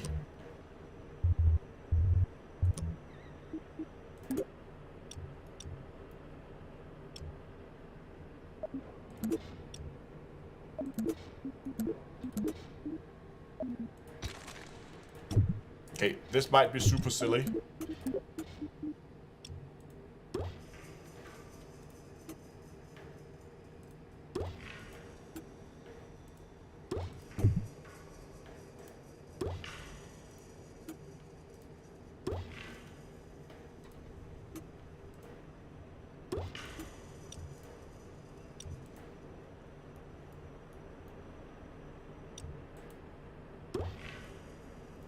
And then somebody said struts, which is probably not a bad idea, to be honest.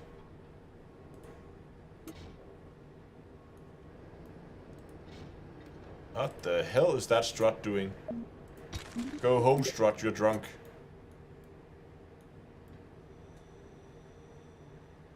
Oh, you can't strut a cargo bay, that's why.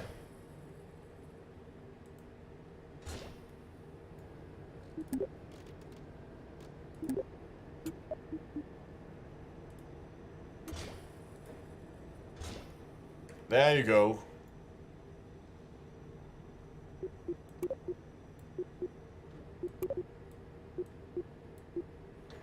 Can you fill the gas tank with helium?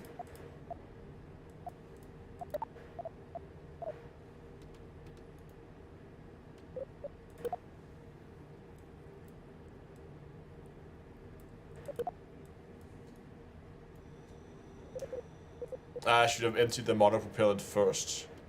Because now I need to go into every single one of these to empty them.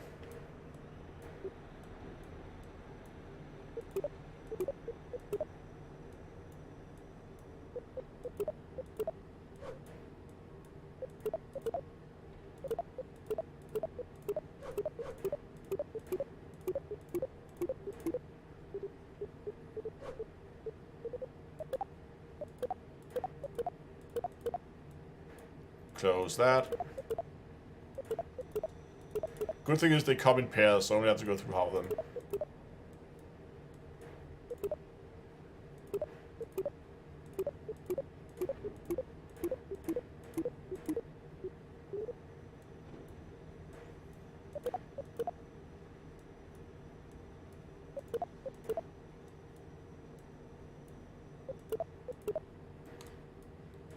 It would be nice if each item had like a buoyancy stat.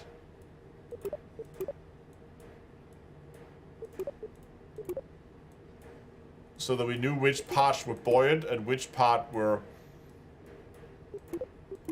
And similar to center of thrust, they also need like a center of buoyancy. So you can see how buoyant you are, and you can try to get it close to zero and sit and fiddle around with that, which would be quite fun. And then we also need electric propeller engines. Like, there's a lot of modules they can add for supporting ship and underwater gameplay. Because I'm sure somebody want to try to build like a, like just like with SpaceX and their like drone platforms they use to land rockets on, and do that. Let's see if this thing. Why is that one there floating?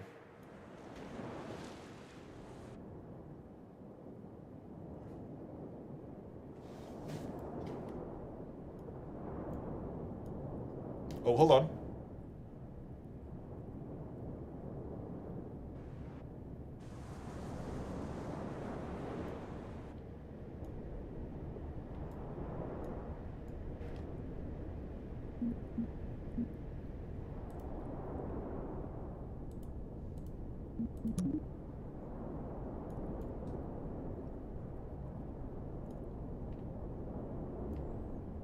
It's the best we have so far.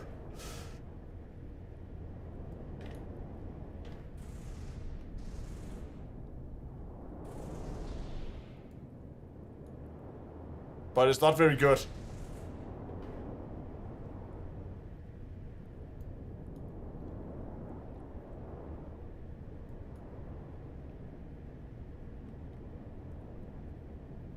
Yeah.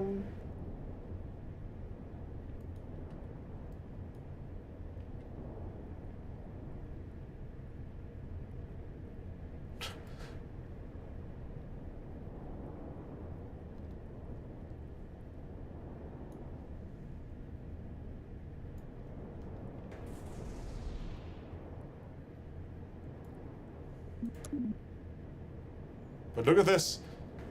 SAS is off, right? It's like there's like the waves are still. And I've turned everything off now. I just want to see. Like I'm firing the engine now, but it doesn't look like the engine is doing much, to be honest.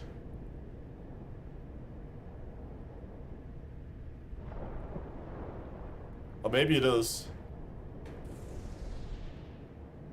Okay, it is. We're slowing down when we're not using the engine.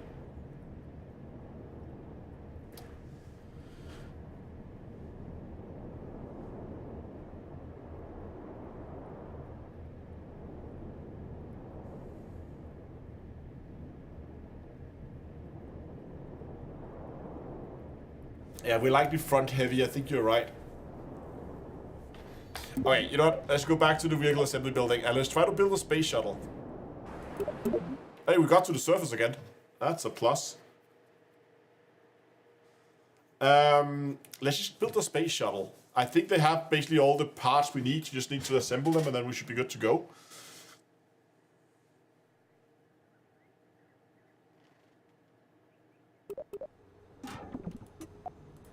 I'm gonna come back and play with some of the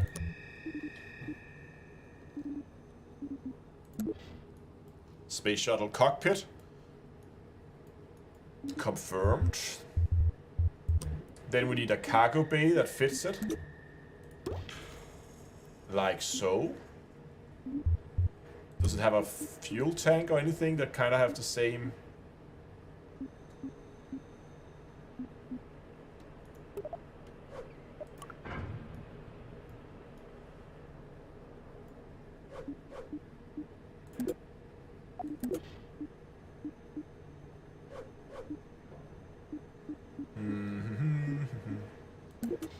It does have a fuel tank. Tiniest fuel tank we got. Put that on there. Wings.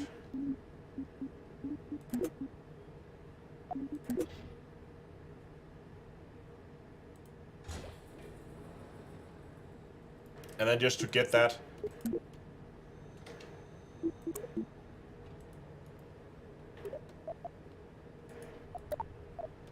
Okay, what the hell's going on here?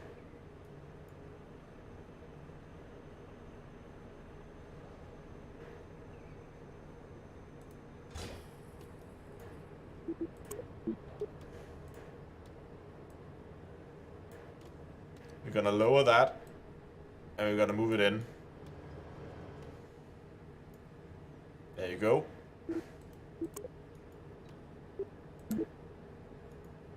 Then it's like it locks into the fuselage somehow. Oh, here it is.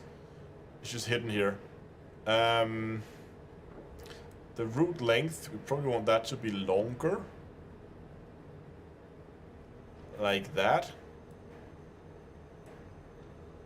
Root thickness, let's make it a little thinner.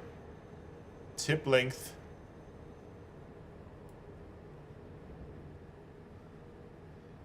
The span. Oh, those are that. Okay, yeah. And the position, can that, and can we... okay, okay. Tip angle. Angle that.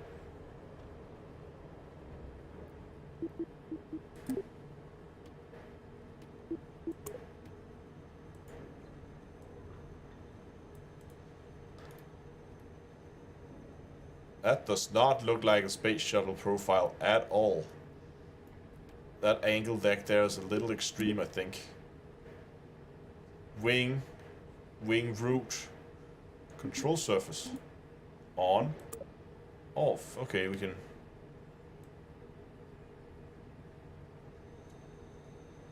Can we adjust that angle at the back? Wing angle. Yes, we can. And then we just need to go root length, make it slightly shorter. And then just the angle there.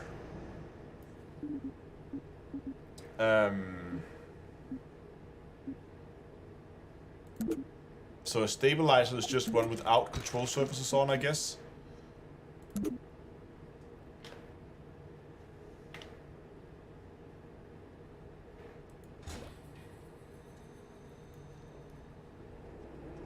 Okay, need an engine plate. I saw engine plates for this.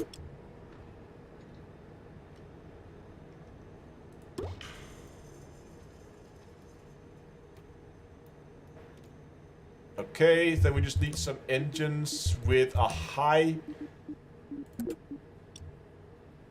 Yeah, this size, but we need a high gimbal angle. Can we see the gimbal angle? The vectoring angle. Pitch and yaw, here we go. 3 degrees. That has no pitch.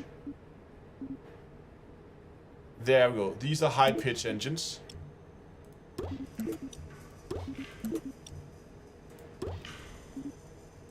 And then just to complete the look.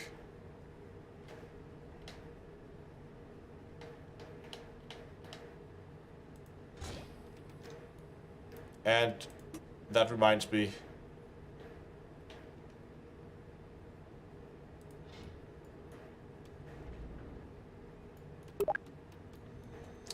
Landing gear. We probably need landing gear.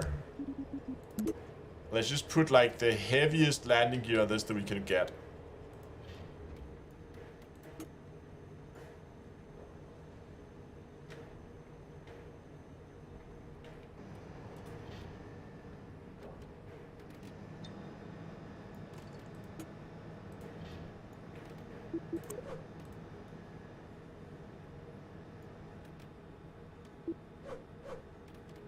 Why are we not allowed to translate? Why are we only allowed to rotate?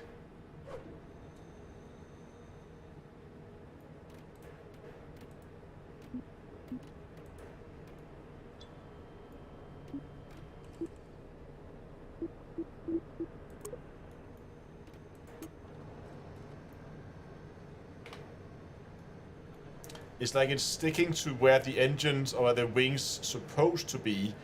Because we translated them down, they now look weird.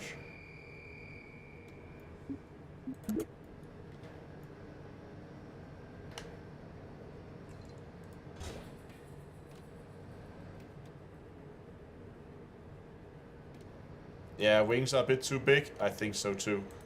Let's is that because they were active in edit mode?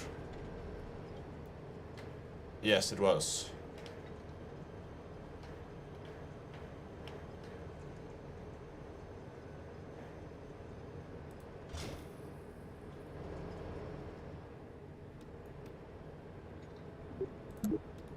So what do you think, like the wingspan is too big?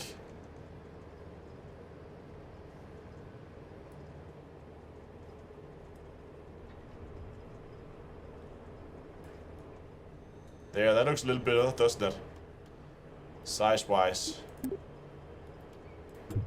Oh.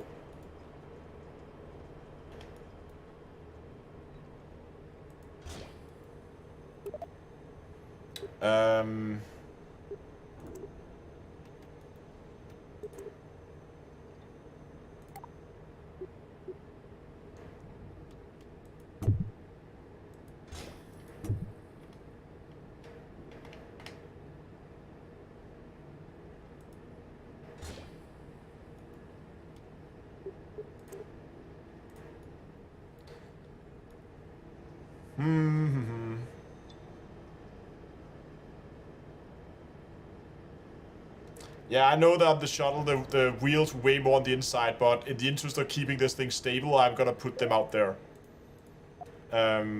Because otherwise this thing is not gonna end well. Okay, let's get decoupling. Let's just get the big decoupler. Put that there. Now we need some big fuel tanks now.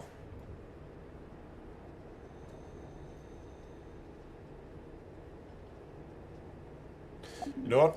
I'm actually just checking right. I'm gonna take this and then put it down here at the bottom. And then put a fuel tank there and a fuel tank on top.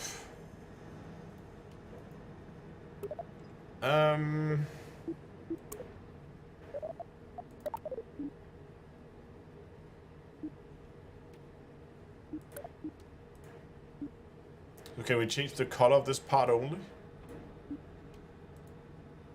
Yeah, we can. It needs to be like a deep orange.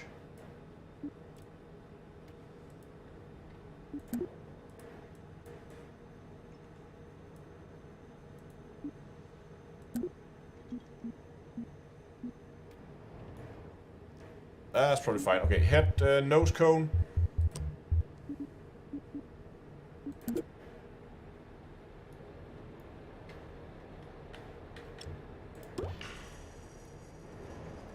Very nice.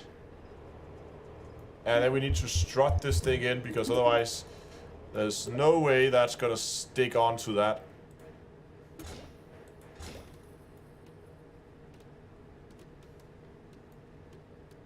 Oh, I should have put two-way symmetry. Oh well.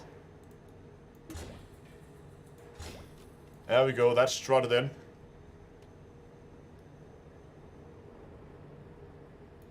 Is it late to be streaming? No, it's okay. It's Friday, it's okay.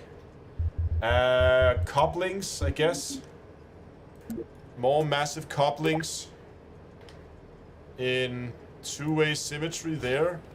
And then some boosters on the side. And maybe slightly bigger boosters. And maybe flip them around.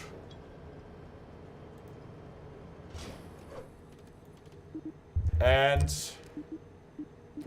appropriately sized nose cone. And color palette.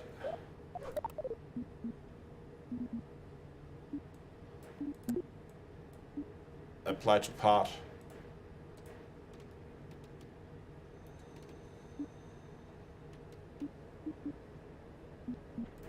And restore default. Okay.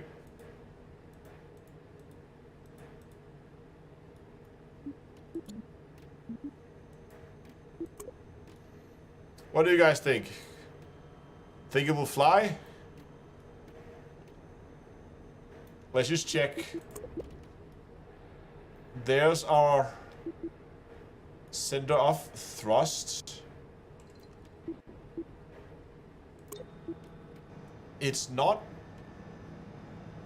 terribly far from our center of mass. This might actually fly. Nose cone on the cockpit.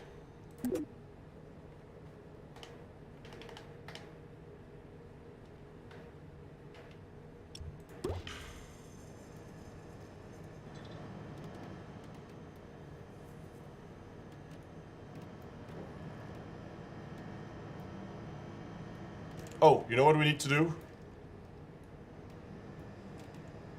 We need to remember something very important. Otherwise, this thing's not gonna fly anywhere. We need a fuel line from... I don't need double fuel lines. We need a fuel line from... this to this. There we go. So it actually feeds fuel into that.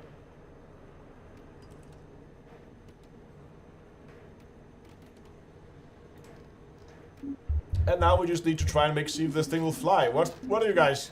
Let me guess. Let me see some guesses in chat. On a scale from 1 to 10, how likely is it this thing is just gonna go into orbit on the first go?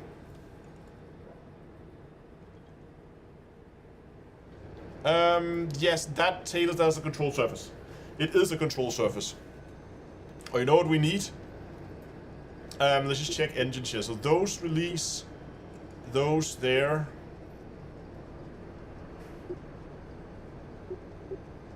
And then that releases, but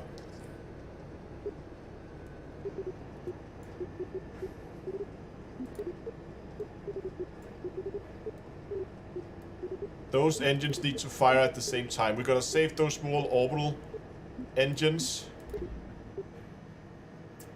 for last. No point in using those that provide so little thrust.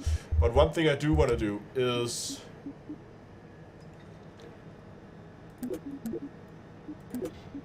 add a drogue chute.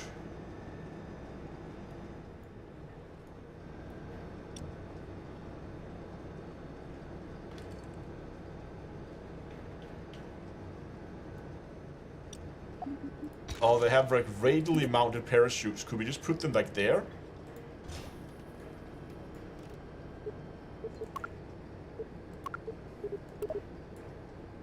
There we go. So we have 2 parachutes now, radially mounted. And that will come out and then hopefully make us stop. I mean, it looks good. Not sure if it will fly. But I guess there's an easy way to find out.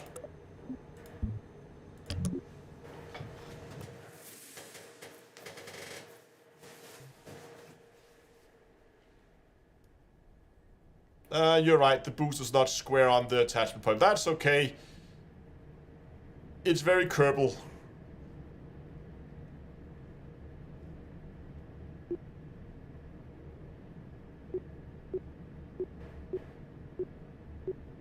Alright, let's try this. Okay.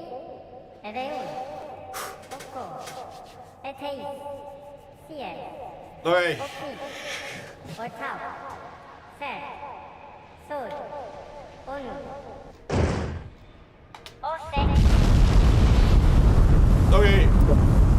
More struts.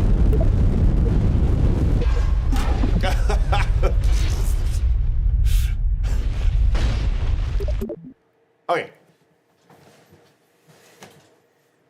Isn't space the other way? Well, yes. Masterpiece, yeah. Oh, that's a very Kerbal takeoff, isn't it? Oh, wait. So let's do 2 things here. Let's get those on there, square. And then let's just give them a little helping hand here.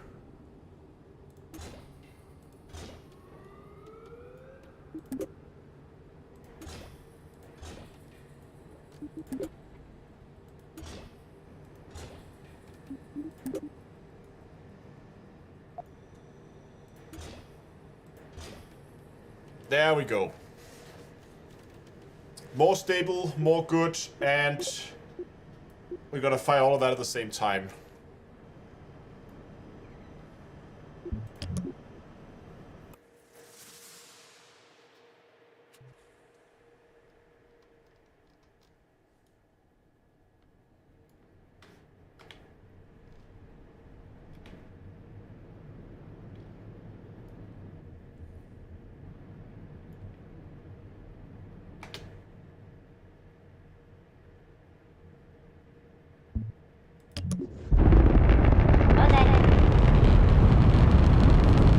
Not enough thrust to wait.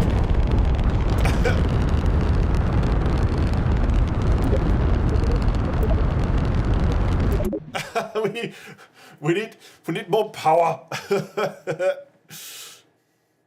Or less fuel.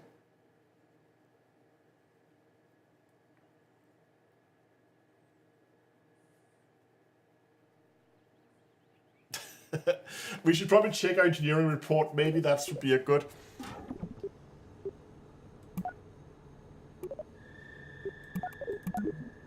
Okay, so there you have it. Thrust to weight 0.95.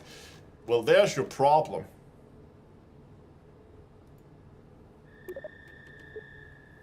So, if I just begin to empty this tank here.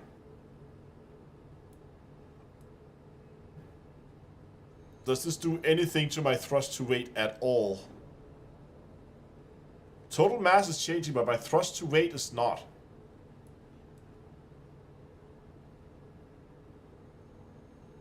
This doesn't make any sense. Oh, I just need to let go of it. Right, okay, so if I have that open,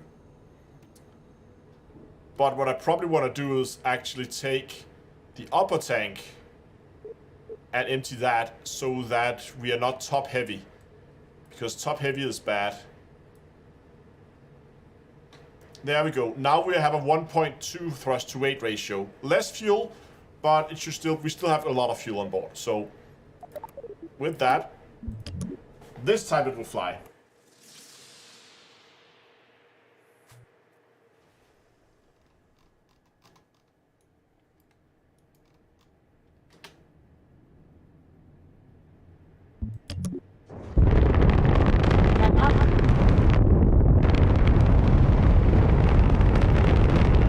Well,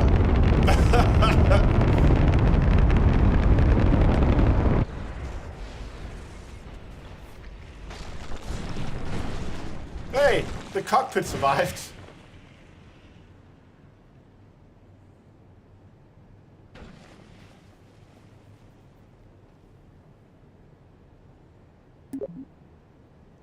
Wait, you want top heavy? I don't think you want top heavy.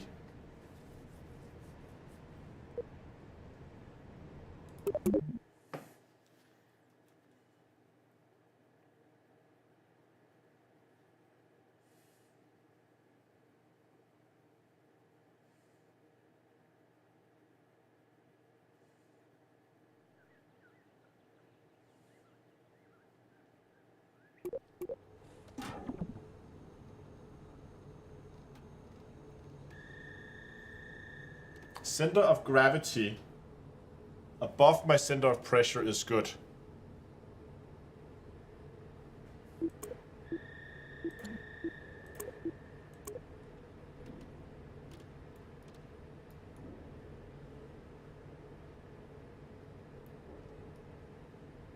Okay, well let's try it. We're just gonna try something. We could do two things. So right now the problem is it's tilting that way. That means these thrusters are too powerful right now. So we could probably get away with actually just throttling those back. Lower the solid rocket boosters. Oh, shh.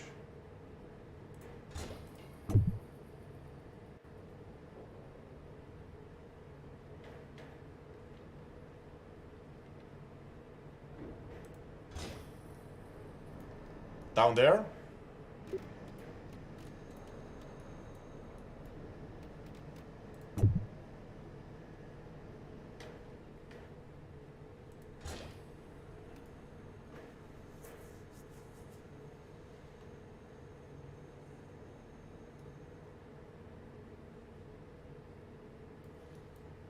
Okay, let's try.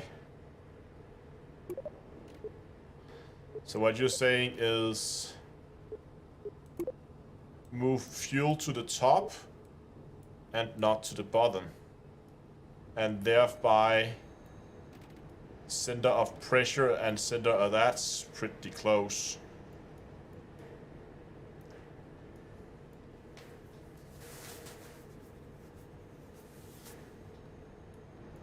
And then I think what we should do is probably just angle these like one click, which they actually also is on the original. They were angled slightly like that, just to push in closer towards the center of mass. It does mean that we should be moving sideways, but well, let's see if this doesn't work. It's a terrible design. It's impossible to make it fly. It's just I get why they did it, but it's still a terrible idea.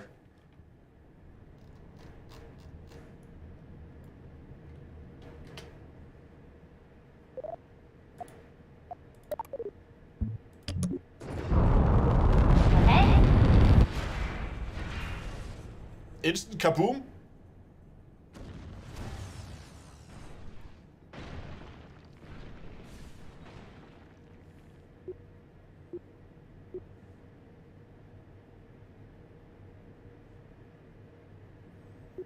Hydrogen is about 3 times as good as methane. Okay, hold on.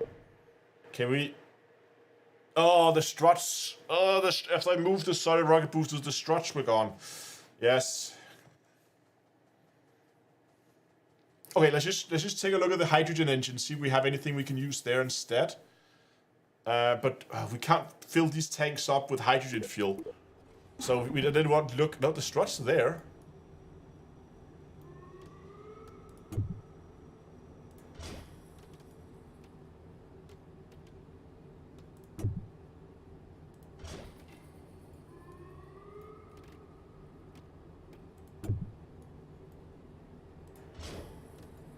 Struts are definitely still here. A bit of a weird angle, but they're there. Oh.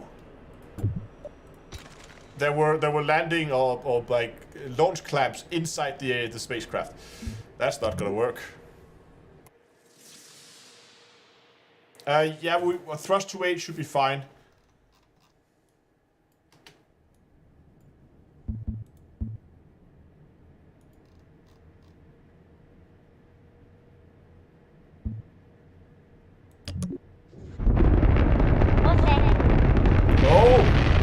Oh, there we go.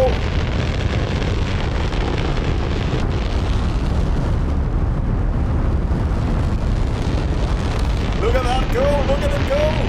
See, soon will be going sideways.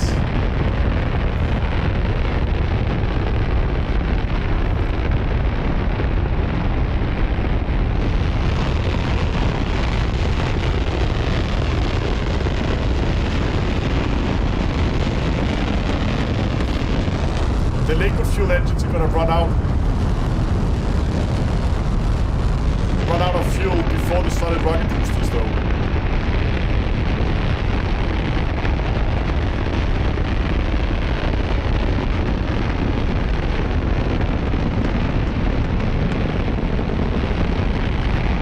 Look at it go! And it's doing a nice I haven't given any input. The gravity turn is all on its own.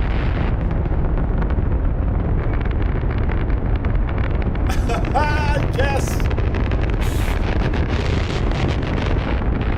Rockets are very... What does this button do? Oh, okay.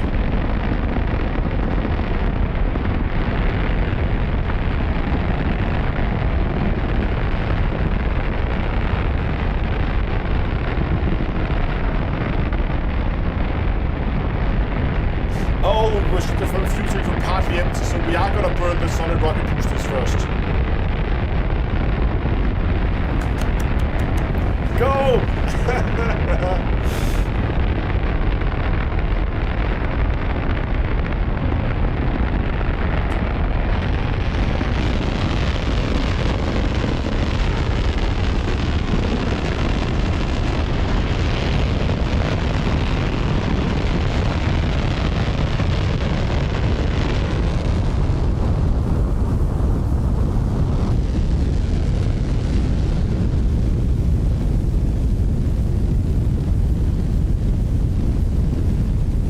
Why is the camera so weird?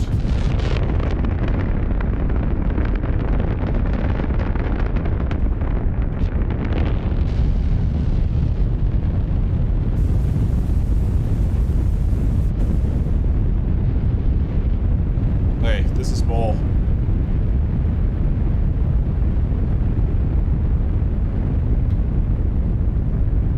Solid rocket boosters are almost out.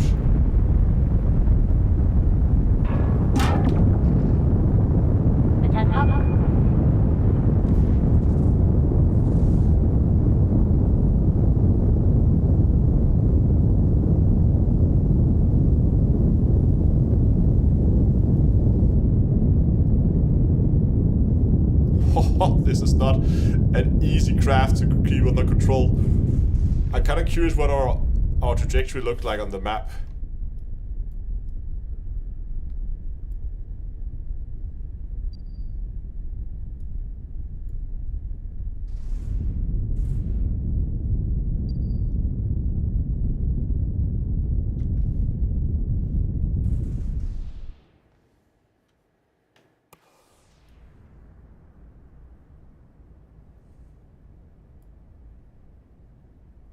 Yeah, the solid boosters kind of fell apart, I agree, but at this point, I'm just happy that this thing might actually be going into orbit. Yeah, the engines are a little on the hot side, but that's okay.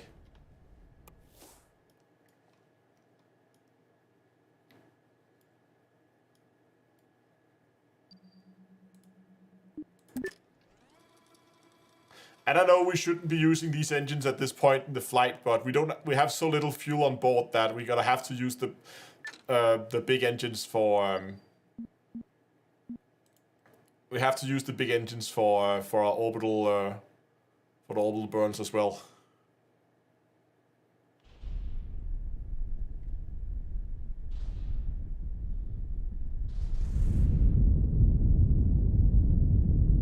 Let's see if we can make this thing actually go into orbit.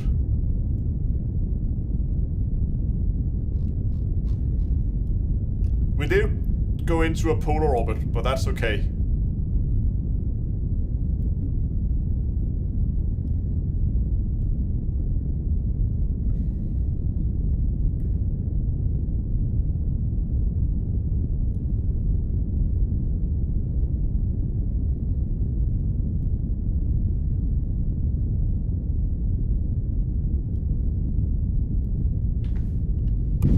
What is this thing doing? Oh, it's just flying upside down. It can do that.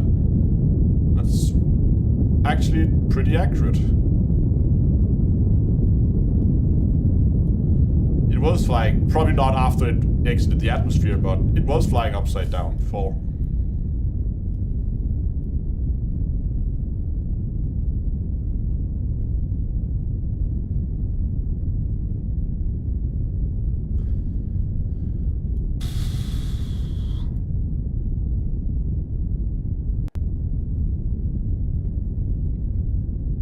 It's very unstable. If you look at the nav ball, it's all over the place. And we are losing altitude. Whoa, whoa, whoa. Come on, SAS. SAS.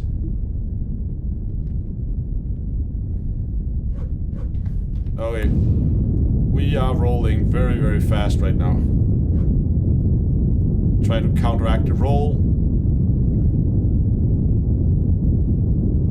Something's not right here.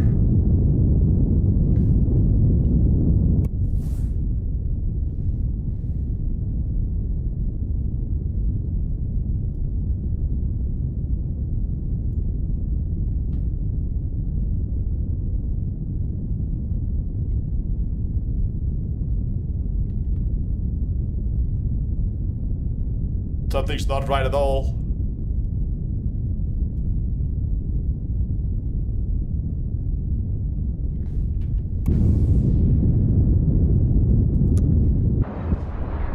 Okay.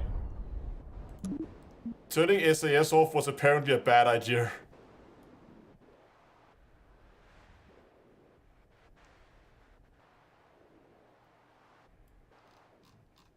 Kaboom! Yes, Dunkel, kaboom.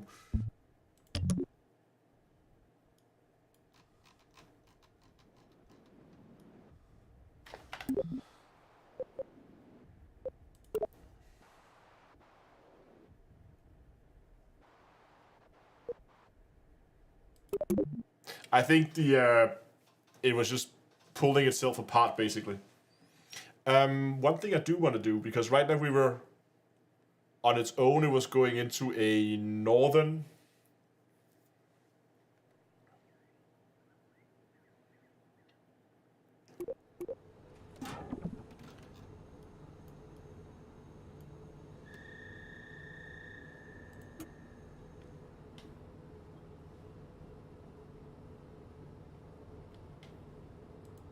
That should send us into a better orbit.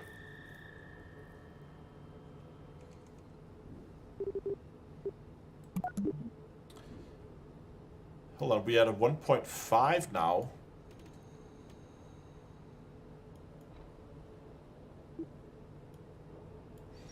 I think I've also changed my mind about those smaller engines. Simply because we need all the thrust we can, because when we lose those solid rocket boosters, we do not have a lot of thrust anymore. Especially not when we are carrying these heavy fuel tanks. I also kind of want to know what on earth happened. Here we go. There were two set of solid rocket boosters inside each other. That also explains a lot. That's why everything exploded when we lost the solid rocket boosters, and I only think we actually ever fired one pair, so we were potentially... Let's put these down further. Okay, let's try this again. No RCS, no RCS for now. Let's just keep testing. Let's get that horizon camera. There we go. Okay. Actually, you know what? I messed up the staging. That's better.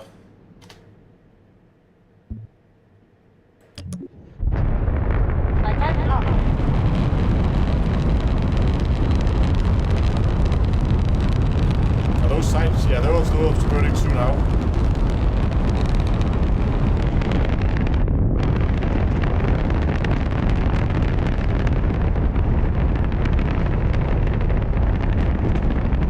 Well, it's less stable now.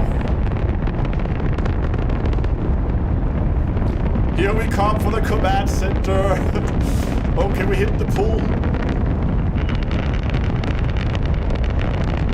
Come on! Ah, no!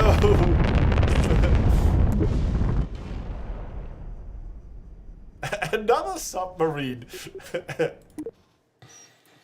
Okay, so apparently stacking the two solid rocket, the other set of solid rocket boosters must have been firing.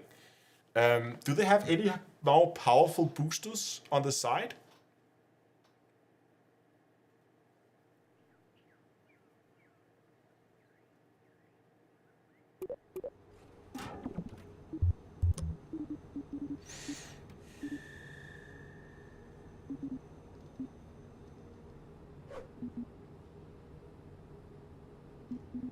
How much thrust does these? Thrust at 1 atmosphere, 3,000 kilonewtons.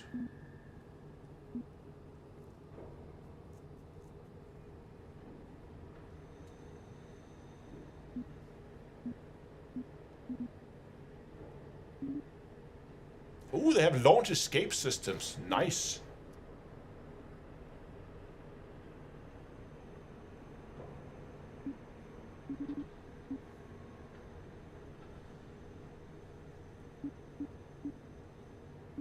I believe that is some of the highest thrust we can get in a single engine.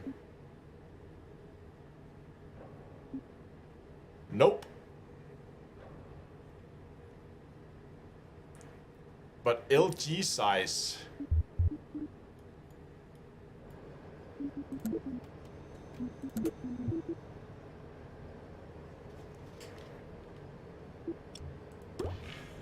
We could cheat and put an extra engine there. That's gonna give us a lot more oomph. Why is our thrust to weight ratio so low?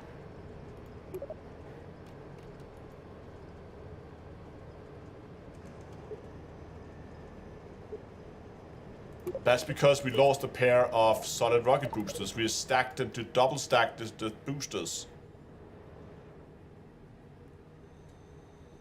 Can we scale these?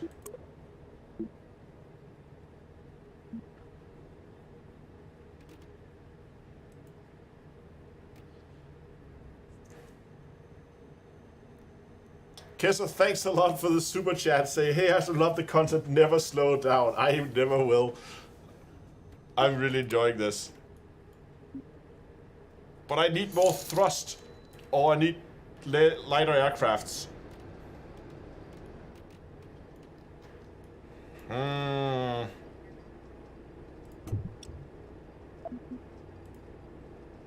What? So... now my thrust to weight ratio is 1.3. Oh, look at the mass. These engines are massive.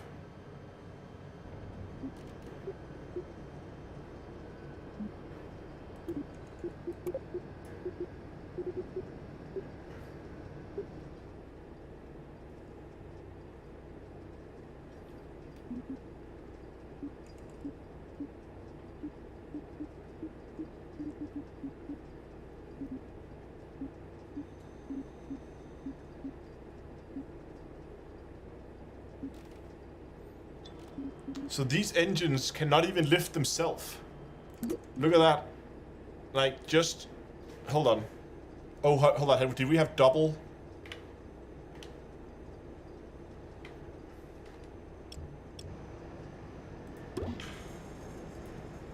Yeah. These engines are heavier.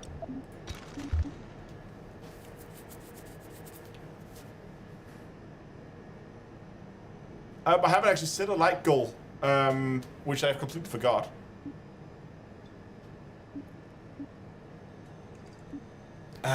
What do we do here, guys? I need more thrust.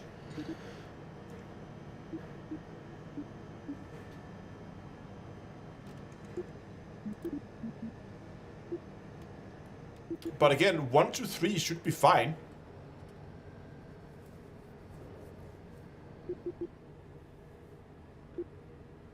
Emitter. We could add more boosters.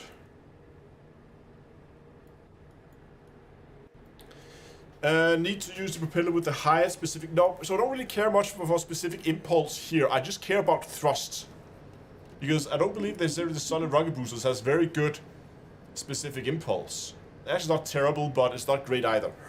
But that's not the point. The point is they just have thrust, and that's my main problem is I need thrust to weight.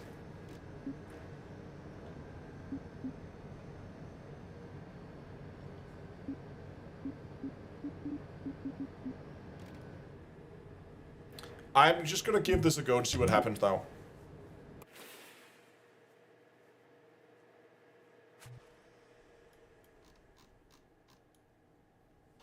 Okay.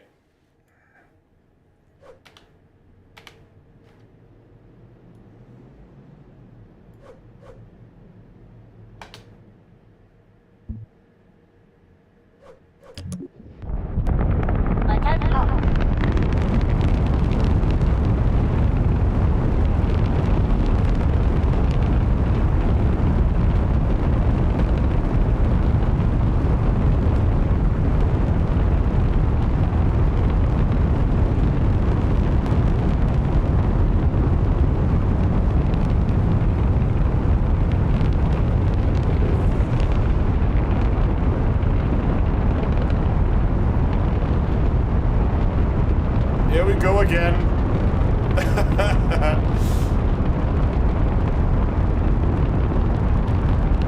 And kaboom.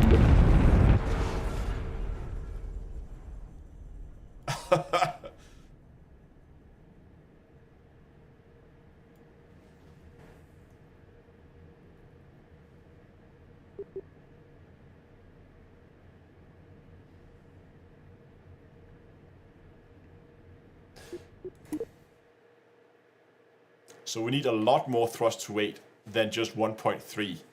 It's not nearly close enough.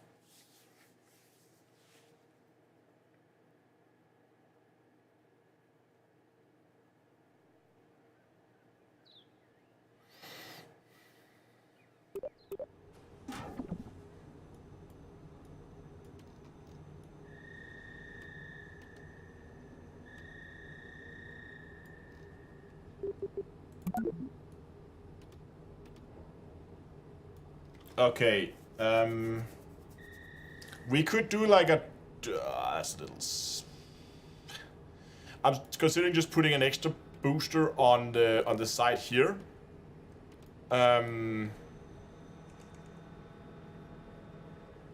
would also help to counteract that, you know, tendency it has to move this direction here. Should we try that? I know we're going away from the original design here, but...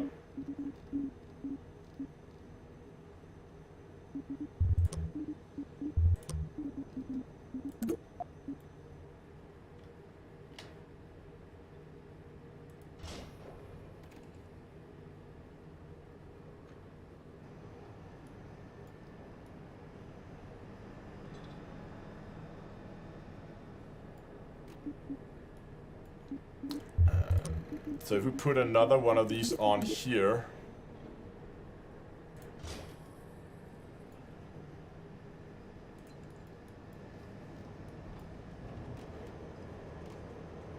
Huh. Our thrust to weight goes down.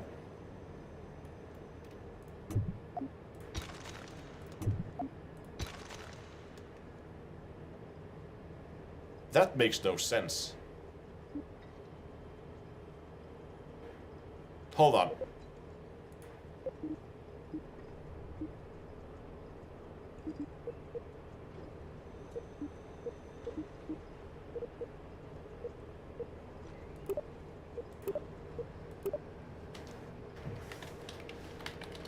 Oh, caps lock.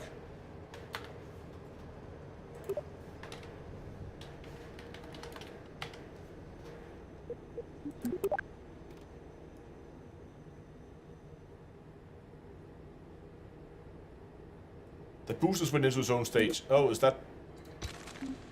Oh, hold on. So if I... Hold on. Have I done goofed? Might have done goofed.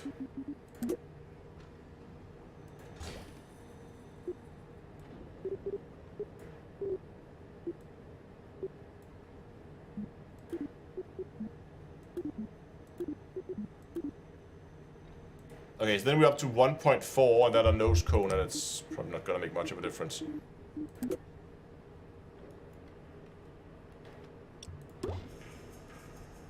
No. We're pretty much getting up to like the 1.5 where we were before. Should we just try that, see what happens?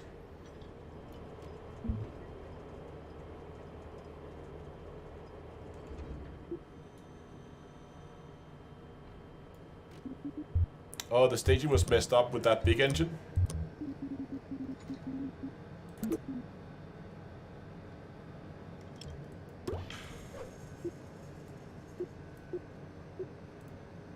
Okay, so that does actually help. And then with that big extra engine, what happens if we fill this tank? Then we're at 1.4. Let's try.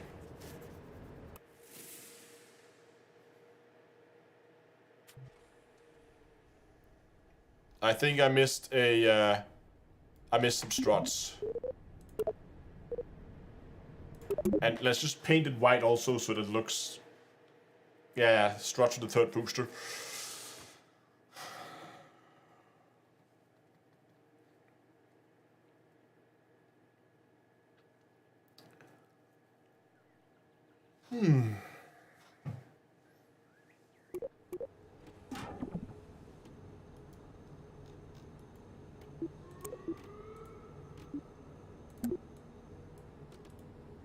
Oh. Well, I guess everything's white now. Oh well.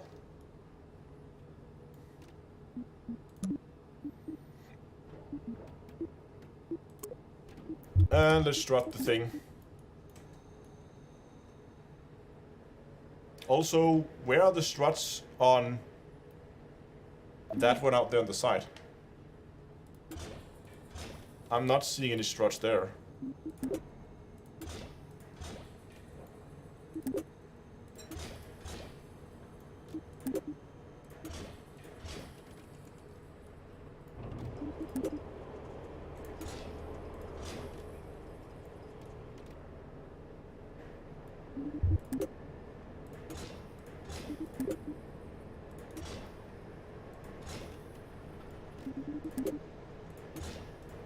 Okay, everything is strutted. Let's go.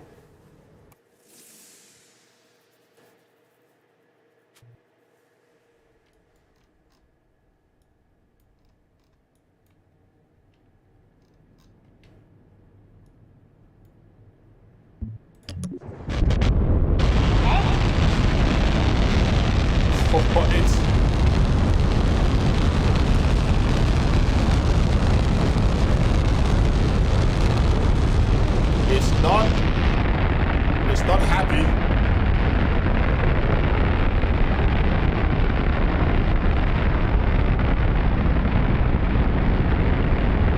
But we're going upwards this time.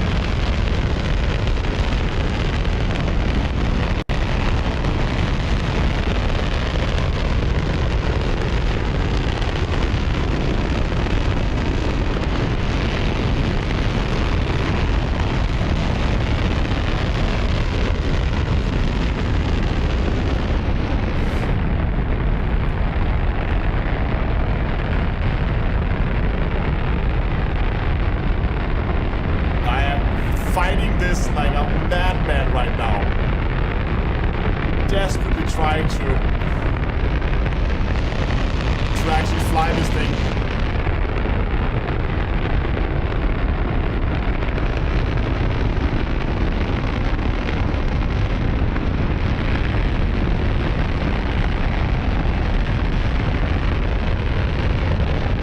I haven't checked with the joystick support.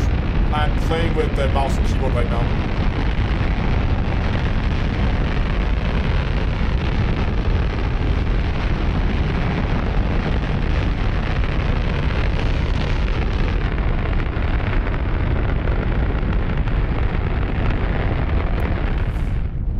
Checking map.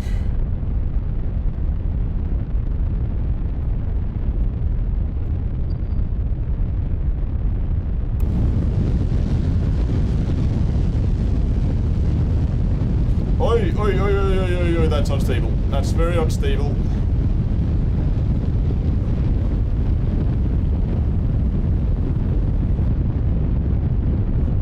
Solid rocket boosters are about to run out.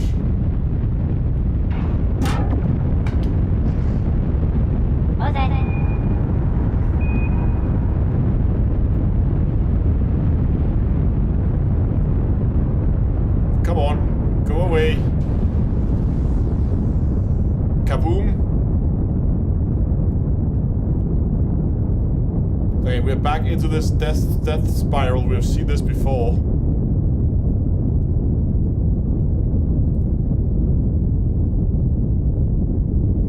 I'm gonna try to cut the engines.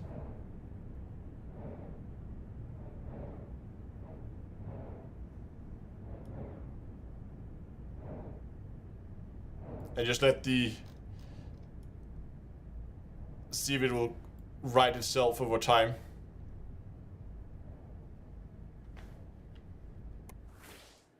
What kind of trajectory did we get into? It will tell us. Apparently.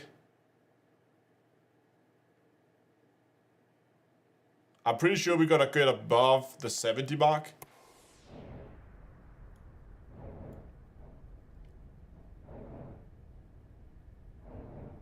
Try to slow down that roll.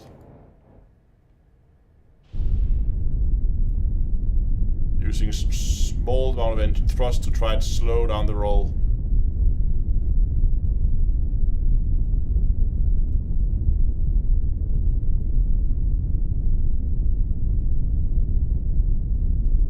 Problem is, as soon as I go, you can see I begin to go off its own rotation axis.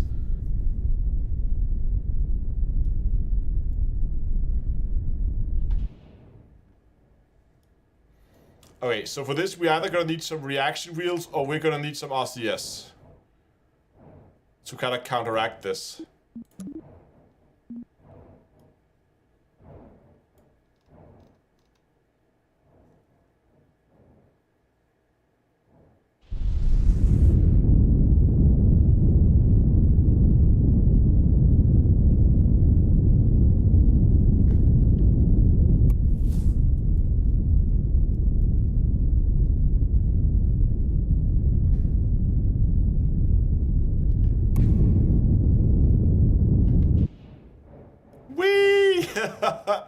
Why is it rotating though?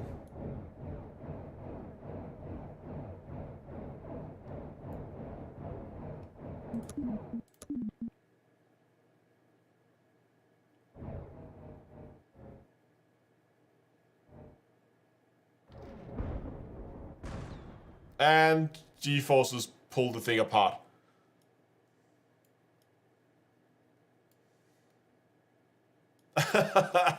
Okay, something is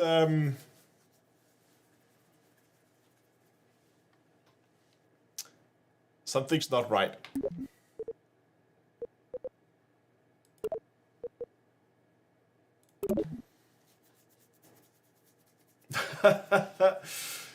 Mm-hmm.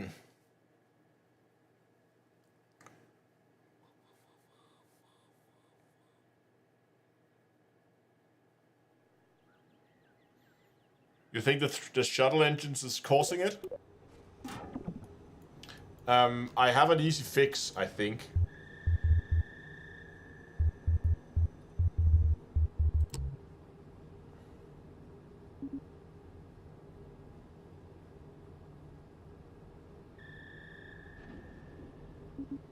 Do they still have these, like, that doesn't use monopropel, that but uses the normal fuel?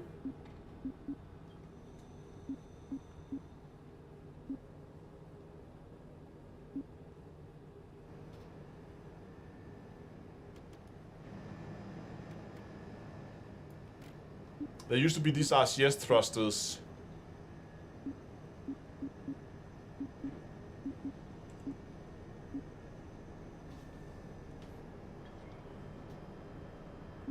Yes, these. So you can see these use monopropel and these use methane and oxidizer.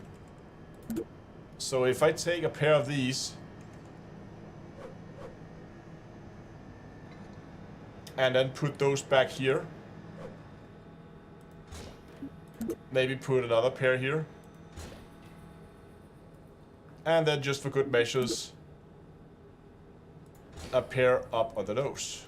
Where do those go? They go. They're pointing the wrong way. Oh, they're just inside the craft. Okay. Then I guess there.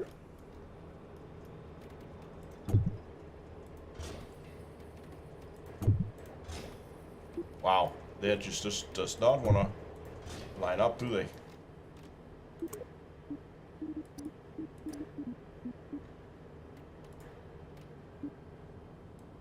Make it orange.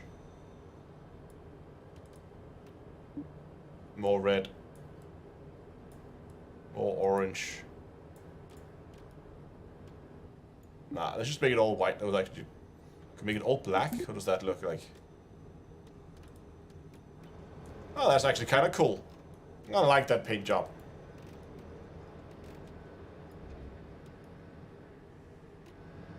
Now, it's not a lot of thrust, but I hope that it's over time is enough that it can keep those rotations under control.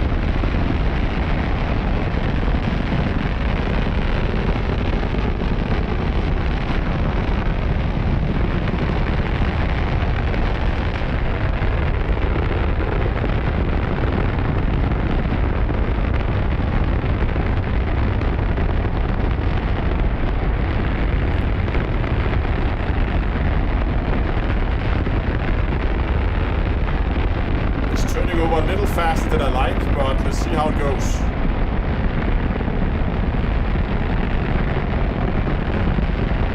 So far it's flying pretty.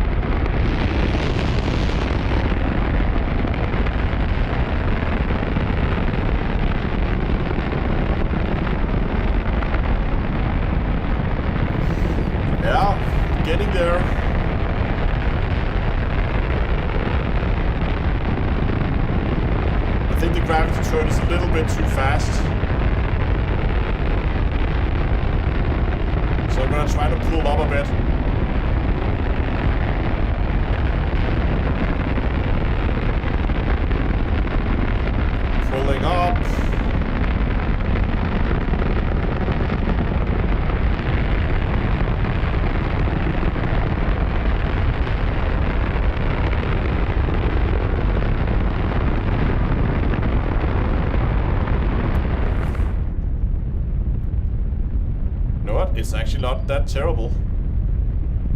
We're still far from orbit, but...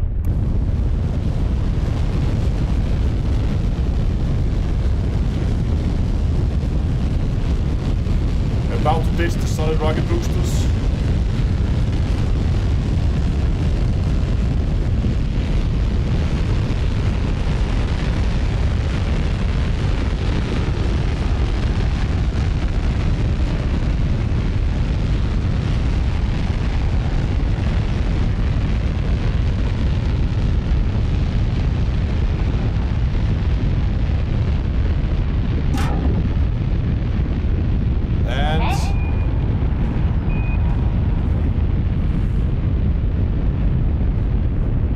See a thing. Okay, oscillations have started.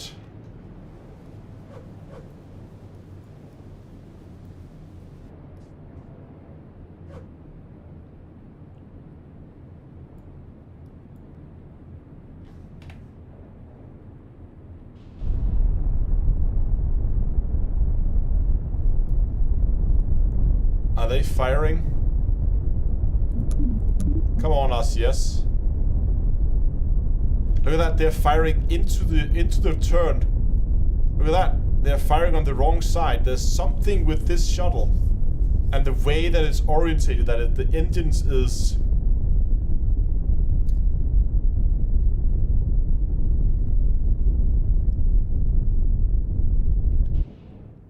So if I turn...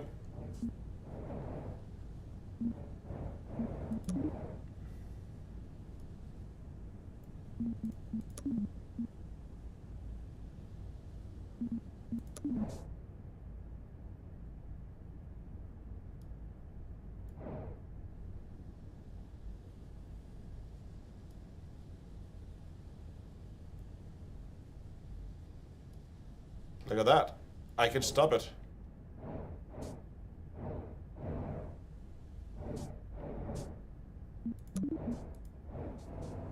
And if I asked it to go and point towards its prograde node... No. Tim C. Kerman is doing fine.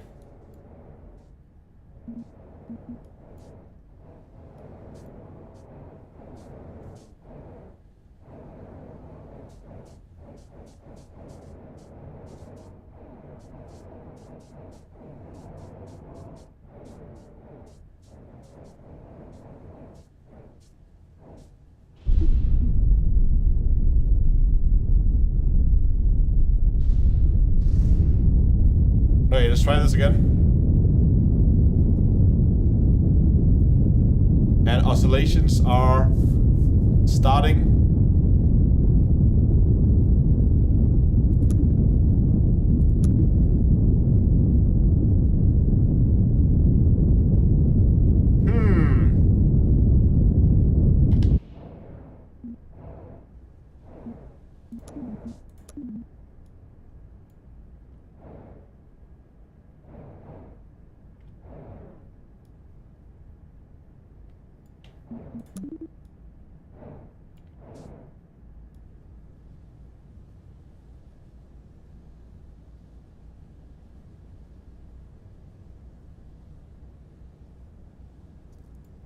Come on, slow down already, will you? Giving it all I can with those tiny RCS thrusters, just to try and slow that rotation down. We're falling? Yeah, we're falling.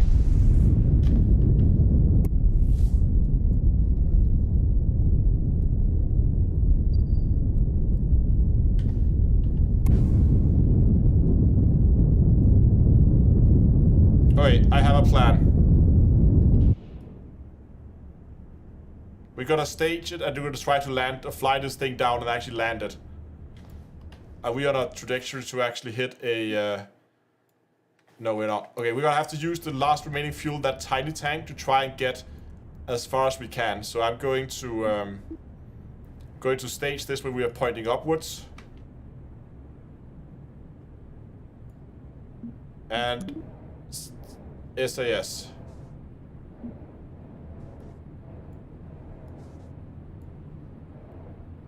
Wow, this thing is unstable. I mean, it wants to fly backwards. Can we flip it? Come on. Kathy, thanks a lot for the super chat. With the way you fly, I'll let I get in the car with you. Oh, this...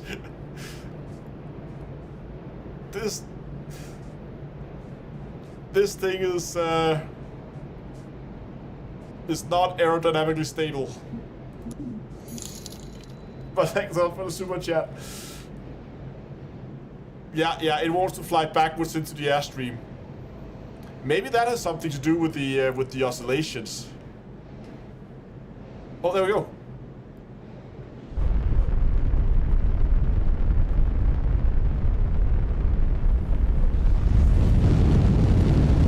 Come on. Get that thing under control. Nope. In order to use the thrusters to try and get it back towards its pointing prograde.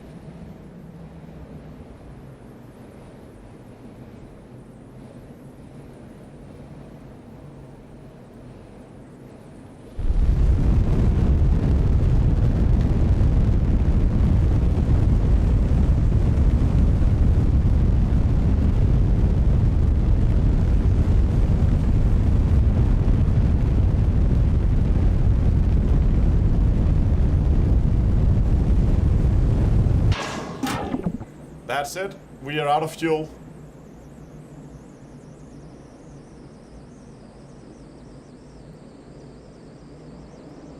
Okay. We have one last ditch attempt we can try.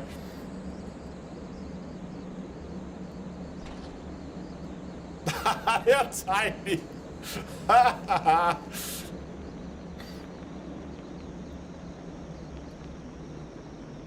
I'm gonna try to use the parachutes to slow us down as much as I can.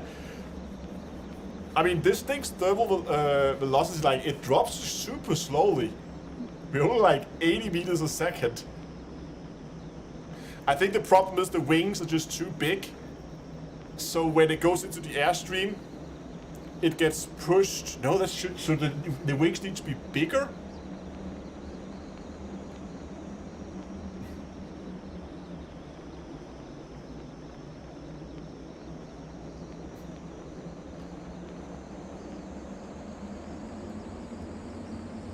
More V, yeah. Too far forward, yeah, I think so.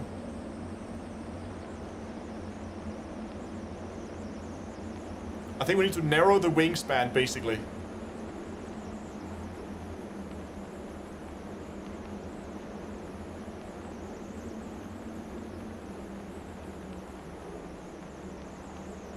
That might also explain why it's so difficult to fly, because every time we go slightly off, the whole aircraft wants to flip around.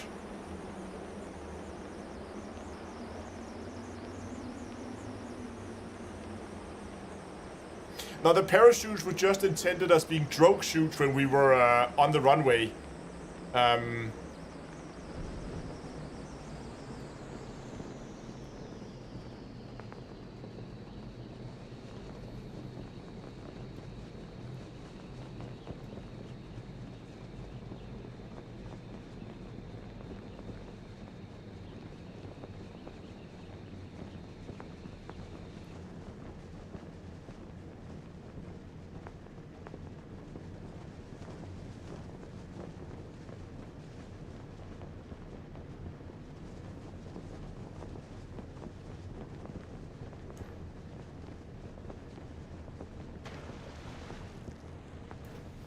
Ta-da!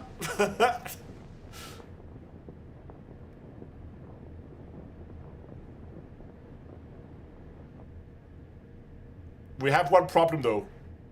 Apparently it sinks.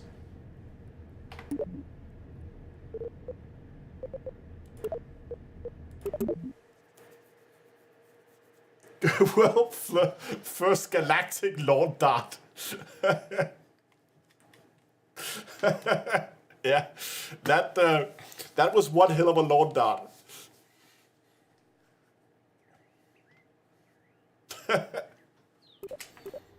Okay. Okay, so wingspan needs to be shorter. And wing angle, root length needs to be shorter too. So something like that, and then maybe the wings themselves needs to be moved further back. Something like that. More angle. Like more that.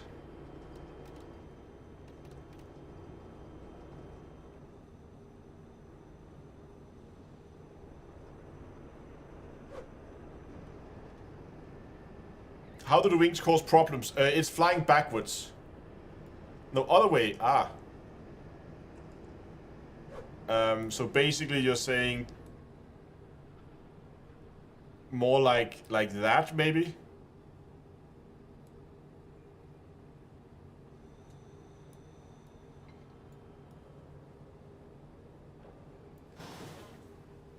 Yeah, but I have a shuttle behind me.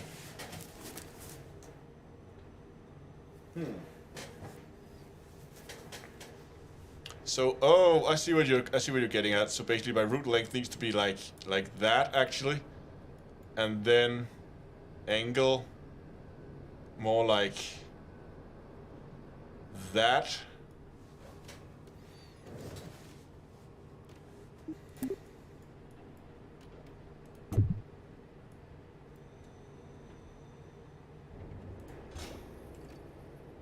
And then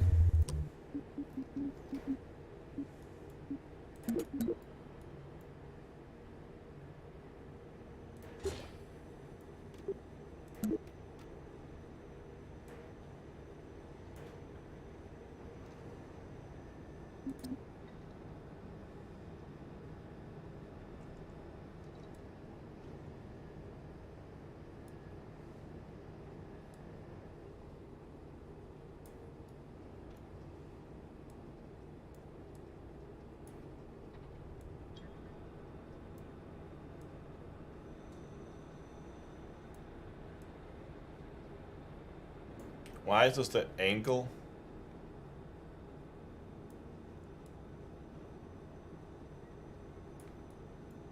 No, that looks stupid. Oh, oops. I just want to try and simulate those extra little pieces of wing they have on it. But do you think this will fly?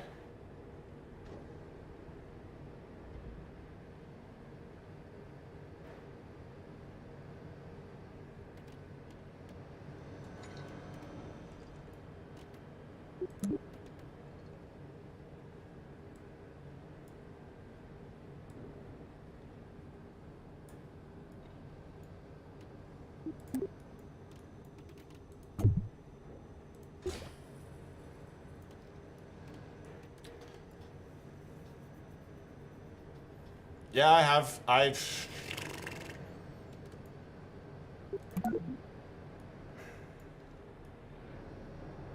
Alright, let's try this and see if this does anything.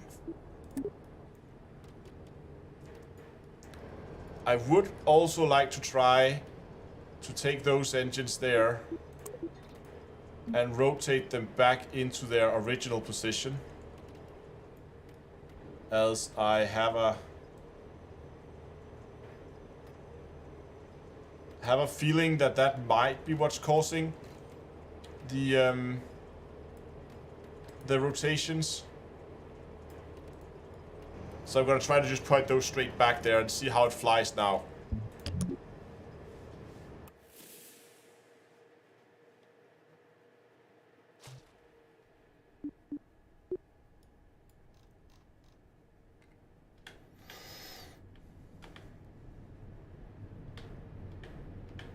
Where is Horizon?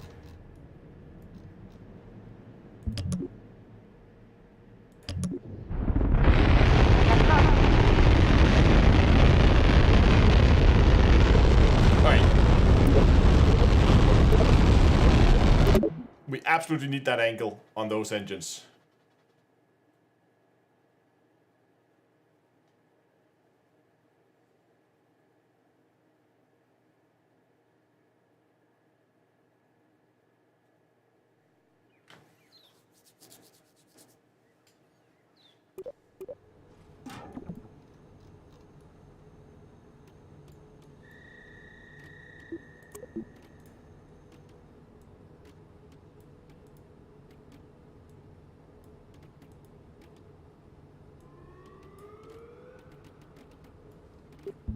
Wait, launch again.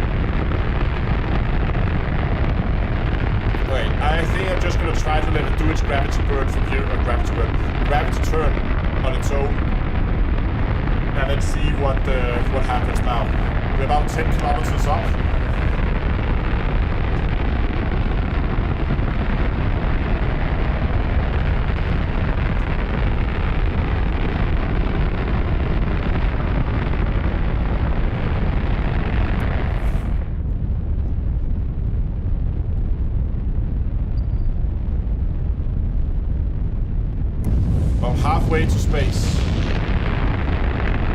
On aPOAPs at least.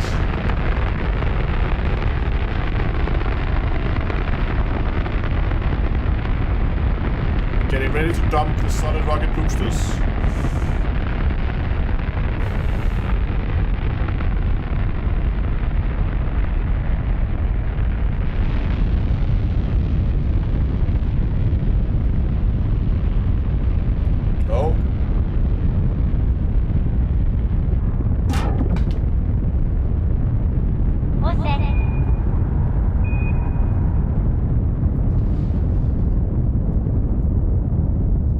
We're back to rolling.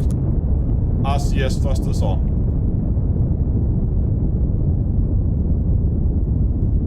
Nope. Yeah, it keeps rolling.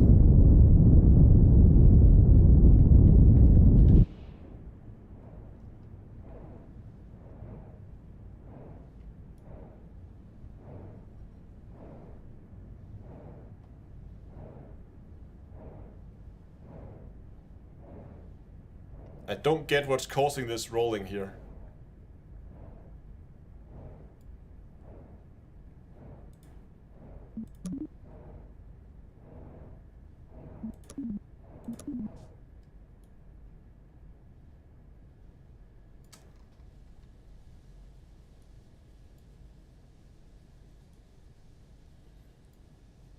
Really trying to stop this roll right now, but I think I've got it under control again.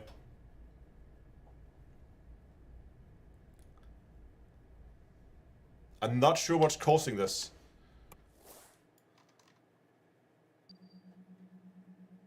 At least we've got our aPOAPs in space.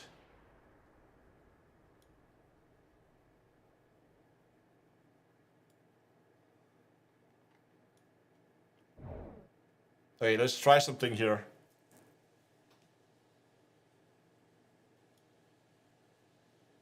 I'm just gonna get this thing stopped completely.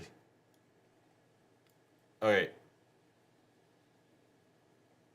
Rotation has been stopped. SAS on. Point in prograde. And then we're gonna take these engines here and deactivate one at a time. There we go.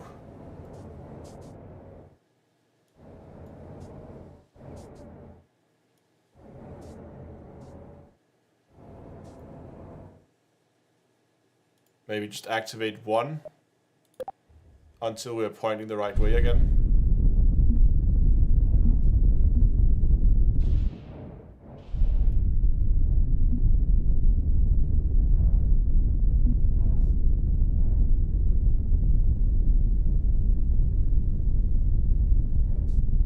Okay, it looks like we're about to point prograde. Yes, and we are still gaining altitude. Okay, it's still spinning, so I'm going to deactivate that engine.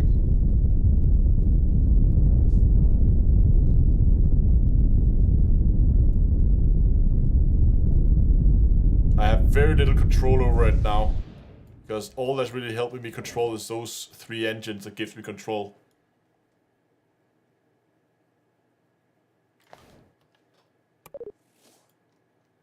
Alright, let's just give this a go. We're gonna release again and see if we have more stability in Atmos this time.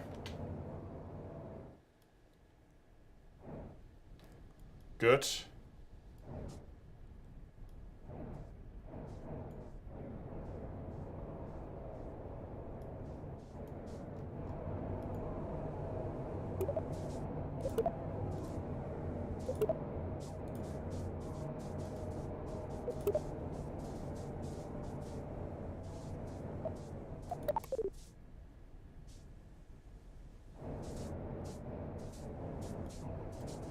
Okay, so we're just gonna point ourselves, so we're gonna...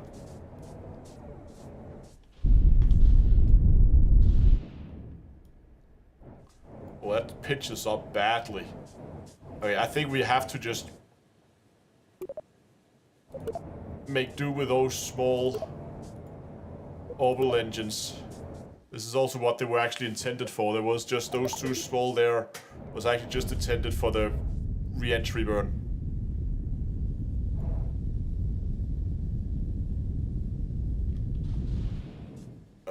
No control. I need one of those. I need one of these to give me just a little bit of control here.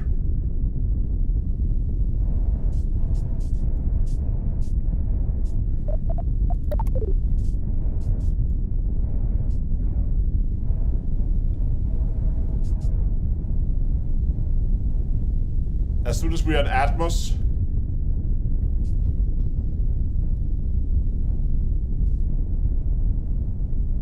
we should be okay.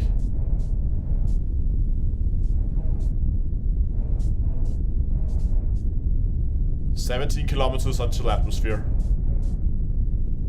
And I'm keeping the engines like on at a very low thrust just because it helps me just keep this thing under control.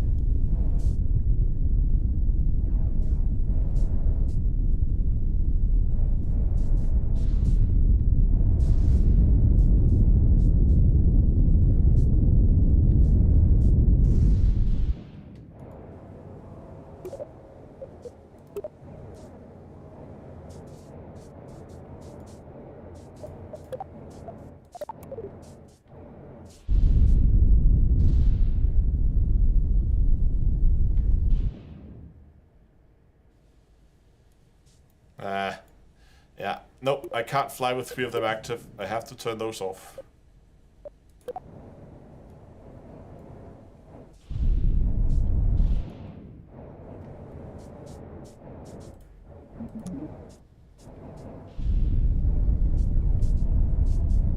Okay, we should be in the atmosphere now.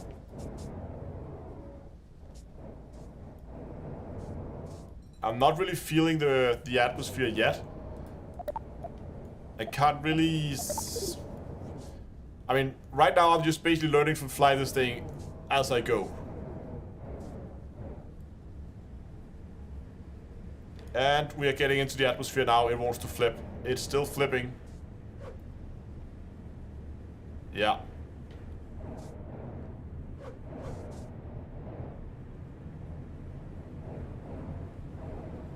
Yeah, it still wants to,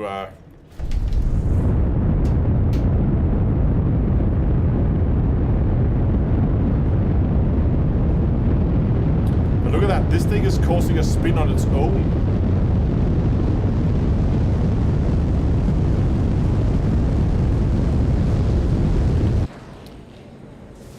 We are not flying backwards, we are just flying with a 180 degrees angle of attack. This is perfectly normal.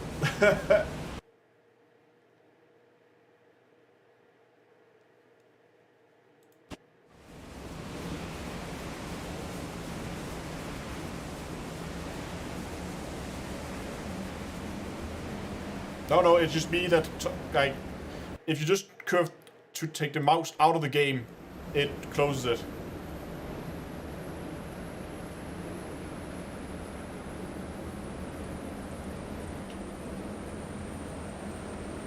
Okay. New test. Can we make this thing explode before it hits the ground?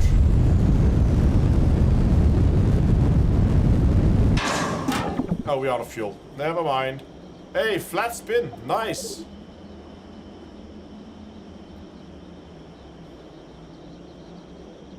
This is the one thing you don't want an aircraft to do.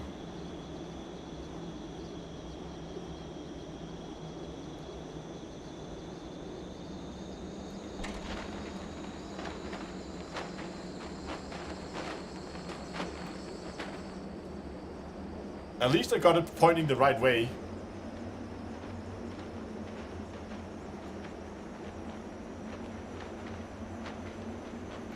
We are going in much faster this time than we were last time.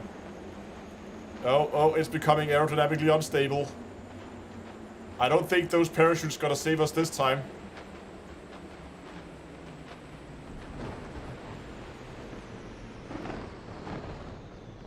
Maybe I spoke too soon.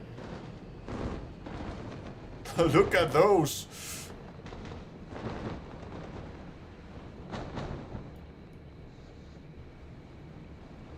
Those are some strong parachutes.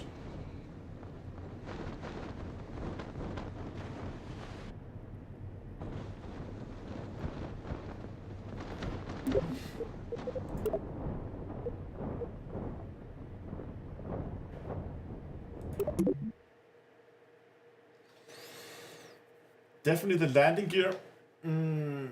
Why do we have that massive engine in the fuel tank? It shouldn't need it. No, if we don't have enough thrust to weight, if we don't put it there. We could try to take it off, but that's not what's causing the oscillations. It's something with the shuttle itself that's causing it to spin out of control.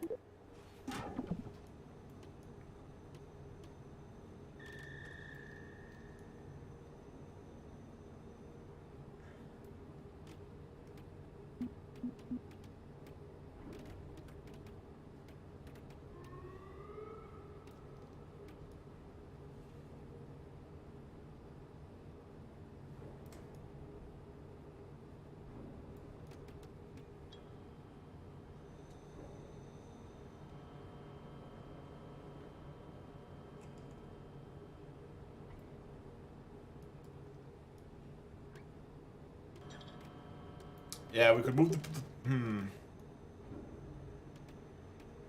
wing needs more surface area. But we just make them smaller.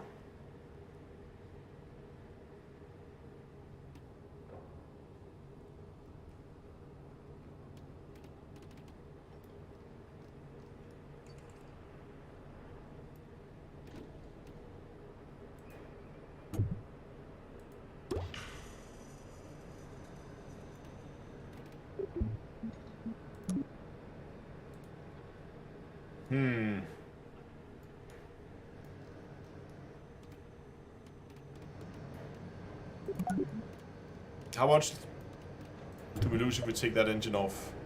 So now we're down to 1.1. And it's just not enough.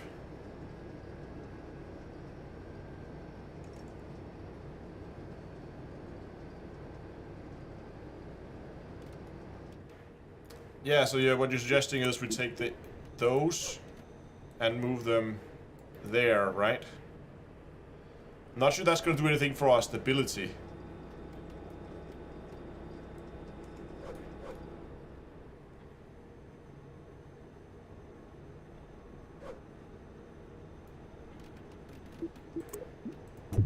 Oh, ah.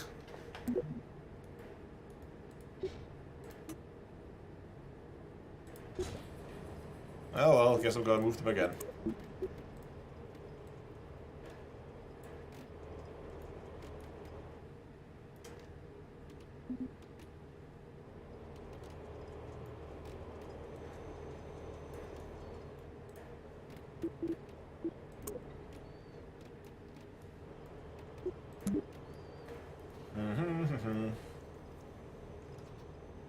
Now reduce size of them. And angle forward. So more angle forward.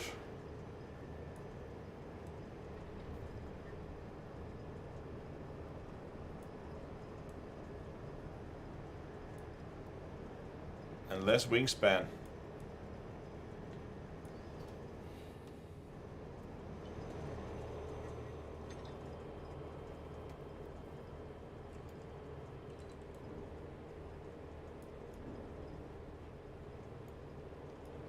It just looks so small and stuffy now. One wing's upside down. No, it's just when you go into edit mode. There you go. Then it turns different. I don't think this is necessarily going to work.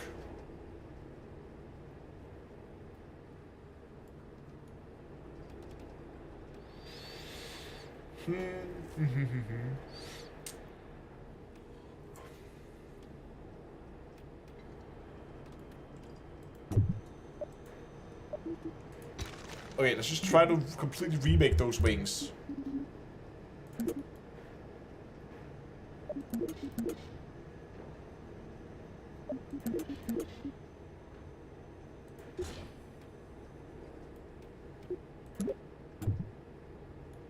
Right. So wingspan in, but longer wings and angle like that. Just gonna try to fly without landing gear.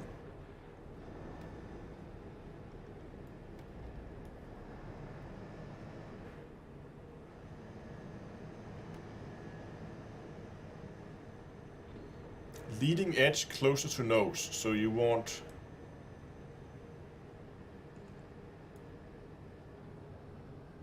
they don't provide lift, they stop rotation. Yeah, I guess. And then finally close that. And then down to the belly. In a few notches.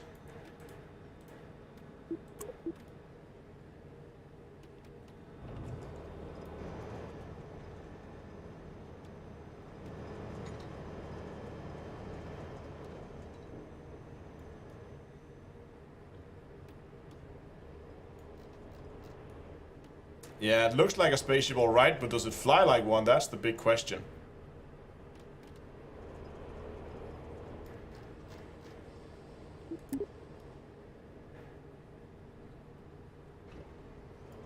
Leading edge needs to start closer to the nose. But I don't...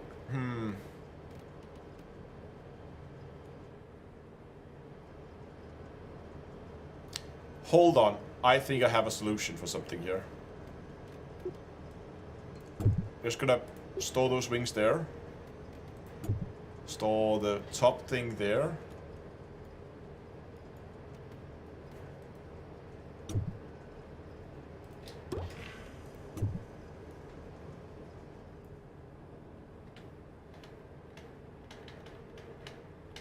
Ah, come on.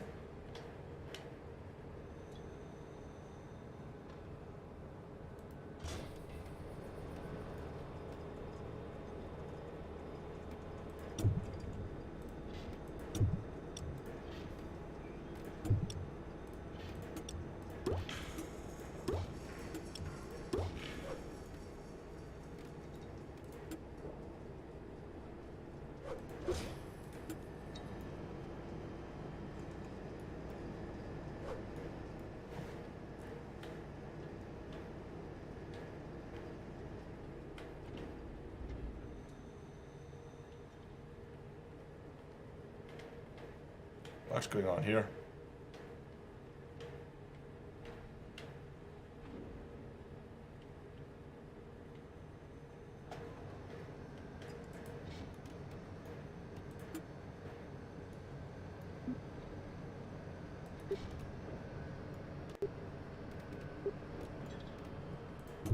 And this one needs to be two-way symmetry.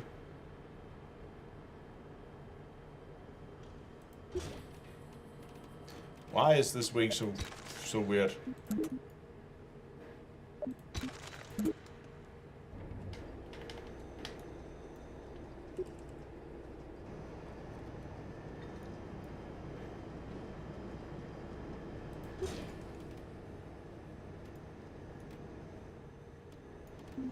Okay. Now I think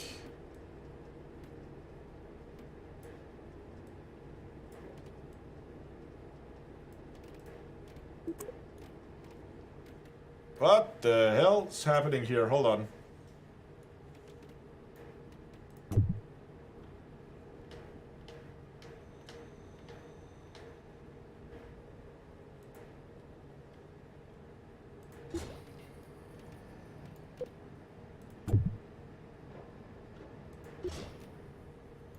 So now it should behave better, I think.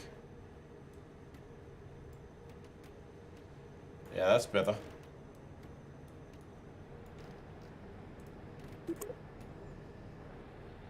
Okay. I don't know if this will fly.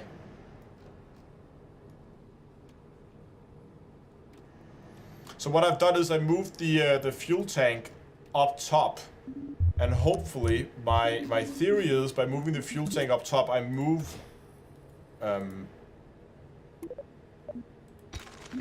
by moving the fuel tank up top, I'm hoping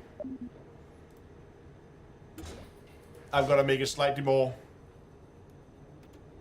nose heavy, so that hopefully it will be more stable.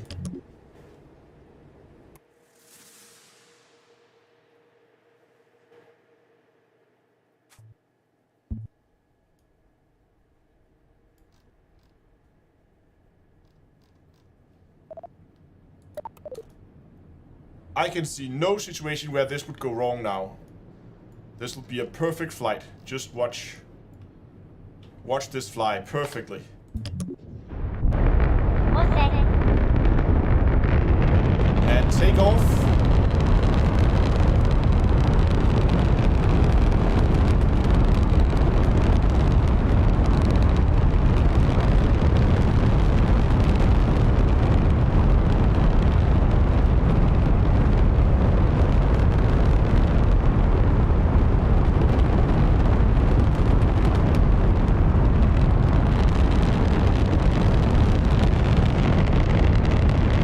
It's flying.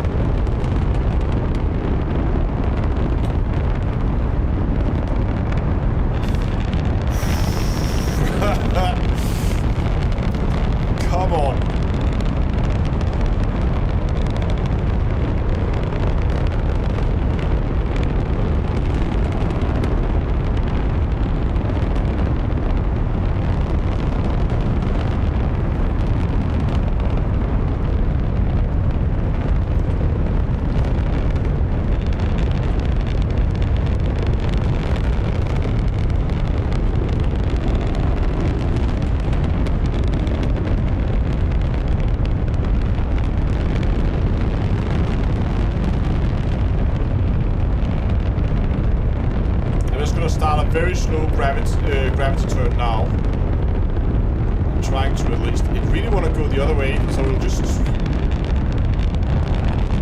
If it wants to go that way, we'll let it. I guess it's also more realistic that we're going upside down, since that's what the shuttle actually did.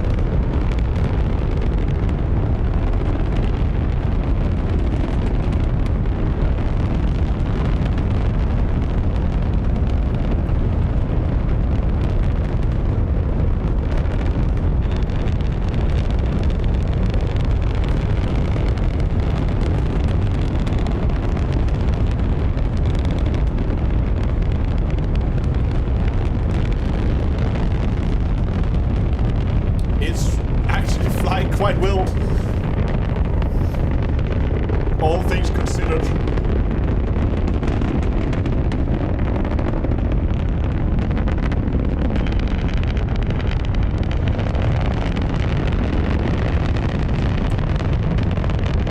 Okay, we're coming up on booster separation.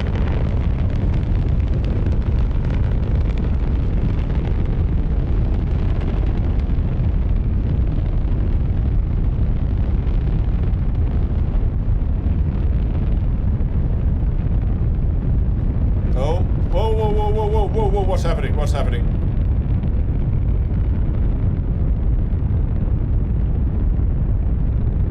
It is not supposed to do that.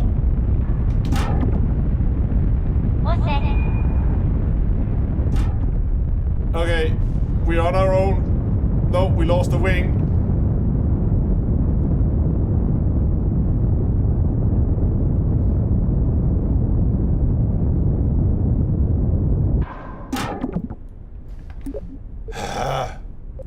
I'm just gonna try to launch that again.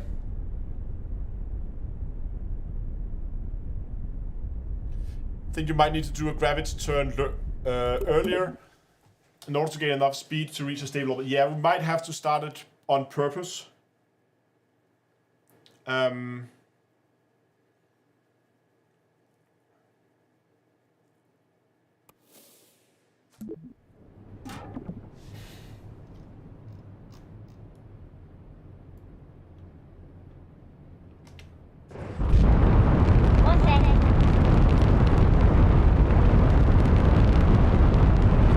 I'm just gonna let it clear the tower before we begin anything.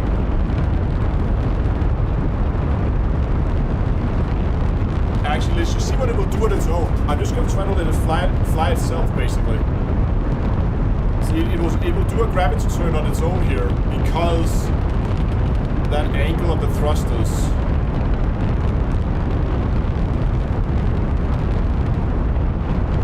That might be a little bit too aggressive on that gravity turn.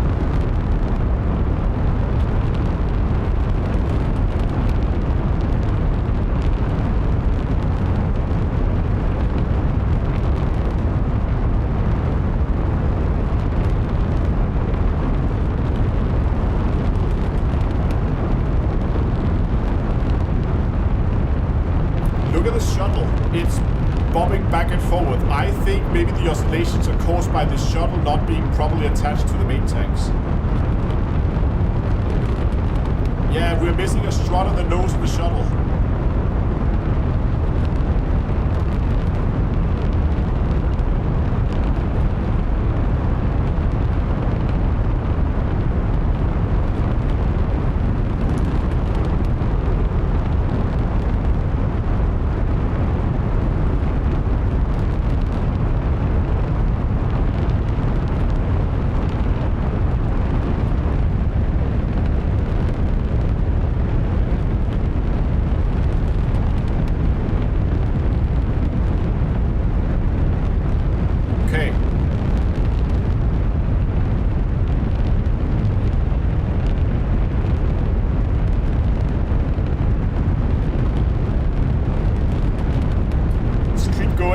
How we get this time, and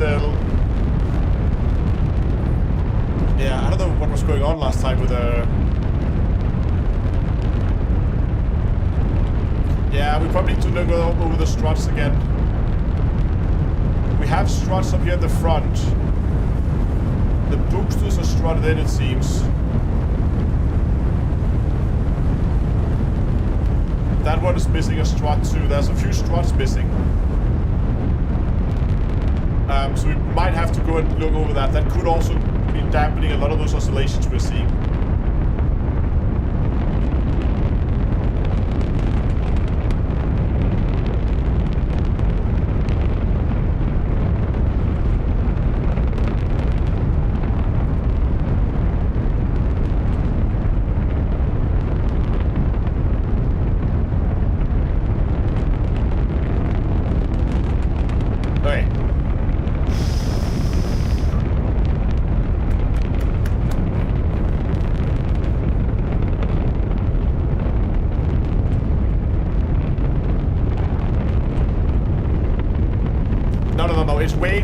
Way too soon to fly sideways. We are only 15 kilometers up. We need to go up to 70 kilometers to exit the atmosphere.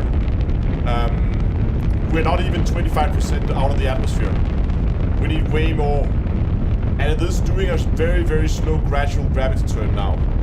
Because I set it to keep it to its in prograde node. That means it should begin to turn on its own very slowly.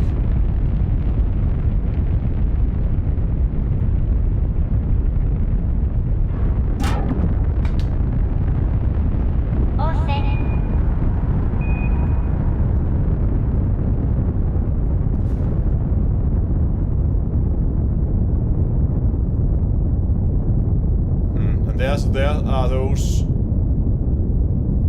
or no, or maybe yes.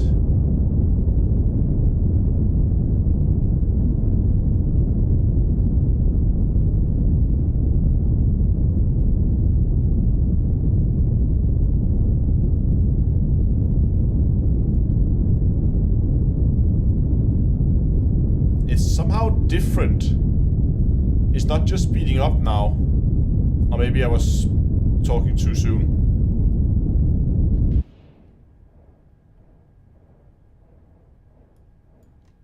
Oh, there is one strut. Look at that strut there.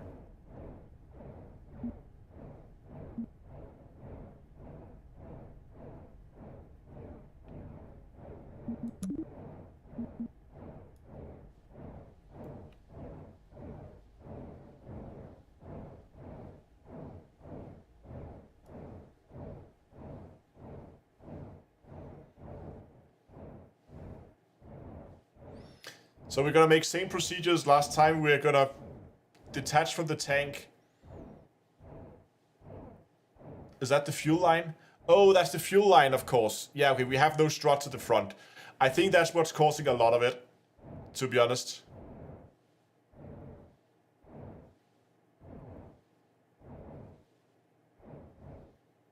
Okay, I'm almost managed to slow this thing down.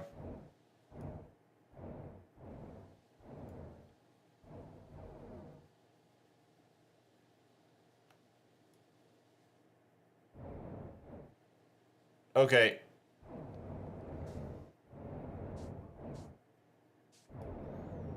Let's, now that it's stopped, let's just see if it starts when we fire it up again. Yeah. You can instantly see it starts rotating. So we're just gonna detach, and then we're gonna try to see how it flies when we get it into Atmos.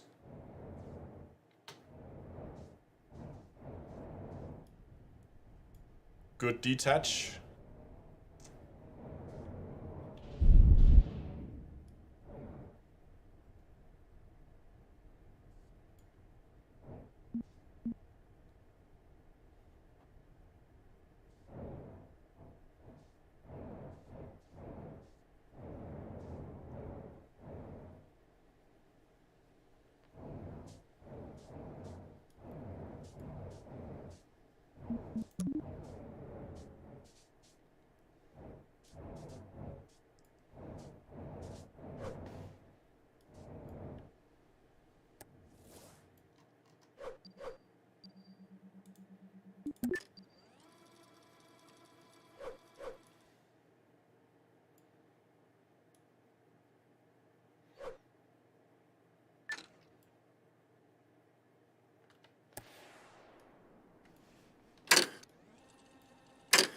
Just gonna time warp until we get to 70 kilometers, because that's when we hit atmosphere.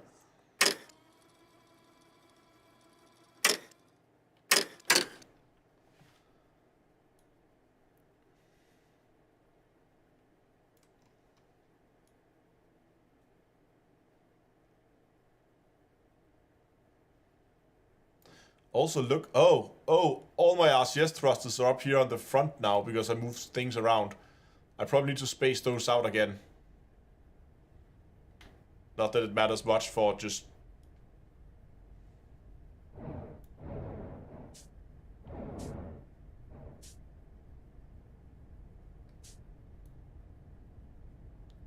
A lot, I'm not pointing... I'm pointing sideways.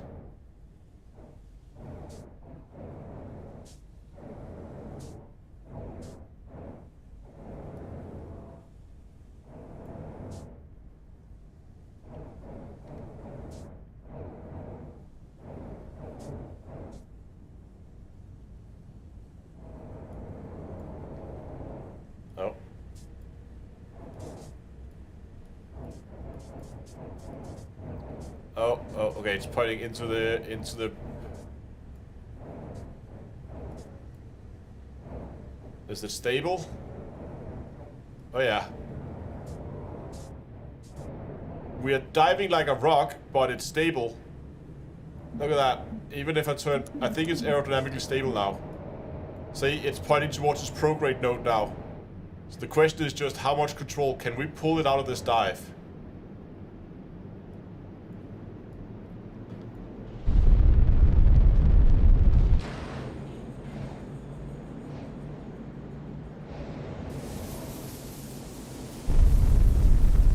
Like, at all.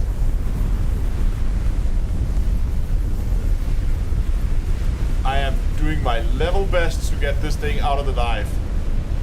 It's flying way better than it did before.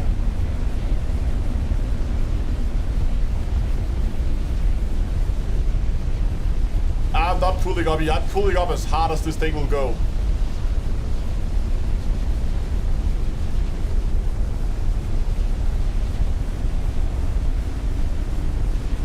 Here we go.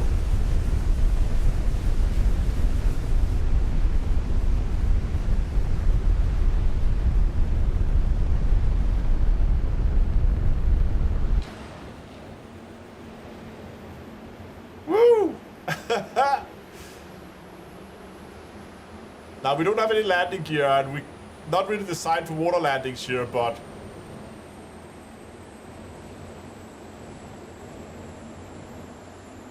let's just see how nicely we can put it down.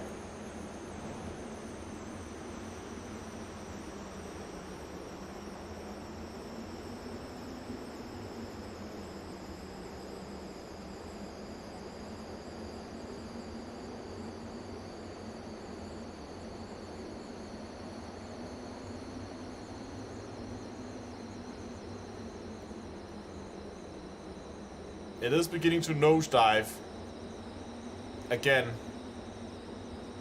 and I don't have pitch authority to pull out of this dive now, even if I'm trying. So I'm gonna have to use a bit of thrust, like just the tiniest amount of thrust to help me pull the nose up.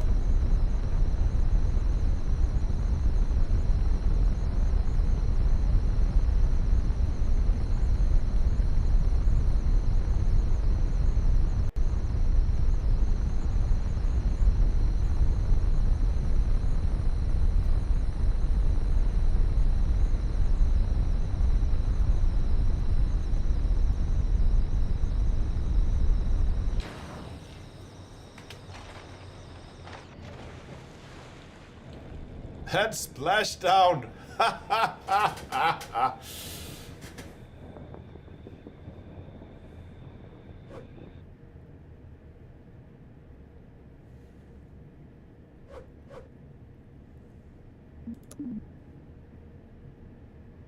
Yeah. The parachutes.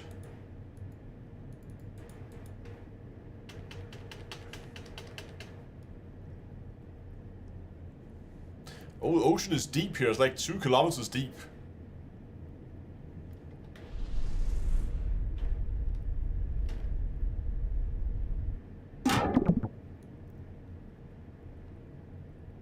Spinning very fast. I wish we could cut the parachute somehow.